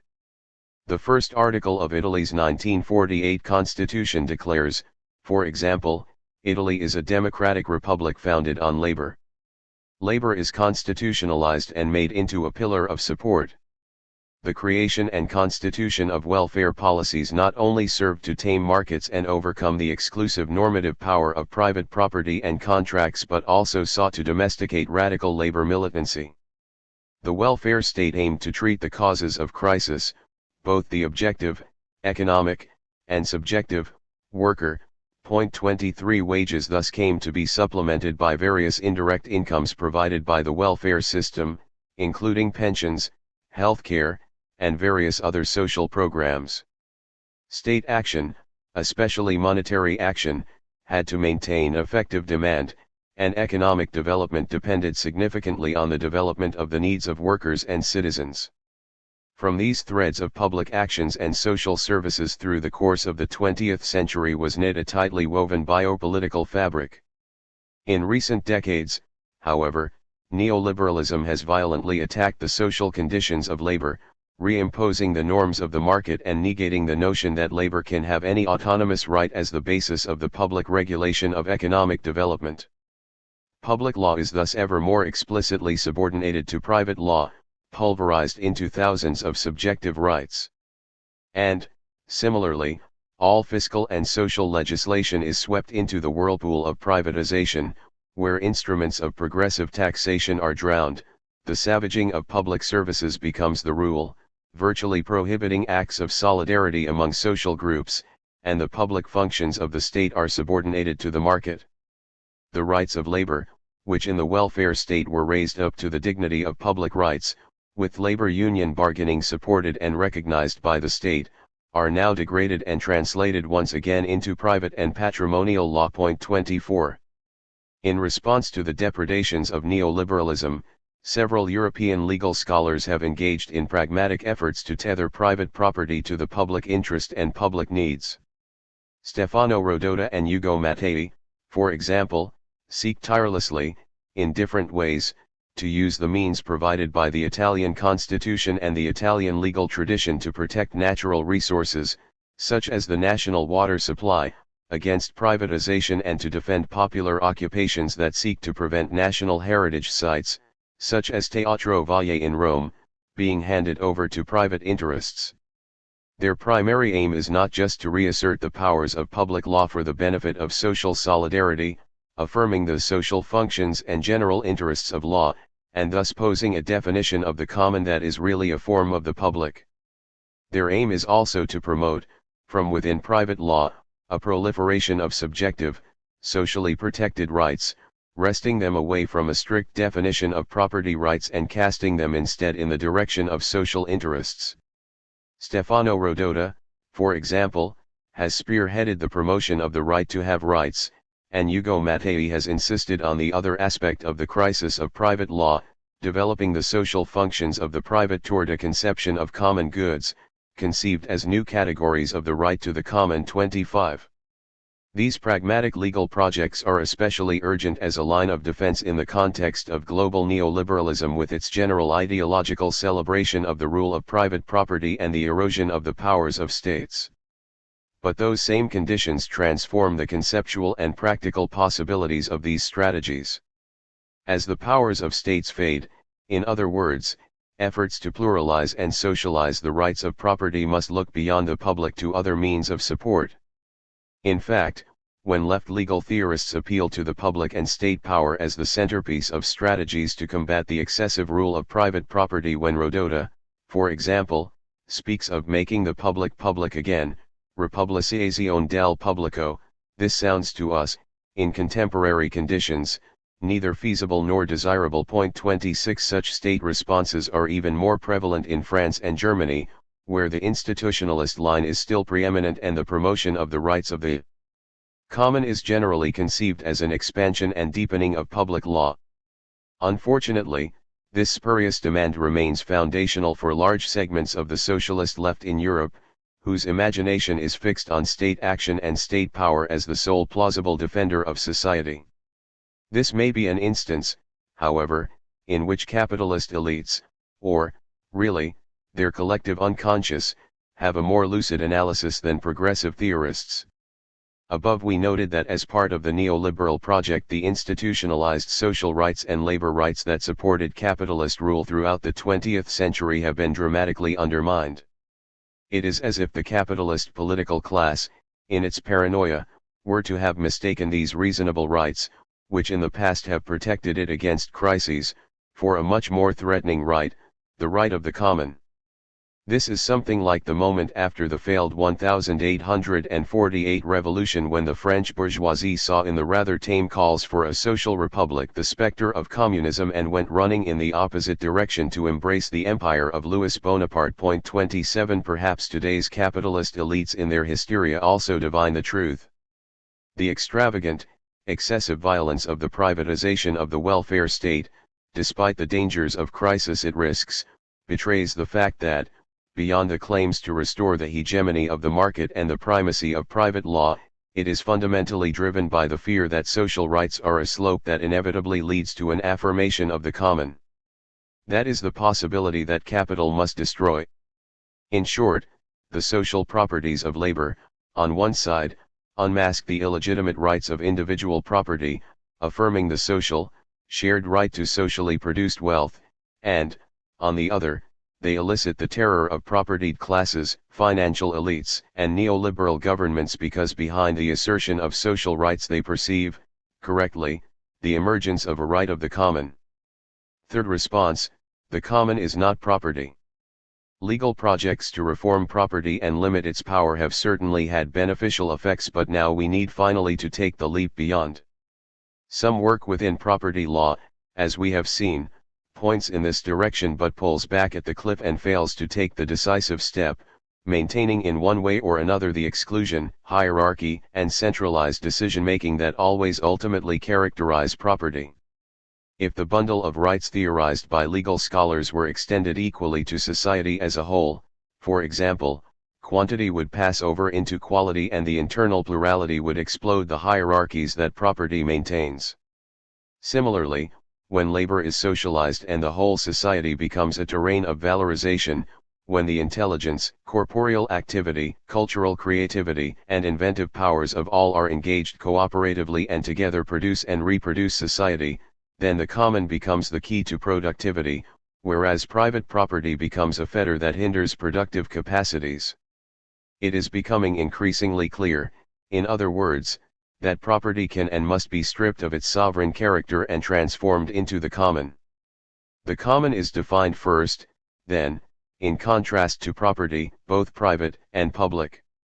It is not a new form of property but rather non-property, that is, a fundamentally different means of organizing the use and management of wealth. The common designates an equal and open structure for access to wealth together with democratic mechanisms of decision-making. More colloquially, one might say that the common is what we share or, rather, it is a social structure and a social technology for sharing. The history of property and the common is useful for denaturalizing property relations. Private property is not intrinsic to human nature or necessary for civilized society, we should remember, but rather a historical phenomenon. It came into existence with capitalist modernity, and one day it will pass out of existence. Recognizing, however, that the violent and bloody construction of private property throughout the world involved the suppression of social forms of sharing wealth, land, most importantly, should not lead us to conceive the common in terms of pre-capitalist social forms or to yearn for their recreation.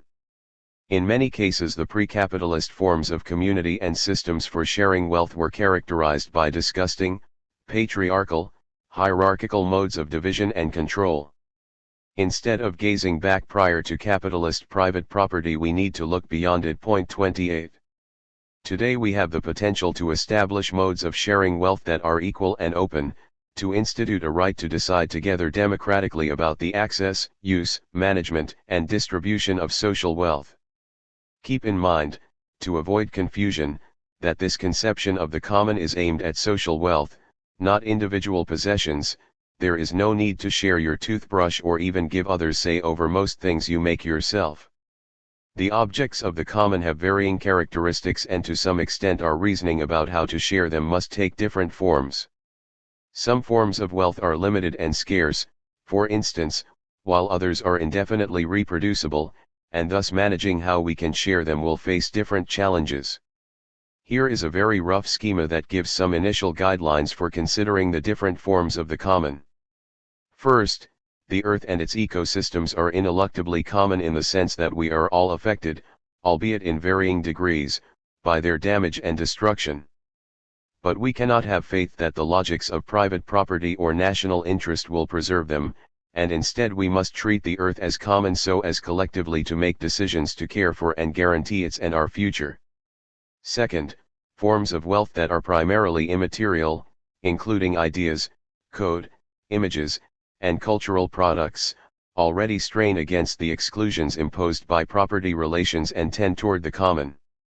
Material commodities, third, produced or extracted by increasingly cooperative forms of social labor can and should be opened for common use and, equally important, planning decisions, whether, for instance, to leave some resources in the ground, should be made as democratically as possible.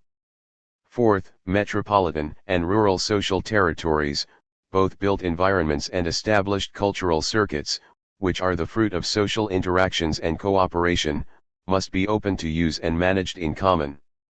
Finally, social institutions and services aimed at health, education, housing, and welfare must be transformed so as to be used for the benefit of all and subject to democratic decision-making. Point 29.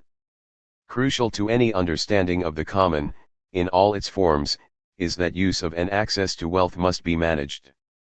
Elinor Ostrom, in particular, whose work has been central in introducing so many to the contemporary relevance of the common, rightly focuses on the need for governance and institution. Ostrom convincingly reveals the fallacy of all the tragedy of the commons arguments, which maintain that in order to be used effectively and preserved against ruin, all wealth must be either public property or private property. She agrees that common pool resources must be managed but disagrees that the state and capitalist enterprise are the only means for doing so. There can be and indeed already exist collective forms of self-management, a self-governed common property arrangement in which the rules have been devised and modified by the participants themselves and also are monitored and enforced by them. 30. We wholeheartedly endorse Ostrom's claim that the common must be managed through systems of democratic participation. We part ways with her, however, when she insists that the community that shares access and decision-making must be small and limited by clear boundaries to divide those inside from outside.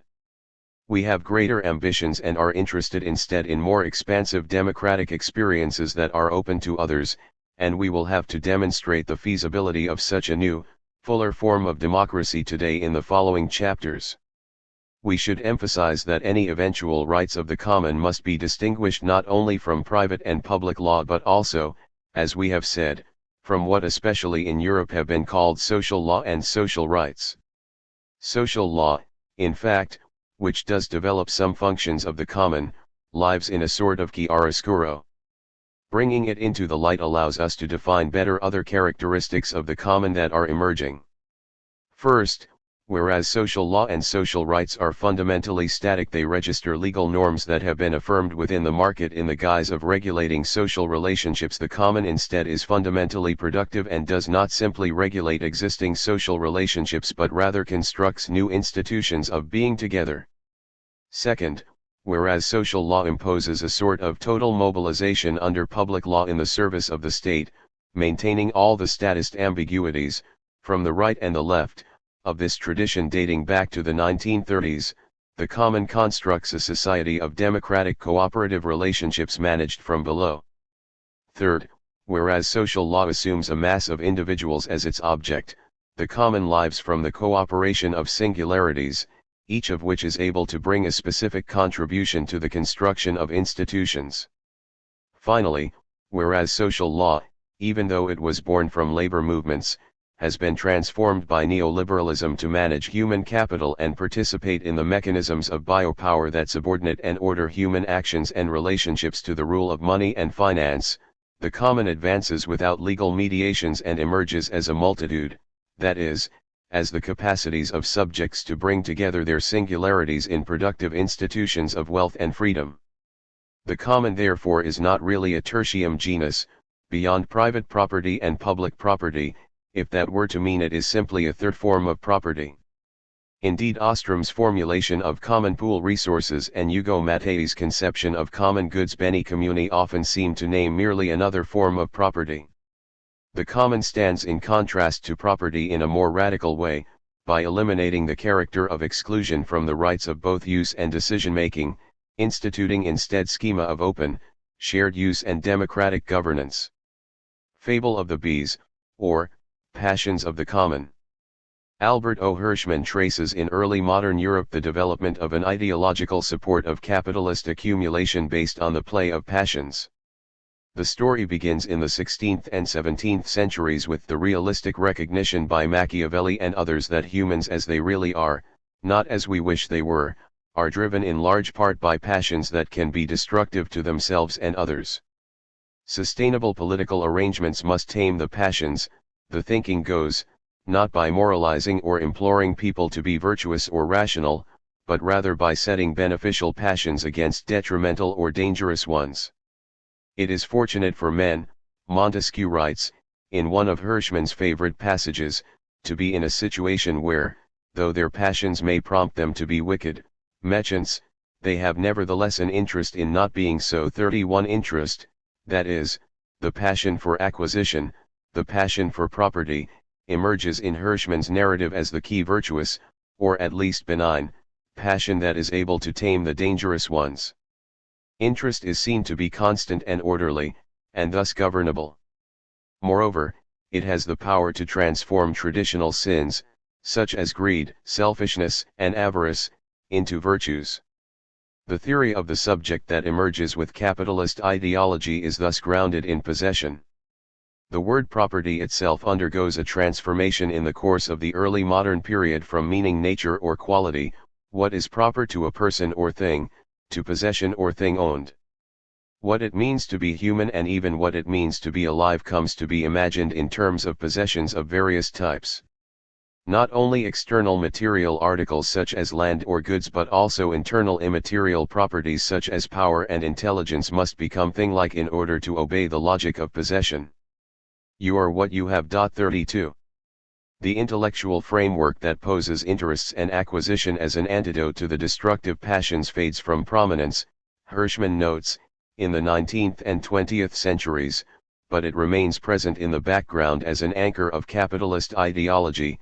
The pursuit of property and accumulation are the guarantors of security, prosperity, freedom, and more.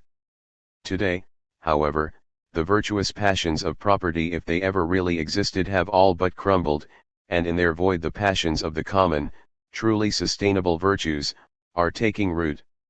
Let us look, just as an introduction, at a few key passions. Security, against fear.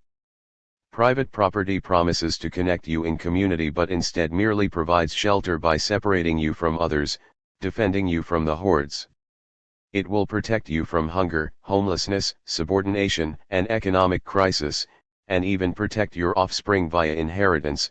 Because you have property, others will be first to go hungry, to be homeless, and so forth.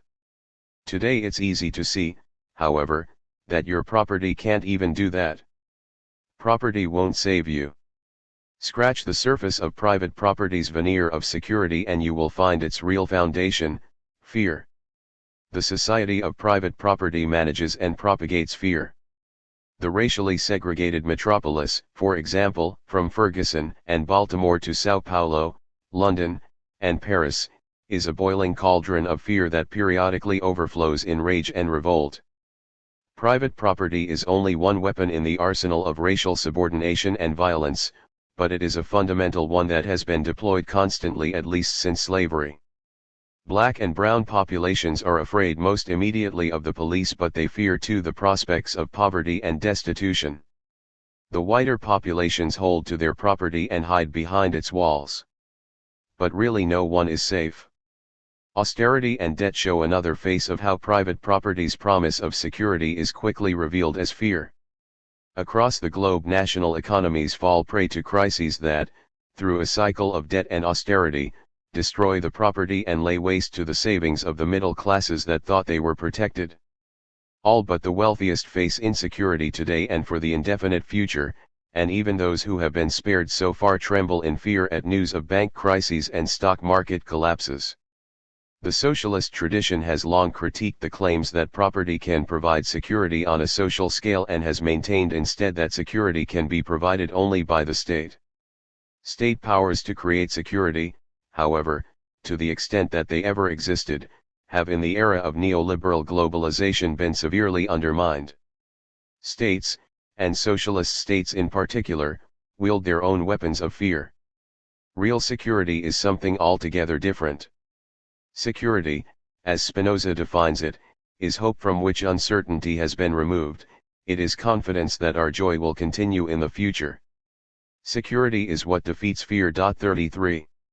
Today security can derive only from the freedom and cooperation of singularities in the common.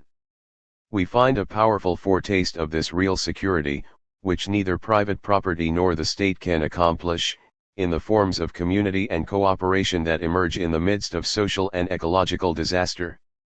In recent years, for instance, from Brazil and Argentina to Spain, Greece, and Japan, people have emerged from poverty and crisis to develop solidarity economies and organize production, incomes, services, food, and housing on a local scale. Solidarity economies emphasize cooperation and self-management as an alternative to the regime of profit and capitalist control, which is not only more egalitarian but also more efficient and stable. The way people share and come together in the wake of ecological disasters also hints at the security provided by the common.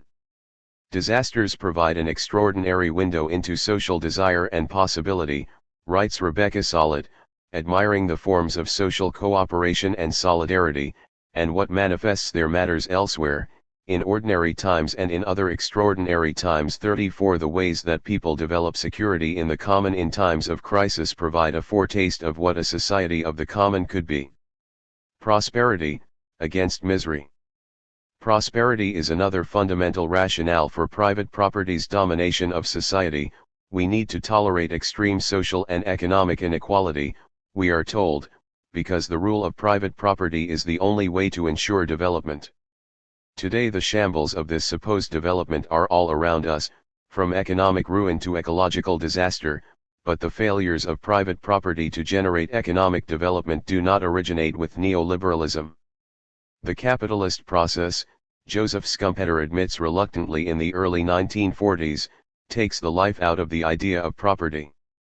Dematerialized, defunctionalized and absentee ownership does not impress and call forth moral allegiance as the vital form of property did. Eventually there will be nobody left who really cares to stand for it, nobody within and nobody without the precincts of the big concerns. 35 The economic benefits of private property were already becoming at that time a purely ideological facade, propped up in part by anti-communist ideology. Private property also undermines prosperity in the sense that, despite the constant marketing of new commodities, private property actually narrows the world of needs. Political economy is therefore for all its worldly and debauched appearance a truly moral science, Marx writes, the most moral science of all. Self-denial, the denial of life and of all human needs, is its principal doctrine.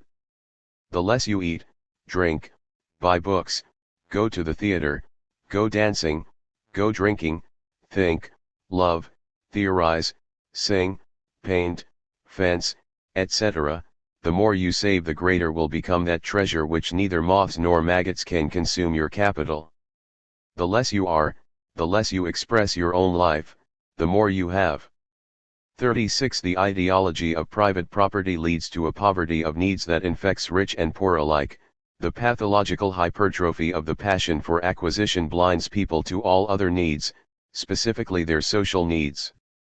Don't listen to the moralists of the left who preach renunciation as cure to our social disease of too much enjoyment.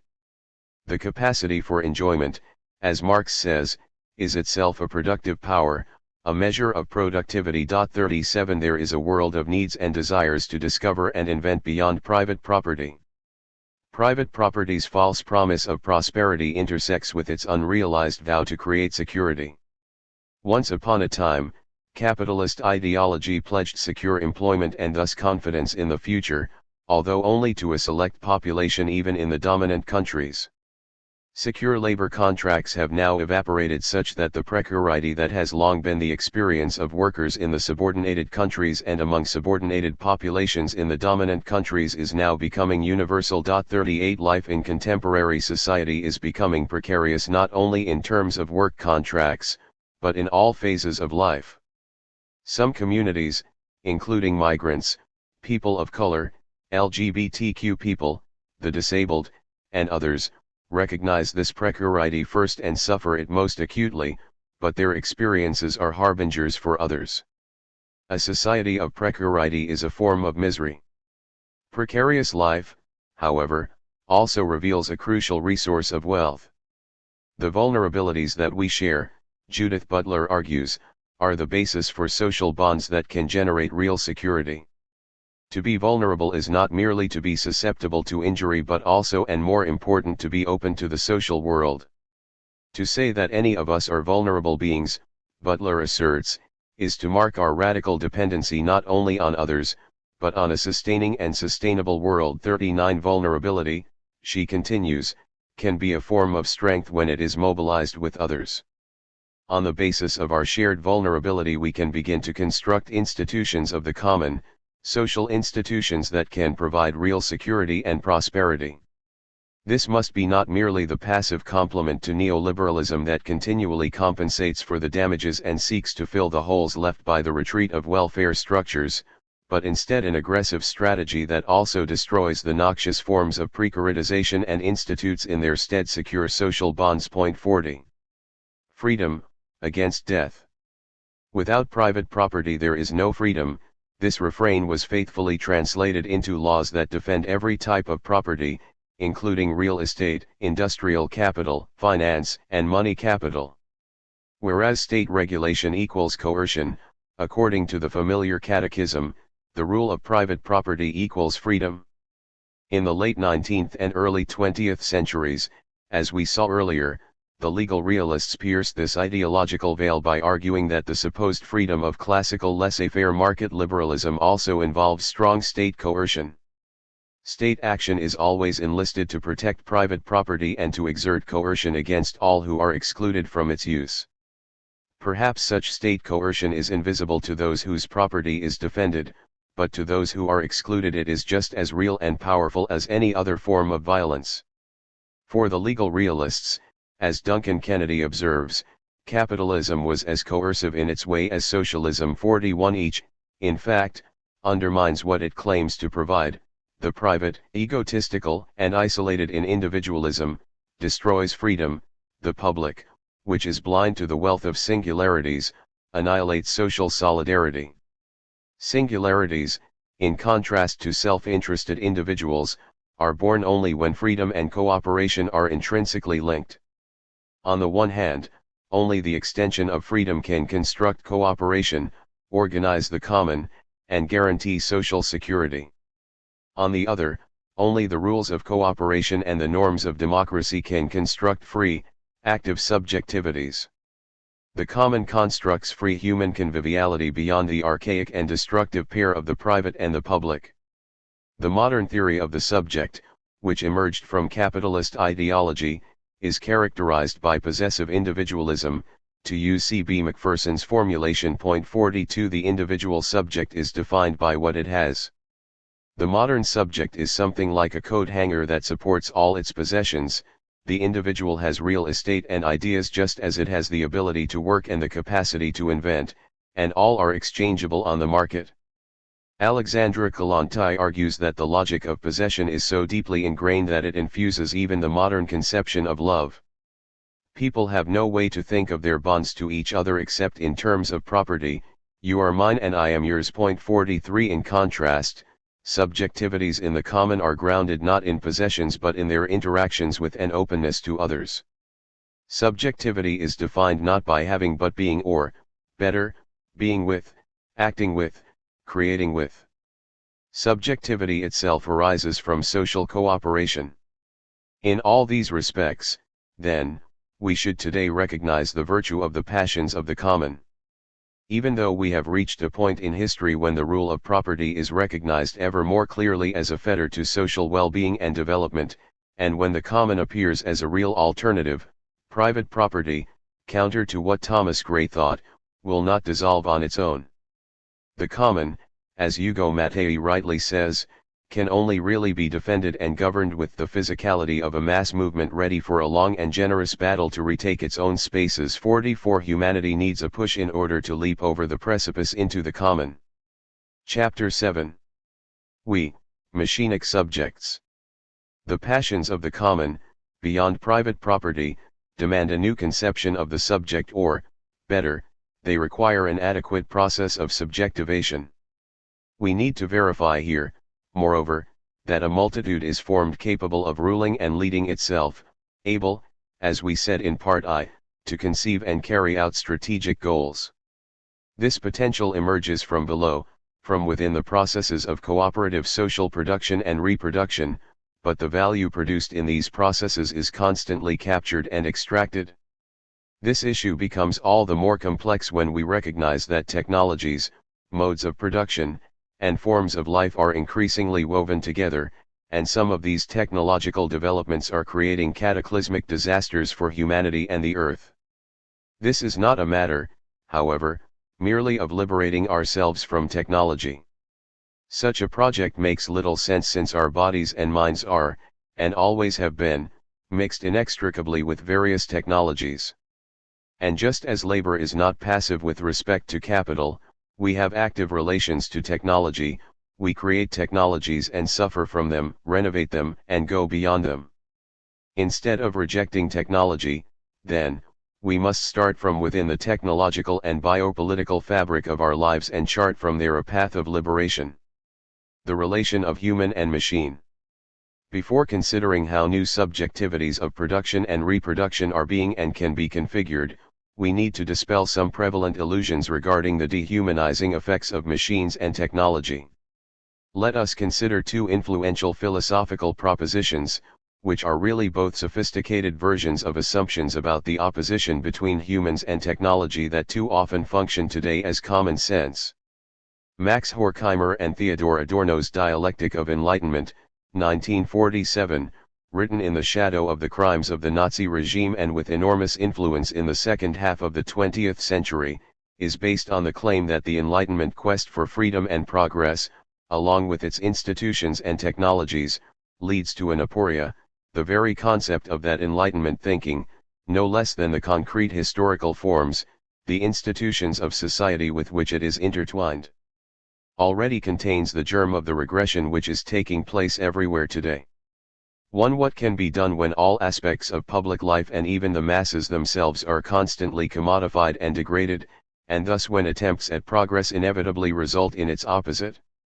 Since the odyssey of bourgeois civilization develops in secret, or open, complicity with domination, that question seems unanswerable.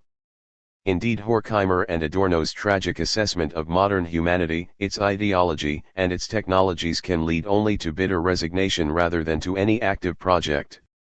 Heidegger, in The Question Concerning Technology, published just a few years later, agrees in effect with Horkheimer and Adorno on a central point: science and technology are not neutral. The essence of technology, he claims, is to reveal or enframe the truth, but today this relation to truth has been broken and instrumentalized. Whereas peasants working the earth made it reveal its truth, the enframing of modern technology does not reveal the truth but only an instrumental relation to resources. The earth now reveals itself as a coal mining district, Heidegger writes, the soil as a mineral deposit too. The primary threat to humanity, then, is not nuclear weapons or other lethal technologies. The actual threat, he warns, has already affected man in his essence. The rule of enframing threatens man with the possibility that it could be denied to him to enter into a more original revealing and hence to experience the call of a more primal truth. 3. Heidegger thus responds to Horkheimer and Adorno from a metaphysical standpoint, upping the ante and radicalizing the catastrophe. This is no longer the product of a contradiction, the result of the lost hope for human liberation, and it is not a moment of a negative dialectics, but, on the contrary, it is a radical loss of the sense of being. Heidegger, as much as Horkheimer and Adorno, claims that theories of progress have reached the point of exhaustion, but now from a metaphysical rather than a historical perspective. Point 4. Is modern technology, though, really responsible for this damage and this destiny of humanity? At first sight, there seems to be no denying it. Technology's social and ecological disasters have not only created misery and disease but also have set human history and the ecosystems of the earth on a path to destruction. We should never forget this, but it is not really enough. We should not forget either that humanity and human civilization are incomprehensible without technology, mechanical and thinking machines that configure our world and ourselves. It makes no sense to construct some sort of tribunal to pass judgment on technology as such or even modern technology. Instead, we can only judge specific technologies and their social uses and control. A first response to these verdicts on modern technology requires historicizing their arguments. The standpoint of Heidegger's analysis, as Gunther Enders rightly noted, is pre-industrial and even pre-capitalist. 5 Even Horkheimer and Adorno's analysis is limited to the phase of capitalist development dominated by large-scale industry, and in this regard their phenomenology does not really go much further than the fabulations of Ernst Jünger and his colleagues in the 1930s. The world of large-scale industry was effectively deposed from the pinnacle of the capitalist economy when forms of resistance, revolutionary movements, and class struggle made necessary the reorganization of the subjectivities at work. Today's reality is different, and the new conditions of production are continually transformed by human machines that are put to work. A more profound response to these arguments requires that we recognize their mistake in posing an ontological division and even opposition between human life and machines. Human thought and action has always been interwoven with techniques and technologies. The human mind itself, as Spinoza explains, constructs intellectual tools, internal to its functioning, that allow it to increase its power of thought, and these are perfectly analogous to the material tools that humans develop to perform more complex tasks more efficiently. 6 Our intellectual and corporeal development are inseparable from the creation of machines internal and external to our minds and bodies. Machines constitute and are constituted by human reality. This ontological fact does not change but is only revealed more clearly in the contemporary, post-industrial world. Many early theorists of cybernetics grasped the ontological relation between humans and machines but were confused about its implications. They conceived of the development of new technologies effectively in terms of lowering the human to the level of machines. At the historic Macy conferences, which from 1943 to 1954 brought together prominent researchers such as Norbert Wiener, cybernetic theorists generally conceived human neural structures in terms of information processing and grasped subjectivity in disembodied form. Humans were thus seen primarily, Catherine Hales explains, as information processing entities who are essentially similar to intelligent machines. 7 Later cybernetic theorists, however, such as Umberto Maturana and Francisco Varela, paved the way for recognizing machines and humans alike in terms of embodied and distributed cognition. The second and third waves of cybernetic theory, which emerged together with post-industrial production, no longer lowered the notion of the human but elevated machines to the ontological plane of the human, a common plane of embodied cognition. If our contemporary reality is post-human, Hales maintains, that signals not a coming apocalyptic rule of machines but instead the opening of new potentials for humans to cooperate intensively with machines and other living beings. 8. Gilbert Simondon moves in the same direction when he criticizes the standard view that opposes human culture to technology. Like Spinoza, Simondon recognizes that humans and machines belong to the same ontological plane. What resides in machines is human reality, he argues. Human actions do gest humane that are fixed and crystallized in machines. 9 Against those who celebrate human culture as a sort of barricade, then, a defensive barrier to protect us from the advance of supposedly inhuman technologies, Simondon calls for a technical culture, which recognizes, on the ontological plane, the fully human nature of machines. Deleuze and Guattari heed and build on Simondon's call. The object is no longer to compare humans and the machine in order to evaluate the correspondences, the extensions, the possible or impossible substitutions of the ones for the other, but to bring them into communication in order to show how humans are a component part of the machine, or combine with something else to constitute a machine. 10 Humans and machines are part of a mutually constituted social reality. The fact that machines are part of human reality and constituted by human intelligence does not mean, of course, that all machines are good or that technology solves all problems. They contain the potential for both servitude and liberation. The problem lies at not the ontological but the political level. We must recognize, specifically, how human actions, habits, and intelligence crystallized in technologies are separated from humans and controlled by those in power. Fixed capital, in Marx's terminology, is a kind of social repository in the banks of scientific knowledge and in machines, in software and hardware, of the accomplishments of living labor and living intelligence, that is, to use Marx's terms, of the social brain and general intellect. Think of your smartphone, just as much as the spinning jenny, a patented method to temper steel, or a pharmaceutical formula, as the concrete result of the intelligence of not only the corporate CEO or even just the paid employees but also and most important a wide social network of cooperating actors. Despite the fact that it is produced socially, however, fixed capital becomes a weapon that can be used antisocially, so to speak, for capitalist profit as well as for war and destruction.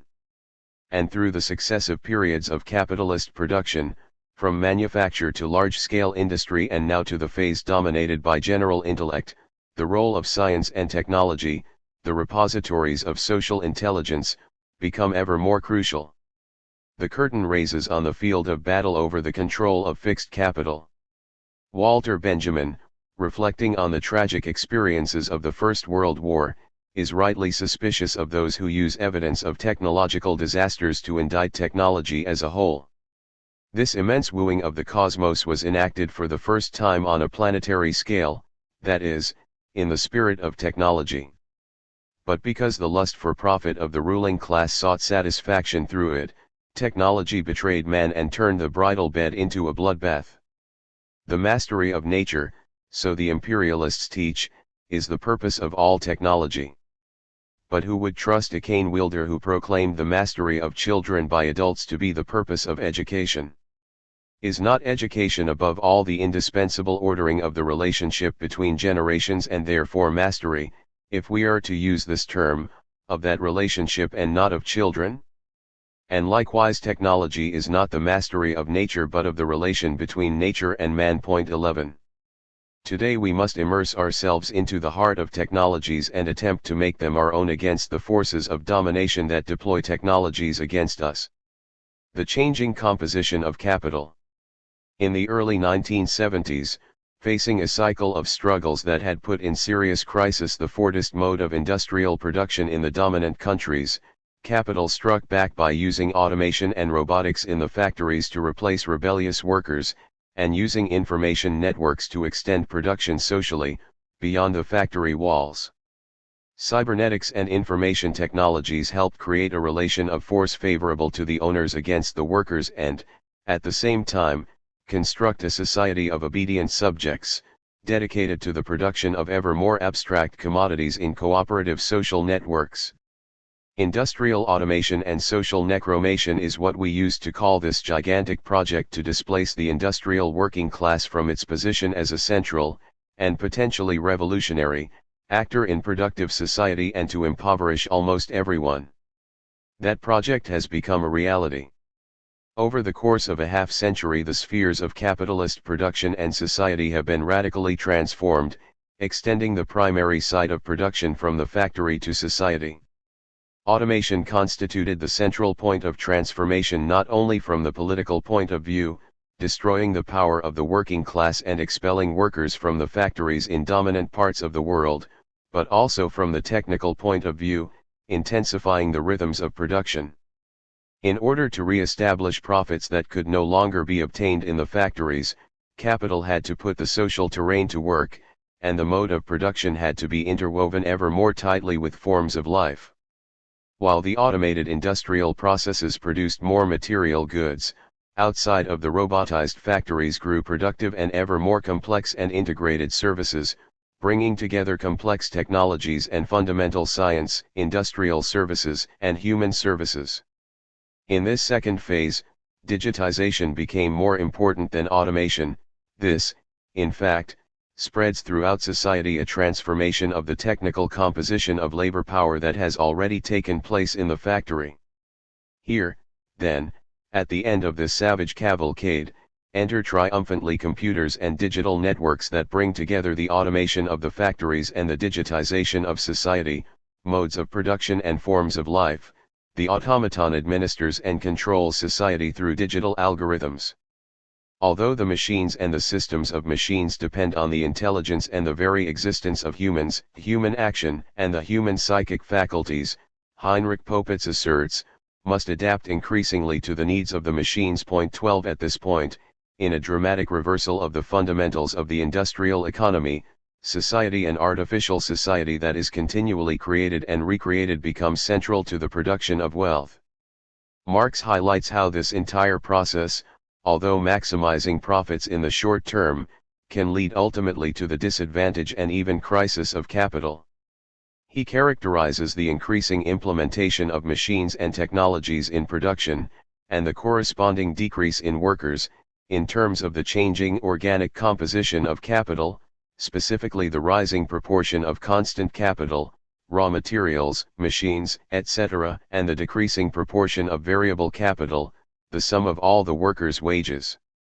Marx claims that in capitalist development constant capital continually increases with respect to wages even though labor remains the essential element that creates value. This occurs because whether condition or consequence, the growing extent of the means of production, as compared with the labor power incorporated into them, is an expression of the growing productivity of labor. The increase of the latter appears, therefore, in the diminution of the mass of labor in proportion to the mass of means of production moved by it, or in the diminution of the subjective factor of the labor process as compared with the objective factor. 13. The changing composition of capital and the growth of objective factors in production lead directly to the concentration and the centralization of capital in enormous corporations that is typical of contemporary capitalist development. Marx continues this analysis across the 3 volumes of Capital to emphasize the expansion and violence of the process. In Volume 2, for instance, he explains that the relationship between accumulation and centralization affects not only production but also the circulation of commodities and capital. This centralization operates with the violence of an elemental process of nature on ever vaster scales, since the scale of each individual production process grows with the progress of capitalist production, and with it the minimum size of the capital to be advanced. This circumstance is added to the other circumstances which increasingly turn the function of the industrial capitalist into a monopoly of large-scale money capitalists, either individual or associated. 14. In Volume 3, Marx argues that as capitalist accumulation leads to ever greater concentration and monopoly, the power of capital acts increasingly against the actual producers. Capital shows itself more and more to be a social power, with the capitalist as its functionary, a power that no longer stands in any possible kind of relationship to what the work of one particular individual can create, but an alienated social power which has gained an autonomous position and confronts society as a thing, and as the power that the capitalist has through this thing. 15. As a direct result of capitalist development and the search for greater productivity, the contradiction becomes ever more extreme between the social power that capital becomes and the private power of individual capitalists over the social circuits of production and reproduction. One endpoint of this analysis of the changing composition and increasing concentration of capital is Marx's much criticized hypothesis of the law of the fall of the rate of profit.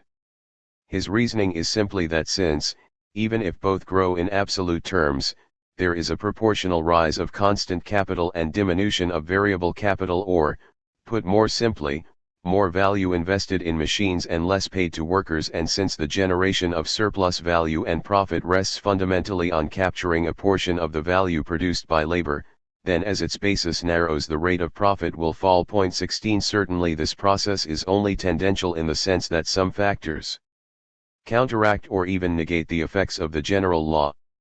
For example, in the period of the crisis and demise of Fordism, when the relationship between constant and variable capital was irremediably thrown out of balance and then broken by workers' struggles over wages, what was the capitalist response? As part of the neoliberal project, capital imposed a rise of the level of exploitation, a reduction of salaries, the growth of surplus populations, and other aggressive actions disastrous for workers. Those were some ways in which capital has successfully counteracted the fall of profits. 17. Although these objective arguments from capital seem crucial to us, we are even more interested in his proposal in the Grundriss that the changing composition of capital also contributes, subjectively, to strengthening the position of labor, and that today the general intellect is becoming a protagonist of economic and social production. We should also recognize, perhaps now beyond Marx, as production is increasingly socialized, how fixed capital tends to be implanted into life itself, creating a machinic humanity. Hence it is evident, Marx writes in a jagged sentence typical of the Grundriss, that the material productive power already present, already worked out, existing in the form of fixed capital, together with the population, etc., in short all conditions of wealth, i.e. the abundant development of the social individual, that the development of the productive forces brought about by the historical development of capital itself, when it reaches a certain point, suspends the self-realization of capital, instead of positing it. 18. Fixed capital, that is, the memory and storehouse of past physical and intellectual labor, is increasingly embedded in the social individual, a fascinating concept in its own right. To the same degree that capital, as this process proceeds, loses the capacity for self-realization, the social individual gains autonomy. Marx could only take this analysis so far, of course, given when he was writing. Today, in a biopolitical context, we can see more clearly how the transformations of the composition of capital and the fact that fixed capital is being incarnated in and by social production present new potentials for laboring subjects. What comes to be called immaterial and intellectual capital, Carlo Vercellone argues, is in reality essentially incorporated in humans and thus corresponds fundamentally to the intellectual and creative faculties of labor power. This then poses a challenge or even a potential threat to capital, because the primary role in the social organization of production tends to be played by the living knowledges embodied in and mobilized by labor rather than the dead knowledges deployed by management and management science. 19. Furthermore, Vercellone continues, this mass intellectuality or Marx's general intellect, which tends today to invest and configure the entire social field, derives from the appropriation of fixed capital, and implies an anthropological transformation of working subjects, with capacities for production and valorization that are fundamentally collective and cooperative. The productive social cooperation of workers endowed with fixed capital, although it now yields the surplus it produces to capital, poses the potential for the autonomy of workers, inverting the relation for force between labor and capital. Workers are no longer merely instruments that capital uses for transforming nature and producing commodities. Having incorporated the productive tools and knowledges into their own minds and bodies, they are transformed and have the potential to become increasingly foreign to and autonomous from capital. This process injects class struggle into productive life itself. In some of our previous works we analyzed the characteristics of biopower, not only how life has been instrumentalized and come under political command, but also, following Foucault, how from life arise constellations of resistance and refusals to submit to command. This dynamic and antagonistic relation poses forms of class struggle that one can properly call biopolitical, but we will return to that in more detail later. Fourth call, take back fixed capital, this fixed capital being man himself.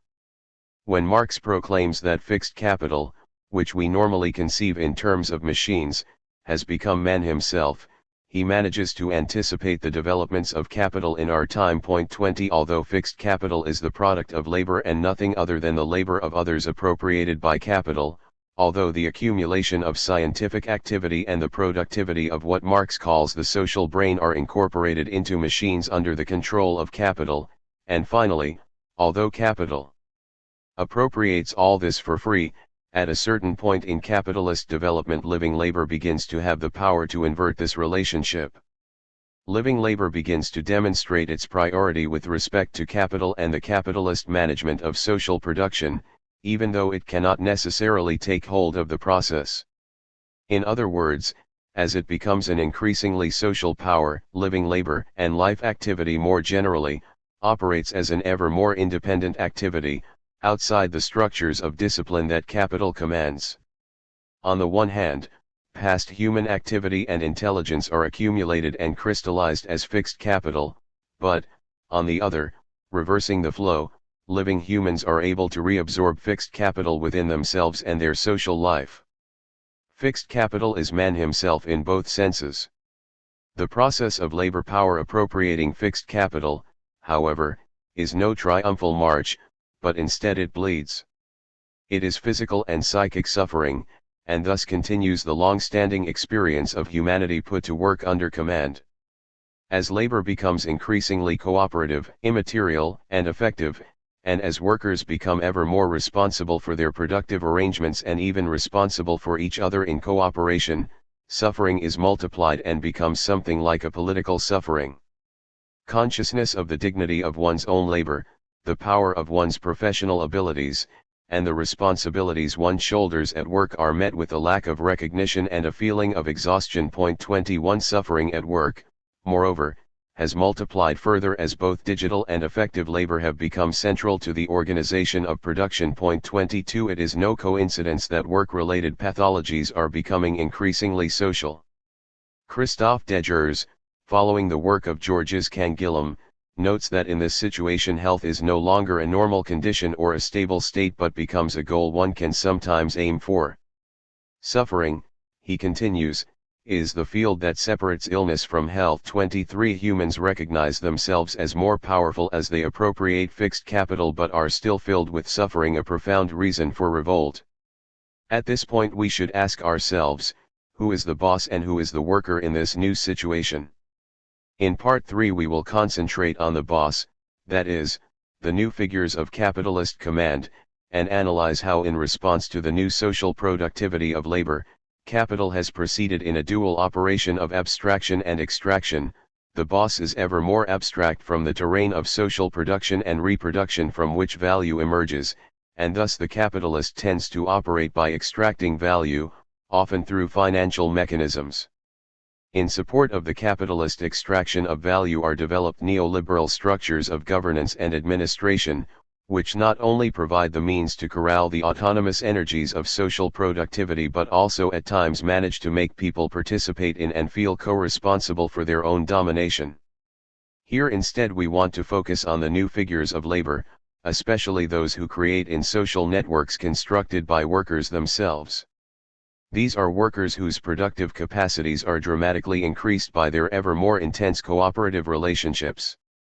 Labor becomes in cooperation increasingly abstract from capital, that is, it has a greater ability to organize production itself, autonomously, particularly in relation to machines, but still remains subordinated to the mechanisms of the extraction of value by capital.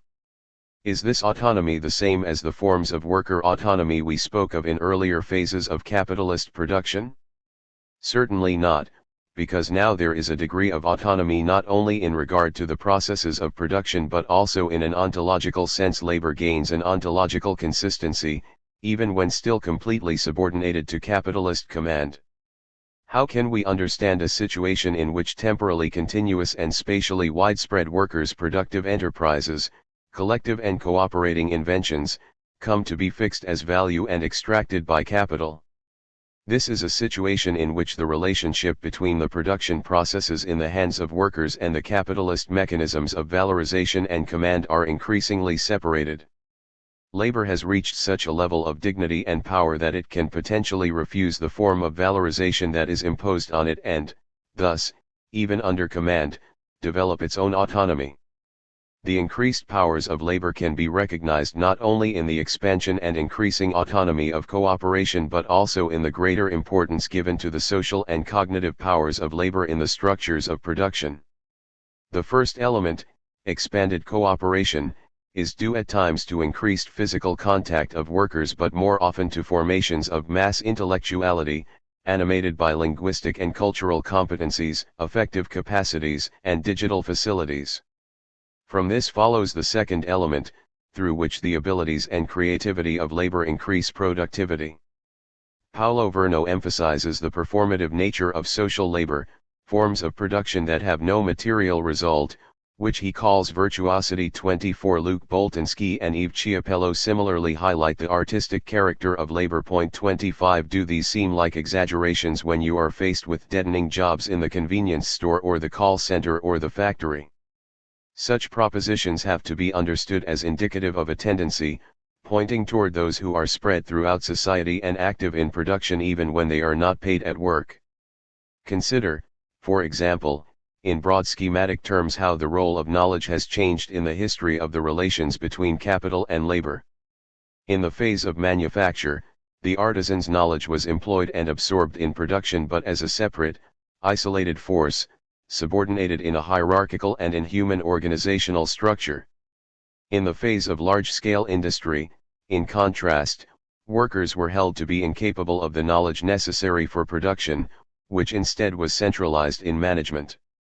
In the contemporary phase of general intellect, knowledge has a multitudinous form in the productive process, even though, according to the boss, it can be isolated, as was artisanal knowledge in manufacture. From the perspective of capital, the figure of self-organizing labor, which is increasingly the basis of production, remains an enigma. One potent figure of labor, for example, is today masked in the functioning of algorithms. Along with today's unbridled propaganda affirming the necessity of the command of capital and the latest sermons regarding the effectiveness of capitalist power, we often hear praise for the rule of algorithms. But what is an algorithm? It is fixed capital, a machine that is born of social, cooperative intelligence, a product of general intellect. Although the value of productive activity is extracted by capital, one should not forget the power of living labor at the base of this process, living labor that is virtually, and potentially, disposed to affirm its own autonomy. Without living labor there is no algorithm. But algorithms also present several novel characteristics. Consider Google's PageRank, perhaps the best known and most profitable algorithm. The rank of a web page is determined by the number and quality of links to it, and high quality means a link from a page that itself has a high rank. PageRank is thus a mechanism for gathering and incorporating the judgment and attention value given by users to Internet objects, EACH link and vector of attention. Matteo Pasquinelli remarks, is a concentration of intelligence. 26. One difference of algorithms like Google's PageRank, then, is that whereas industrial machines crystallize past intelligence in a relatively fixed, static form, algorithms continually add social intelligence to the results of the past to create an open, expansive dynamic. It might appear that the algorithmic machine itself is intelligent, but that is not really true. Instead, it is open to continuous modification by human intelligence. Most often when we say intelligent machines, we are really referring to machines that are continuously able to absorb human intelligence.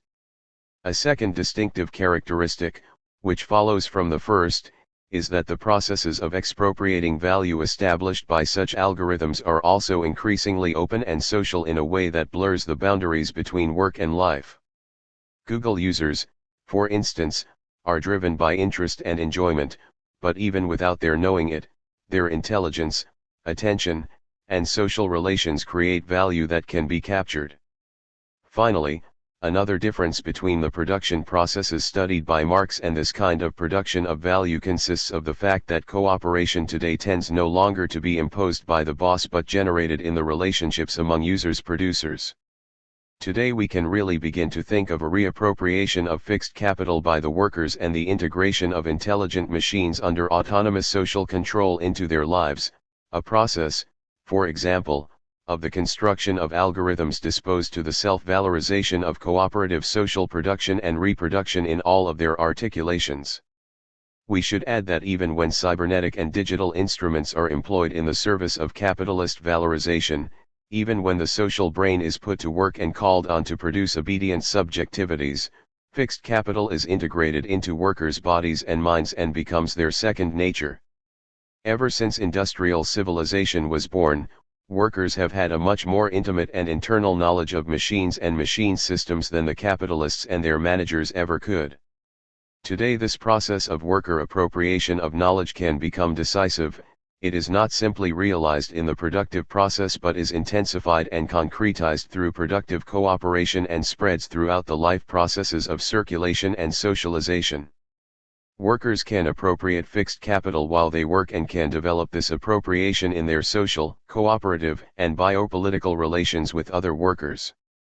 All this determines a new productive nature, that is, a new form of life that is at the base of a new mode of production. If this is how things are, if the relations of force are tipping in this way, then capital can manage to maintain control only by increasingly abstracting itself from labor processes and the productive social terrain. Capital captures value not only through industrial exploitation and through the time management of the organization of labor but also and increasingly through the extraction of social cooperation, which we will investigate in Part 3. In this type of organization of labor and valorization, an ever greater and ever more complex role is played by the production of subjectivity, by which we mean, on the one hand, subjectivation, that is, the production of subjectivities through autonomous circuits of social cooperation, and, on the other hand, subjectification, that is, the continuous capitalist attempt to reduce expressive and cooperating singularities to a commanded subject. And, as Marx insists, this relationship has direct political implications, the direct relationship of the owners of the conditions of production to the immediate producers, a relationship whose particular form naturally corresponds always to a certain level of development of the type and manner of labor, and hence to its social productive power, is one in which we find the innermost secret, the hidden basis of the entire social edifice. 27 Today the various possible mixtures of the two processes of producing subjectivity reveal not only the diverse figures of living labor in its post-industrial situation but also how the terrain they populate becomes a central field of battle. The reappropriation of fixed capital, taking back control of the physical machines, intelligent machines, social machines, and scientific knowledges that were created by us in the first place, is one daring, powerful enterprise we could launch in that battle. Machinic subjectivities. Young people today, according to a cultural commonplace, enter almost spontaneously into digital worlds, which for previous generations were unknown and only engaged later, with difficulty. Today's youth grow up in these worlds and find joy and community there. Often they are drafted into forms of work that seem like games, sometimes they think they are merely consumers when they are also producers, prosumers, as Christian Fuchs and others say. 28 Certainly the characterizations of the new freedom of digital life promoted by corporate advertisers, product marketers, and management gurus are mystifications, but they can also help us recognize the nature of the machinic subjectivities and machinic assemblages that are forming. We conceive the machinic in contrast not only to the mechanical but also to the notion of a technological realm separate from and even opposed to human society. Felix Guattari argues that, whereas traditionally the problem of machines has been seen as secondary to the question of techne and technology, we should instead recognize that the problem of machines is primary and technology is merely a subset. We can see this, he continues, once we understand the machine's social nature, since the machine is opened out towards its machinic environment and maintains all sorts of relationships with social constituents and individual subjectivities. The concept of technological machine should therefore be broadened to that of machinic assemblages, agencements, machinics. 29 The machinic, then, never refers to an individual, isolated machine but always an assemblage. To understand this, start by thinking of mechanical systems, that is, machines connected to and integrated with other machines. Then add human subjectivities and imagine humans integrated into machine relations and machines integrated into human bodies and human society. Finally, Guattari, and together with Deleuze, conceives machinic assemblages as going even further and incorporating all kinds of human and non-human elements or singularities. In the context of 20th century French thought, the concepts of the machinic consistency, and machinic assemblage respond effectively to philosophers, such as Louis Althusser, who, to combat the spiritualist ontologies that plague theories of the subject, pose a process without a subject. Deleuze and Guattari certainly appreciate the political importance of this polemic. Althusser asserts that the individual is interpellated as a free subject in order that he shall submit freely to the commandments of the subject, i.e. in order that he shall, freely, accept his subjection, i.e. in order that he shall make the gestures and actions of his subjection all by himself. There are no subjects except by and for their subjection. 30 We seem to be caught, however, in a double bind. The subject functions as part of apparatuses of domination, but one cannot live or construct community on the basis of a pure and simple cancellation of the subject. 31 The concept of the machinic in Deleuze and Guattari, just as, in a different way, The concept of production in Foucault addresses this need, adopting, without identity, subjectivities of knowledge and action, and demonstrating how their production emerges in material connections. These connections are also ontological connections. The machinic thus constitutes, stripping away every metaphysical illusion, a humanism of and in the present a humanism after the critical adoption of the Nietzschean declaration of the death of man. A machinic assemblage, then, is a dynamic composition of heterogeneous elements that eschew identity but nonetheless function together, subjectively, socially, in cooperation. It thus shares characteristics with our concept of multitude, which attempts to pose political subjectivities as composed of heterogeneous singularities, one significant difference being that whereas we usually pose the multitude exclusively in terms of human singularities, a machinic assemblage is composed of a wider range of beings, human and non-human. Donna Haraway's conception of the cyborg and her various efforts to combat identity and essentialized subjects lead her further in this direction, recognizing the breach in our standard divisions between humans and machines and between humans and other animals. 32 But machinic assemblages extend the elements of subjective compositions even further to include all beings or elements that reside on the plane of immanence. All of this is based on the ontological claim that places humans, machines, and, now, other beings on the same ontological plane. In economic terms, the machinic appears clearly in the subjectivities that emerge when fixed capital is reappropriated by labor power, that is, when the material and immaterial machines and knowledges that crystallize past social production are reintegrated into the present cooperative and socially productive subjectivities. Machinic assemblages are thus grasped in part by the notion of anthropogenetic production. Some of today's most intelligent Marxist economists, such as Robert Boyer and Christian Marazzi, characterize the novelty of contemporary economic production and the passage from Fordism to post-Fordism as centering on the production of humans by humans, la production de l'homme par l'homme, in contrast to the traditional notion of the production of commodities by means of commodities. 33 The production of subjectivity and forms of life are increasingly central to capitalist valorization, and this logic leads directly to notions of cognitive and biopolitical production. The machinic extends this anthropogenetic model further to incorporate various non-human singularities into the assemblies that produce and are produced. Specifically, when we say fixed capital is reappropriated by laboring subjects, we do not mean simply that it becomes their possession, but instead that it is integrated into the machinic assemblages, as a constituent of subjectivity. The machinic is always an assemblage, we said, a dynamic composition of human and other beings, but the power of these new machinic subjectivities is only virtual so long as it is not actualized and articulated in social cooperation and in the common.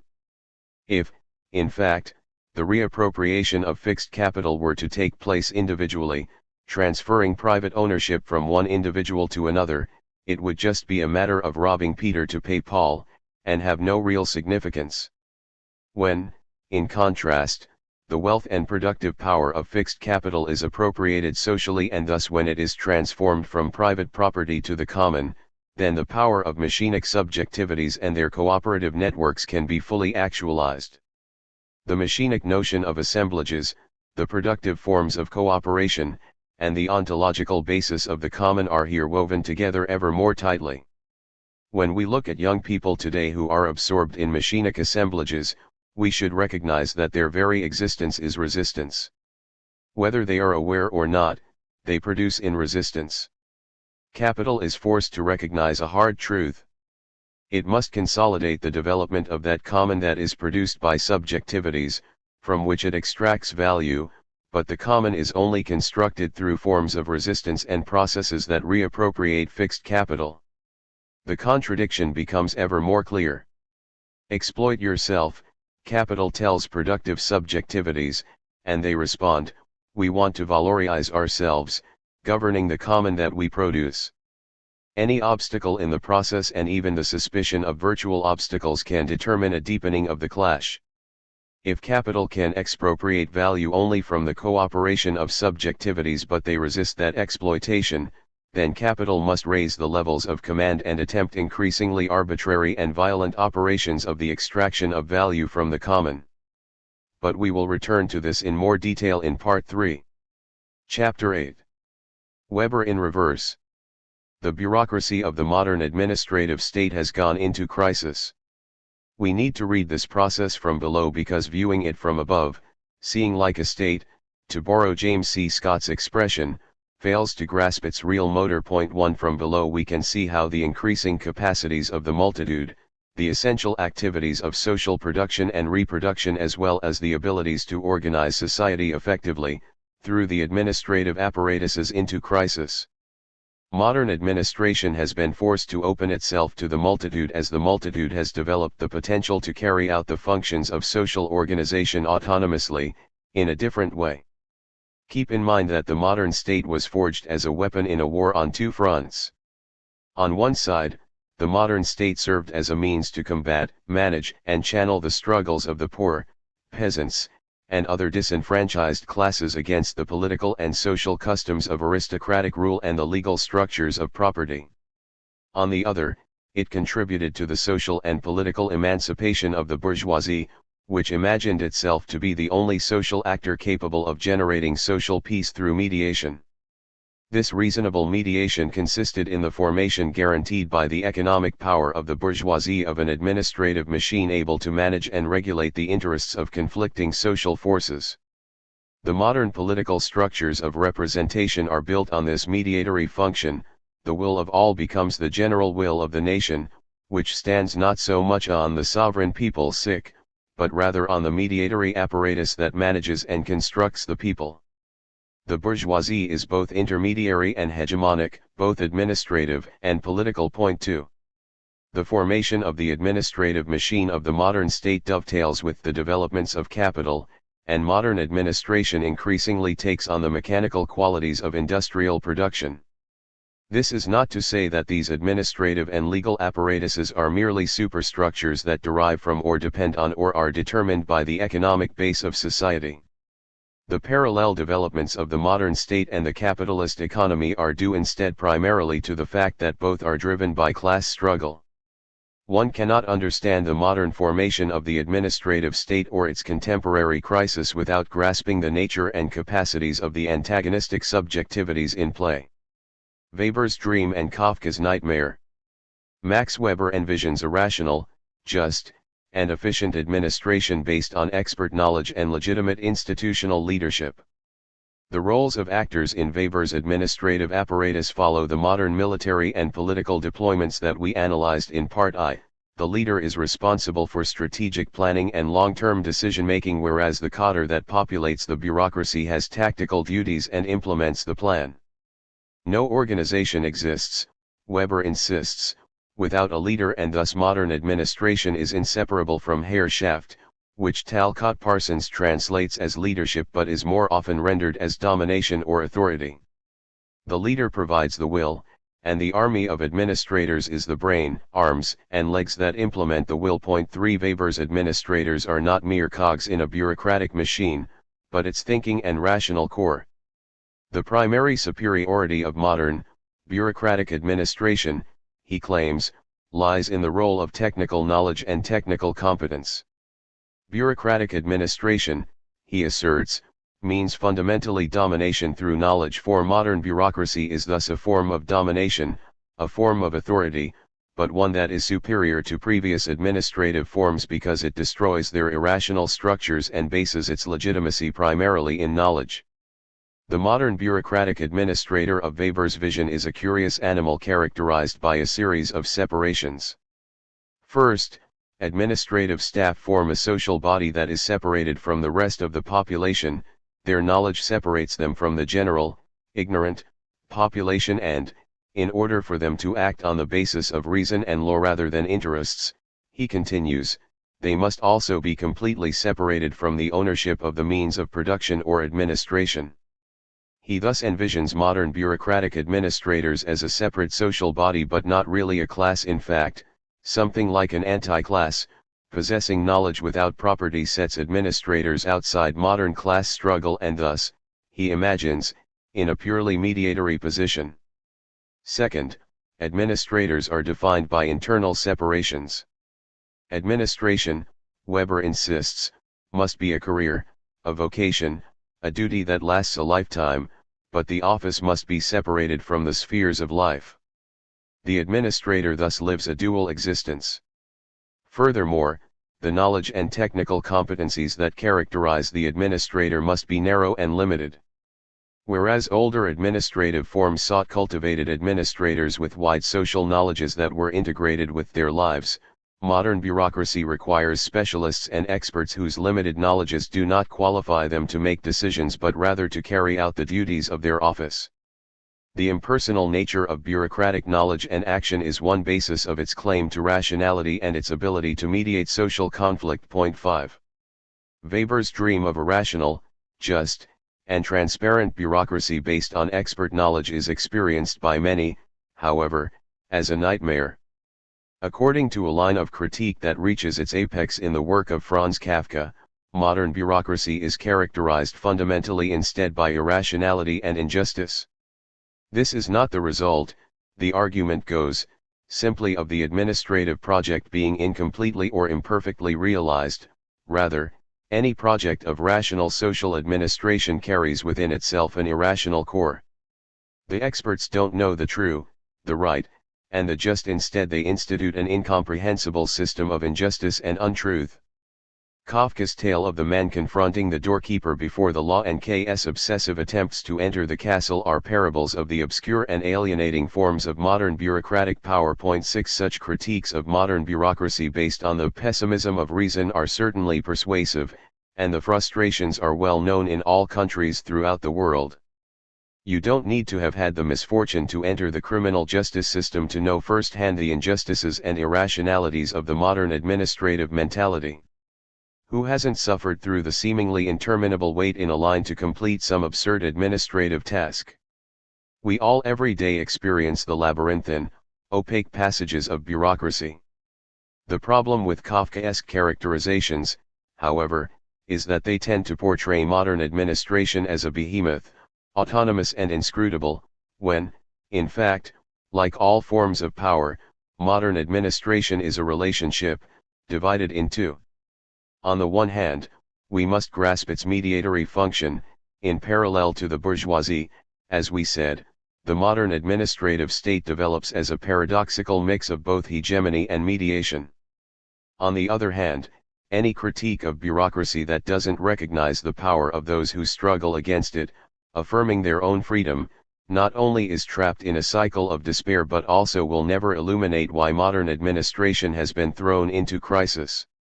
Modern administration has not crumbled of its own accord, from some internal corruption, but was thrown into crisis by forces that not only attack its power but also have the potential to replace its essential functions. We have already accumulated above several components for an analysis of the forces that challenge modern administration. One type of analysis focuses on how the dominant forms of labor in contemporary capitalist production are transforming such that intelligence, social knowledges, complex technological skills, and, most important, wide circuits of social cooperation are becoming central capacities both inside and outside the workplace. Another type charts how people have increasing access to digital tools and platforms, reappropriating fixed capital for their own purposes and, more important, integrating it into their social lives.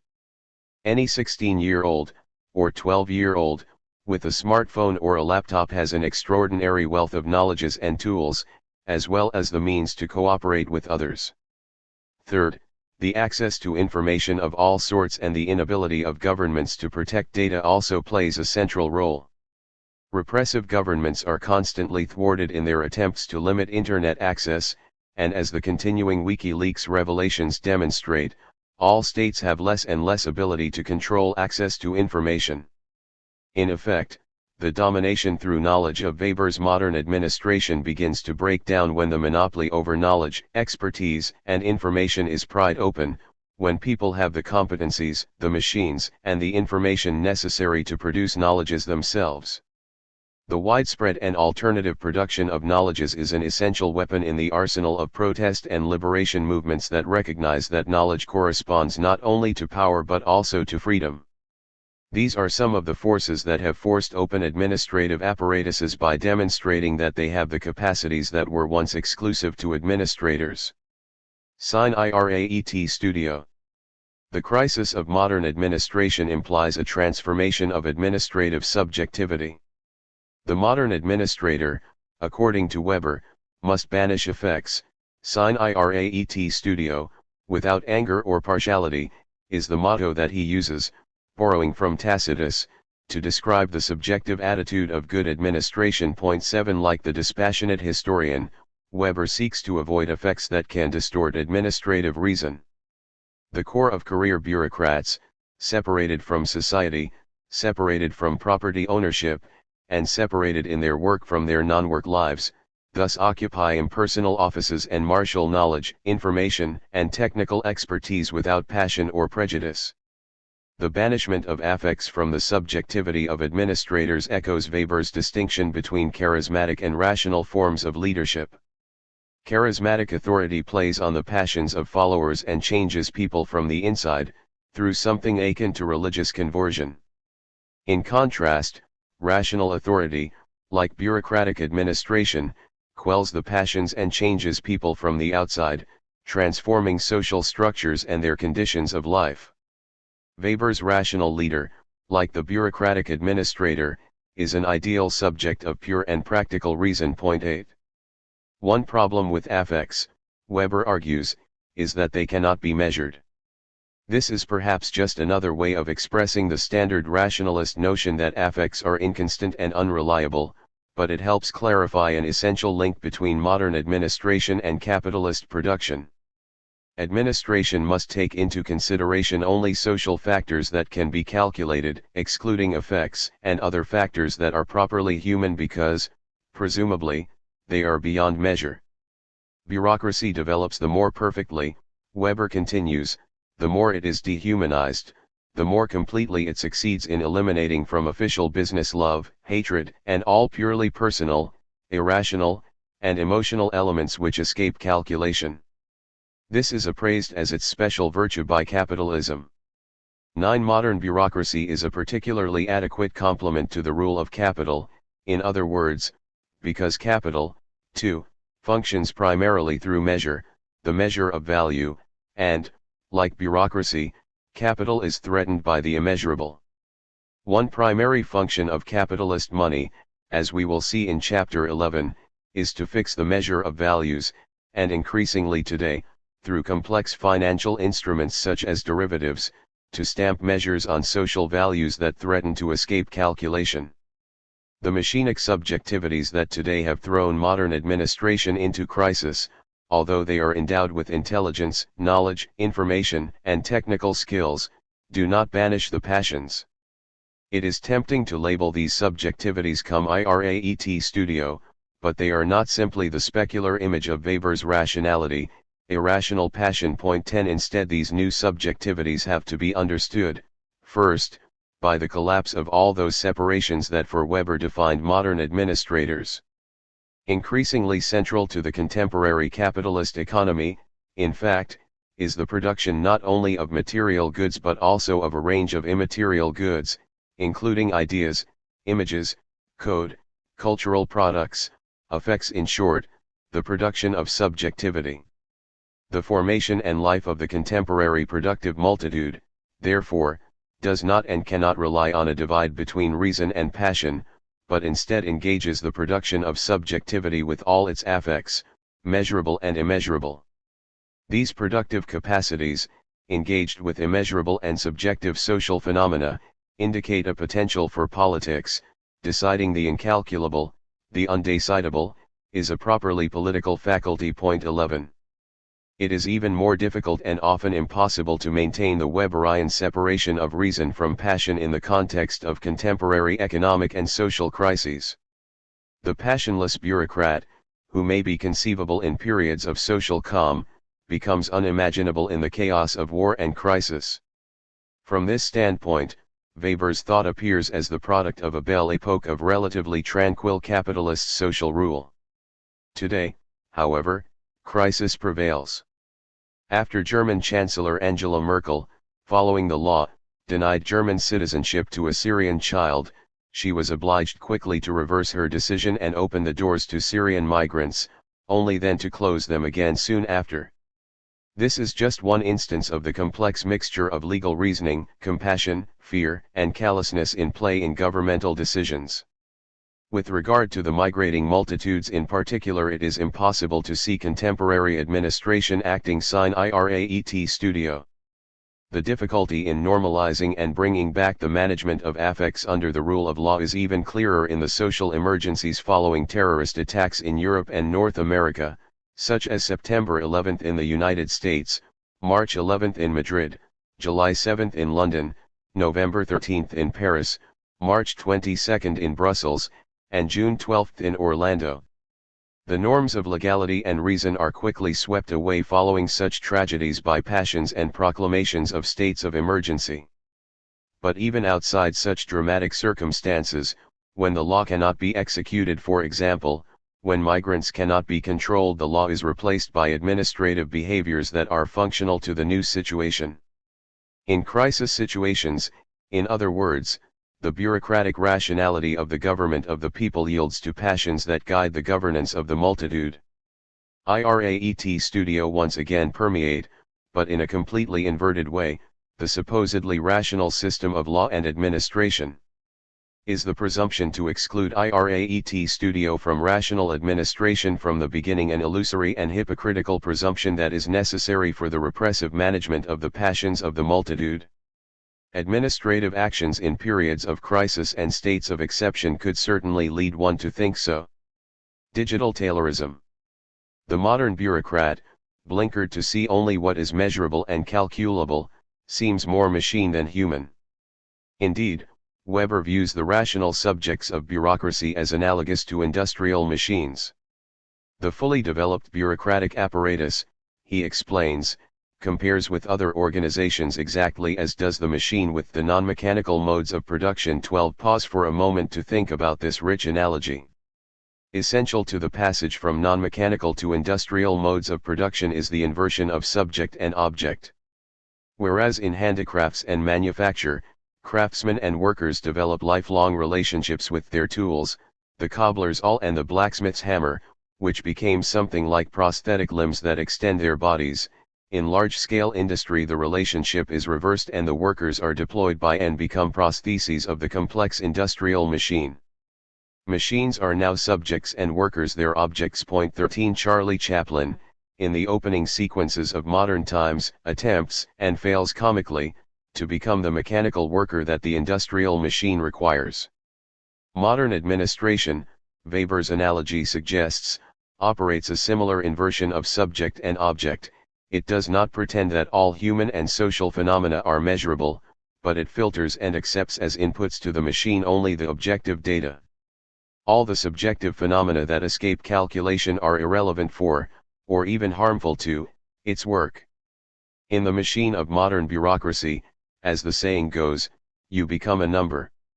Just as modern, mechanical administration does not make human labor obsolete but instead forces humans to act more like machines, so too contemporary, machinic administration creates new realms of routine digital work and rote analytics. The Taylorist methods that were applied in both modern factories and modern bureaucracies, rationalizing activity by dividing all operations into simple and measurable tasks, have been translated into new digital forms of Taylorism. It sometimes seems as though computer systems, artificial intelligence, and algorithms are making human labor obsolete, but, in fact, there are innumerable digital tasks that machines cannot complete. Humans are left to accomplish the menial click work to support machinic administration and also to provide the interface with users through call centers or chat mechanisms. Every administrative unit, every banking division, every large business requires an army of workers who enter unstructured data in the appropriate form fields, answer standard questions, or perform some other routinized task in front of the screen. Sometimes this digital tedium is completed in-house, but often it is outsourced to subordinated countries such as India or China. Paradoxically, although these tasks are mindless because so routinized, they require a relatively high level of education. The rising higher education rates in many parts of the world are creating not only graduates with no future but also armies of graduates with a future of digital tedium. 14. Just as, according to Weber, the advent of modern bureaucratic organization compares to the passage from non-mechanical to industrial mechanization, so too the contemporary passage beyond modern administration moves from the mechanical to the machinic, from industrial gears to digital algorithms. More than one generation of science fiction writers has imagined how the dawn of intelligent machines represents an intensification of the objectification of the human. When machines think, humans will become their slaves. Machinic production, however, does not repeat the industrial subject-object relationship, nor does it simply return to the pre-industrial and non-mechanical arrangement, putting digital machines in the hands of individual human subjects. Instead, the machinic scrambles the subject-object relationship itself.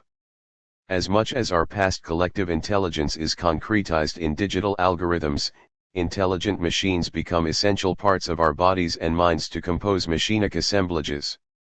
A paradox thus emerges in the contemporary phase of economic and social production between capital's requirements for objective calculation and the machinic subjectivities of producers. On the one hand, even as capitalist production becomes increasingly biopolitical, that is, as the production of human subjectivity becomes the centerpiece of the creation of value, capital still requires that the bodies and minds of workers be transformed into commodities, labor power that can be bought and sold. The objective character of labor power is an ineluctable element of the functioning of capital and its generation of profit, and the capitalist imaginary remains tethered in this sense to the subject-object relation of large-scale industry in which industrial machines employ workers. On the other hand, the machinic subjectivities that are necessary for biopolitical production resist calculation, measure, and objectification. The sale and purchase of their activity as labor power strains increasingly against their real corporeal and intellectual productivity as living labor, and the value of subjectivity always overflows and exceeds the objective measures stamped on it in the processes of capitalist valorization.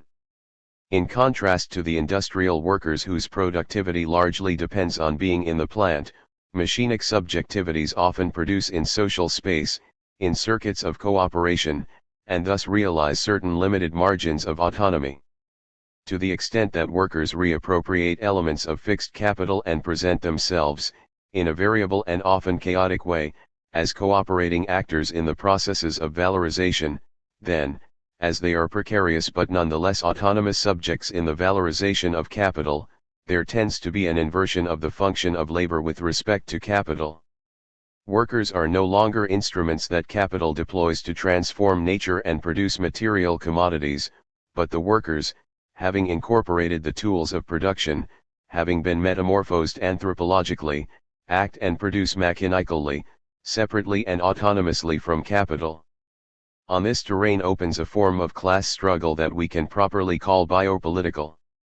The contradiction between biocapital and productive machinic subjectivities can be overcome only by eliminating one of the two poles.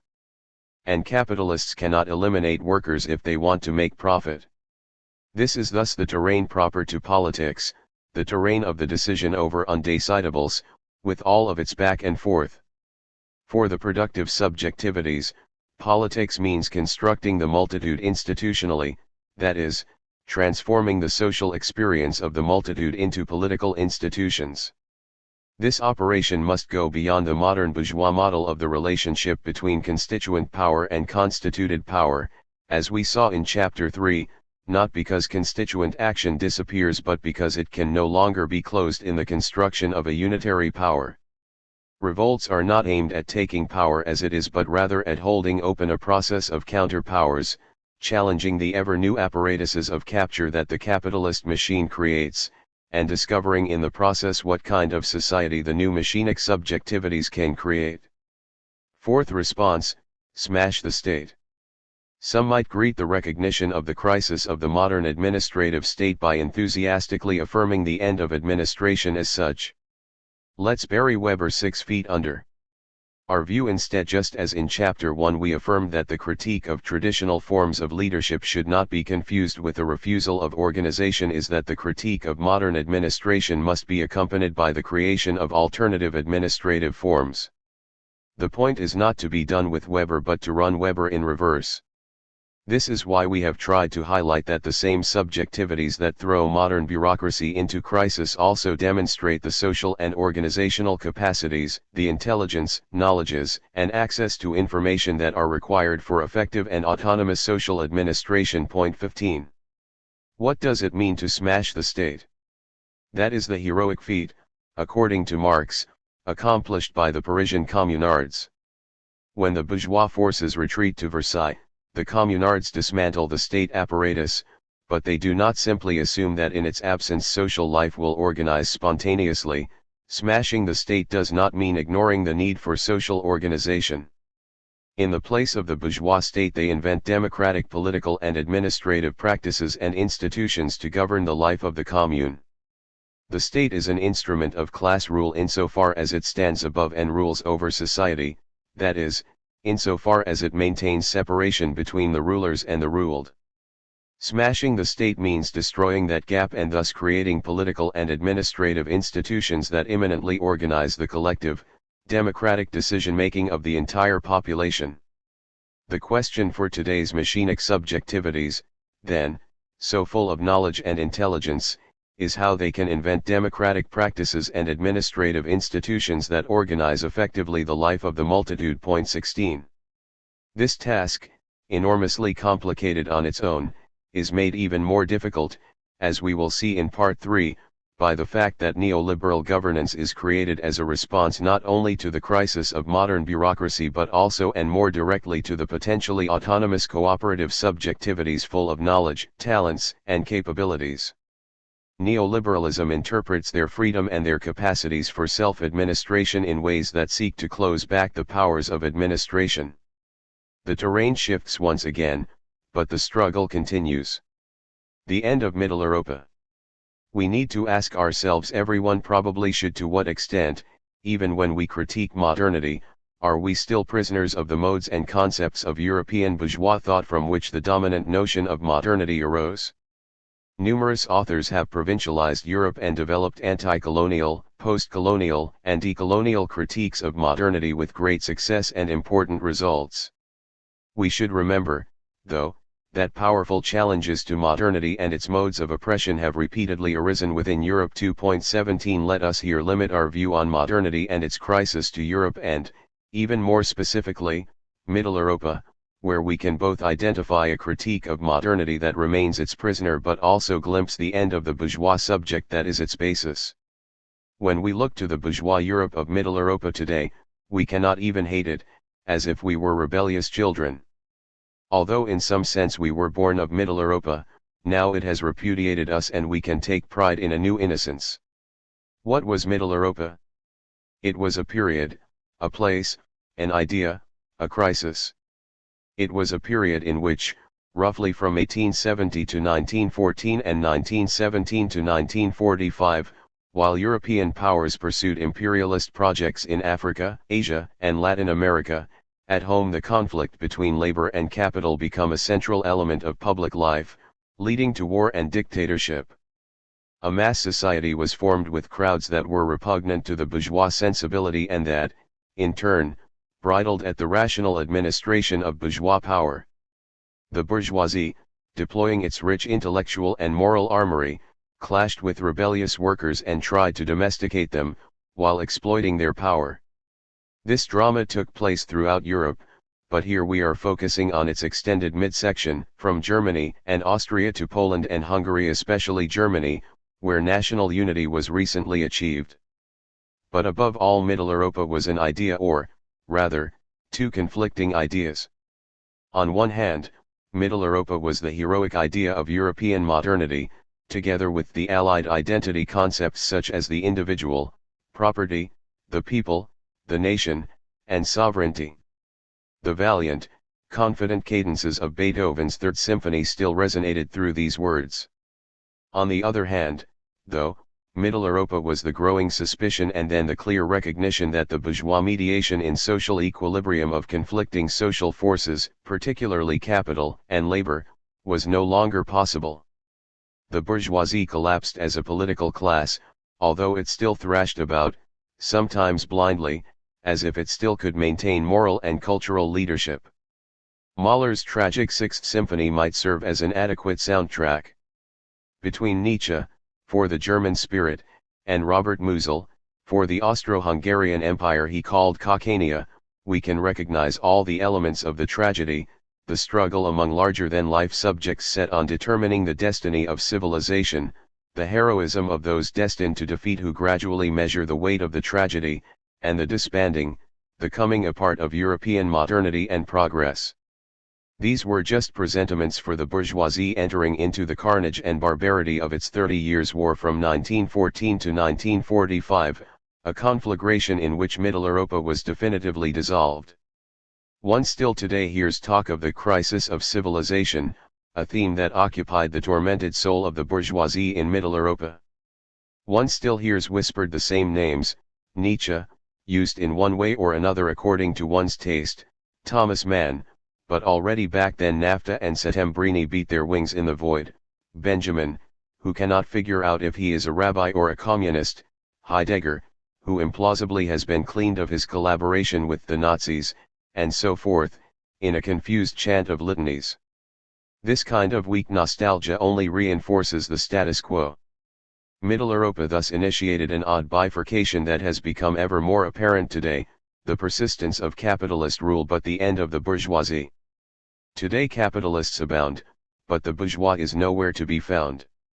Already in 1932 Thomas Mann remarked that the bourgeois is lost, 18 and along with Middle Europa the bourgeois subsequently died. What has evaporated, Franco Moretti writes, is the sense of bourgeois legitimacy, the idea of a ruling class that doesn't just rule, but deserves to do so. 19 Moretti is certainly right, but more than merely the legitimacy has died, also the bourgeois as a cultural and moral figure of social mediation, development and progress. Paradoxically, perhaps, some remnants of Middle Europa in the latter half of the 20th century appeared clearly in the Soviet Union. Although the masses had won both the Great Revolutionary Struggle and the battle against the Nazis, they found themselves faced with the same forms of power and thus the same effects of crisis as in Western Europe. The bureaucratic elite was unable to manage internal social conflicts but intent on imperialist endeavors at the margins of the empire.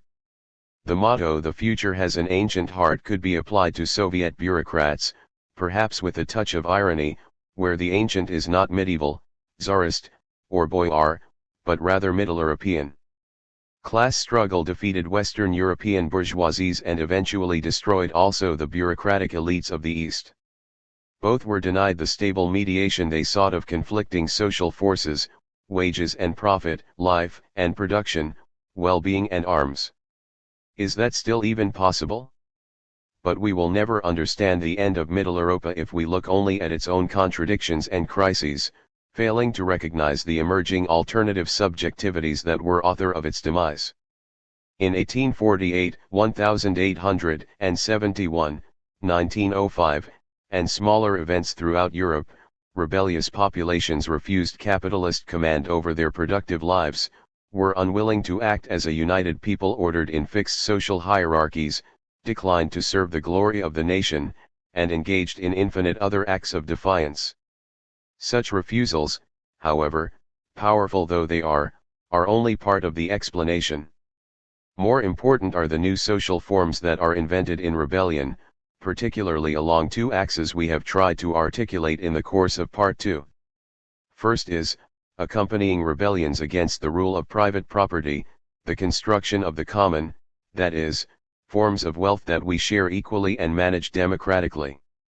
In the face of the common both the bourgeois administrative routines and those of the Soviet Party failed, and neither was able to give the common a political form, in the West because bourgeois leaders felt suffocated by the common and knew that it would put their cherished individualism in chains, in the East because Soviet leaders wanted to be the bosses of the common and transform it into state property.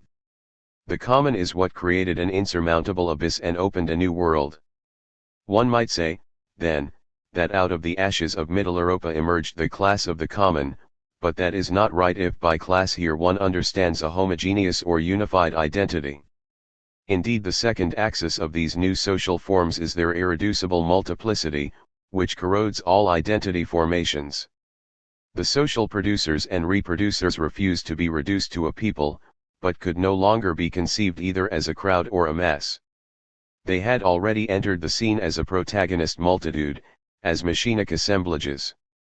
Here we can appreciate the unbridgeable distance from Middle Europa, a distance that allows for no nostalgia because in Berlin, Vienna, and Leningrad the old rationality on which bourgeois order rested has been liquidated and instead has been proposed a radical renewal of political rationality itself, oriented toward plural subjectivities in the common.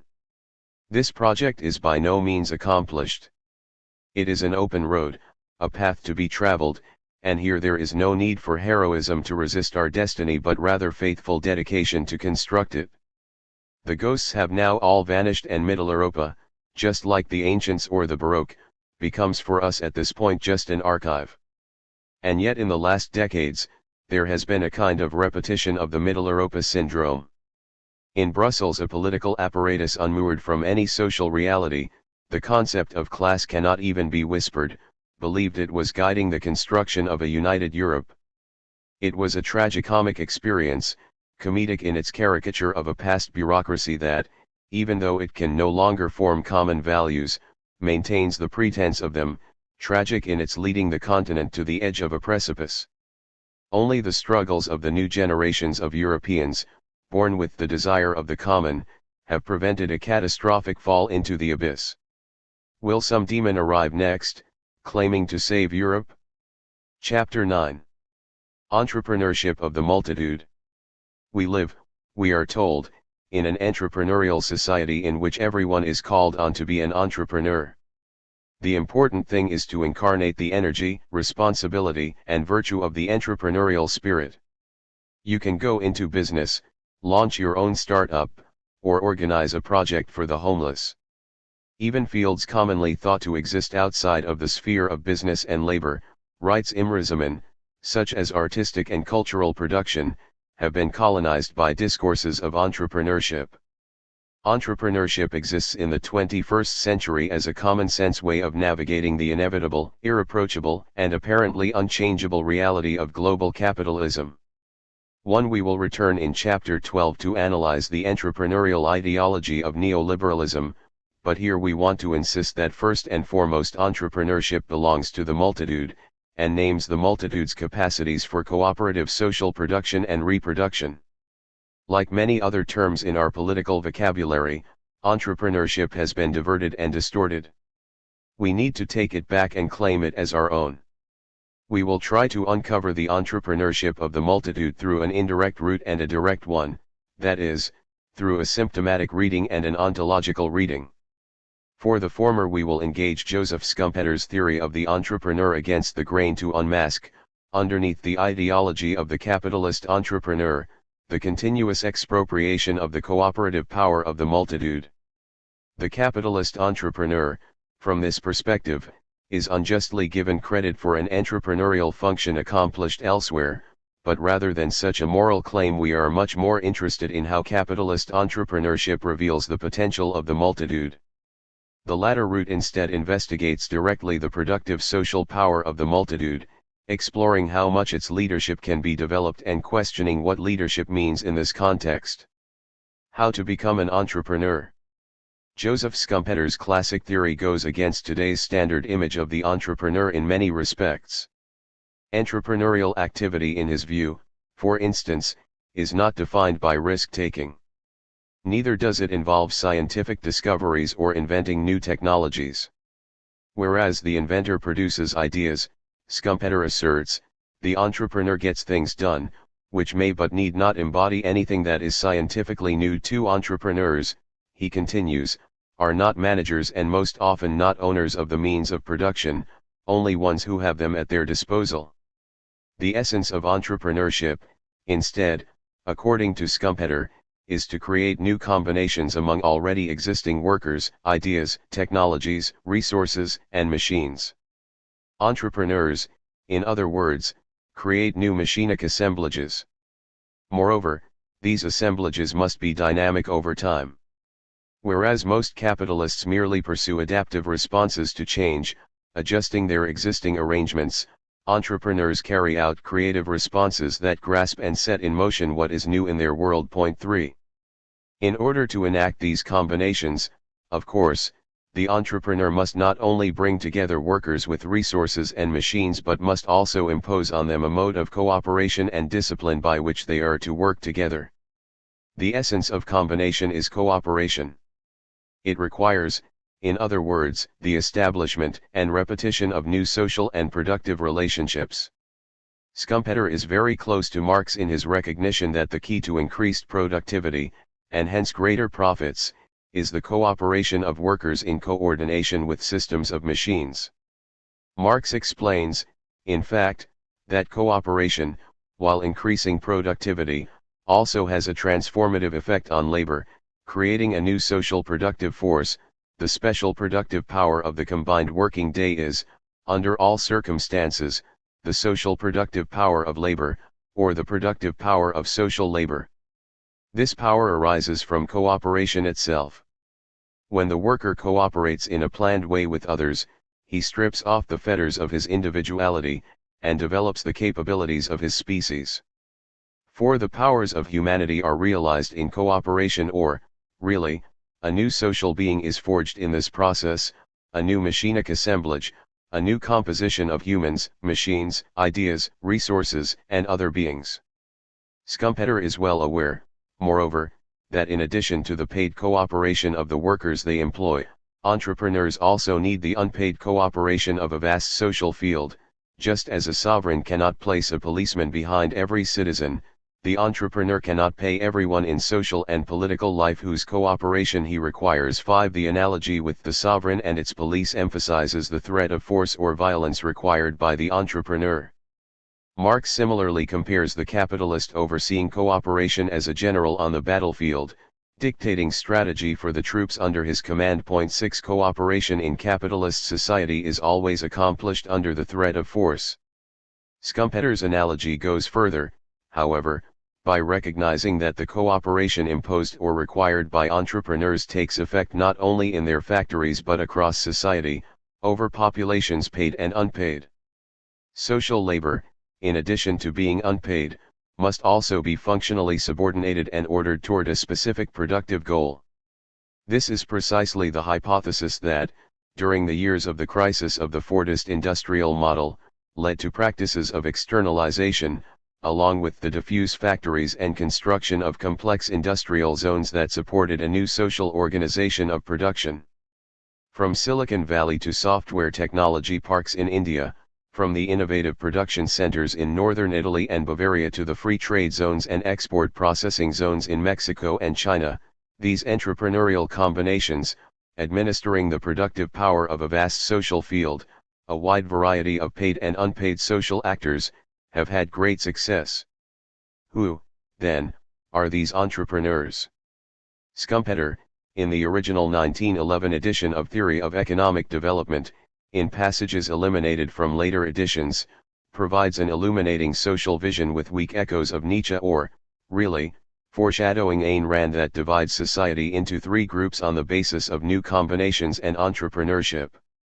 The masses, he begins, who go about their lives in a habitual way and are in this sense hedonistic, do not see the potential of new combinations.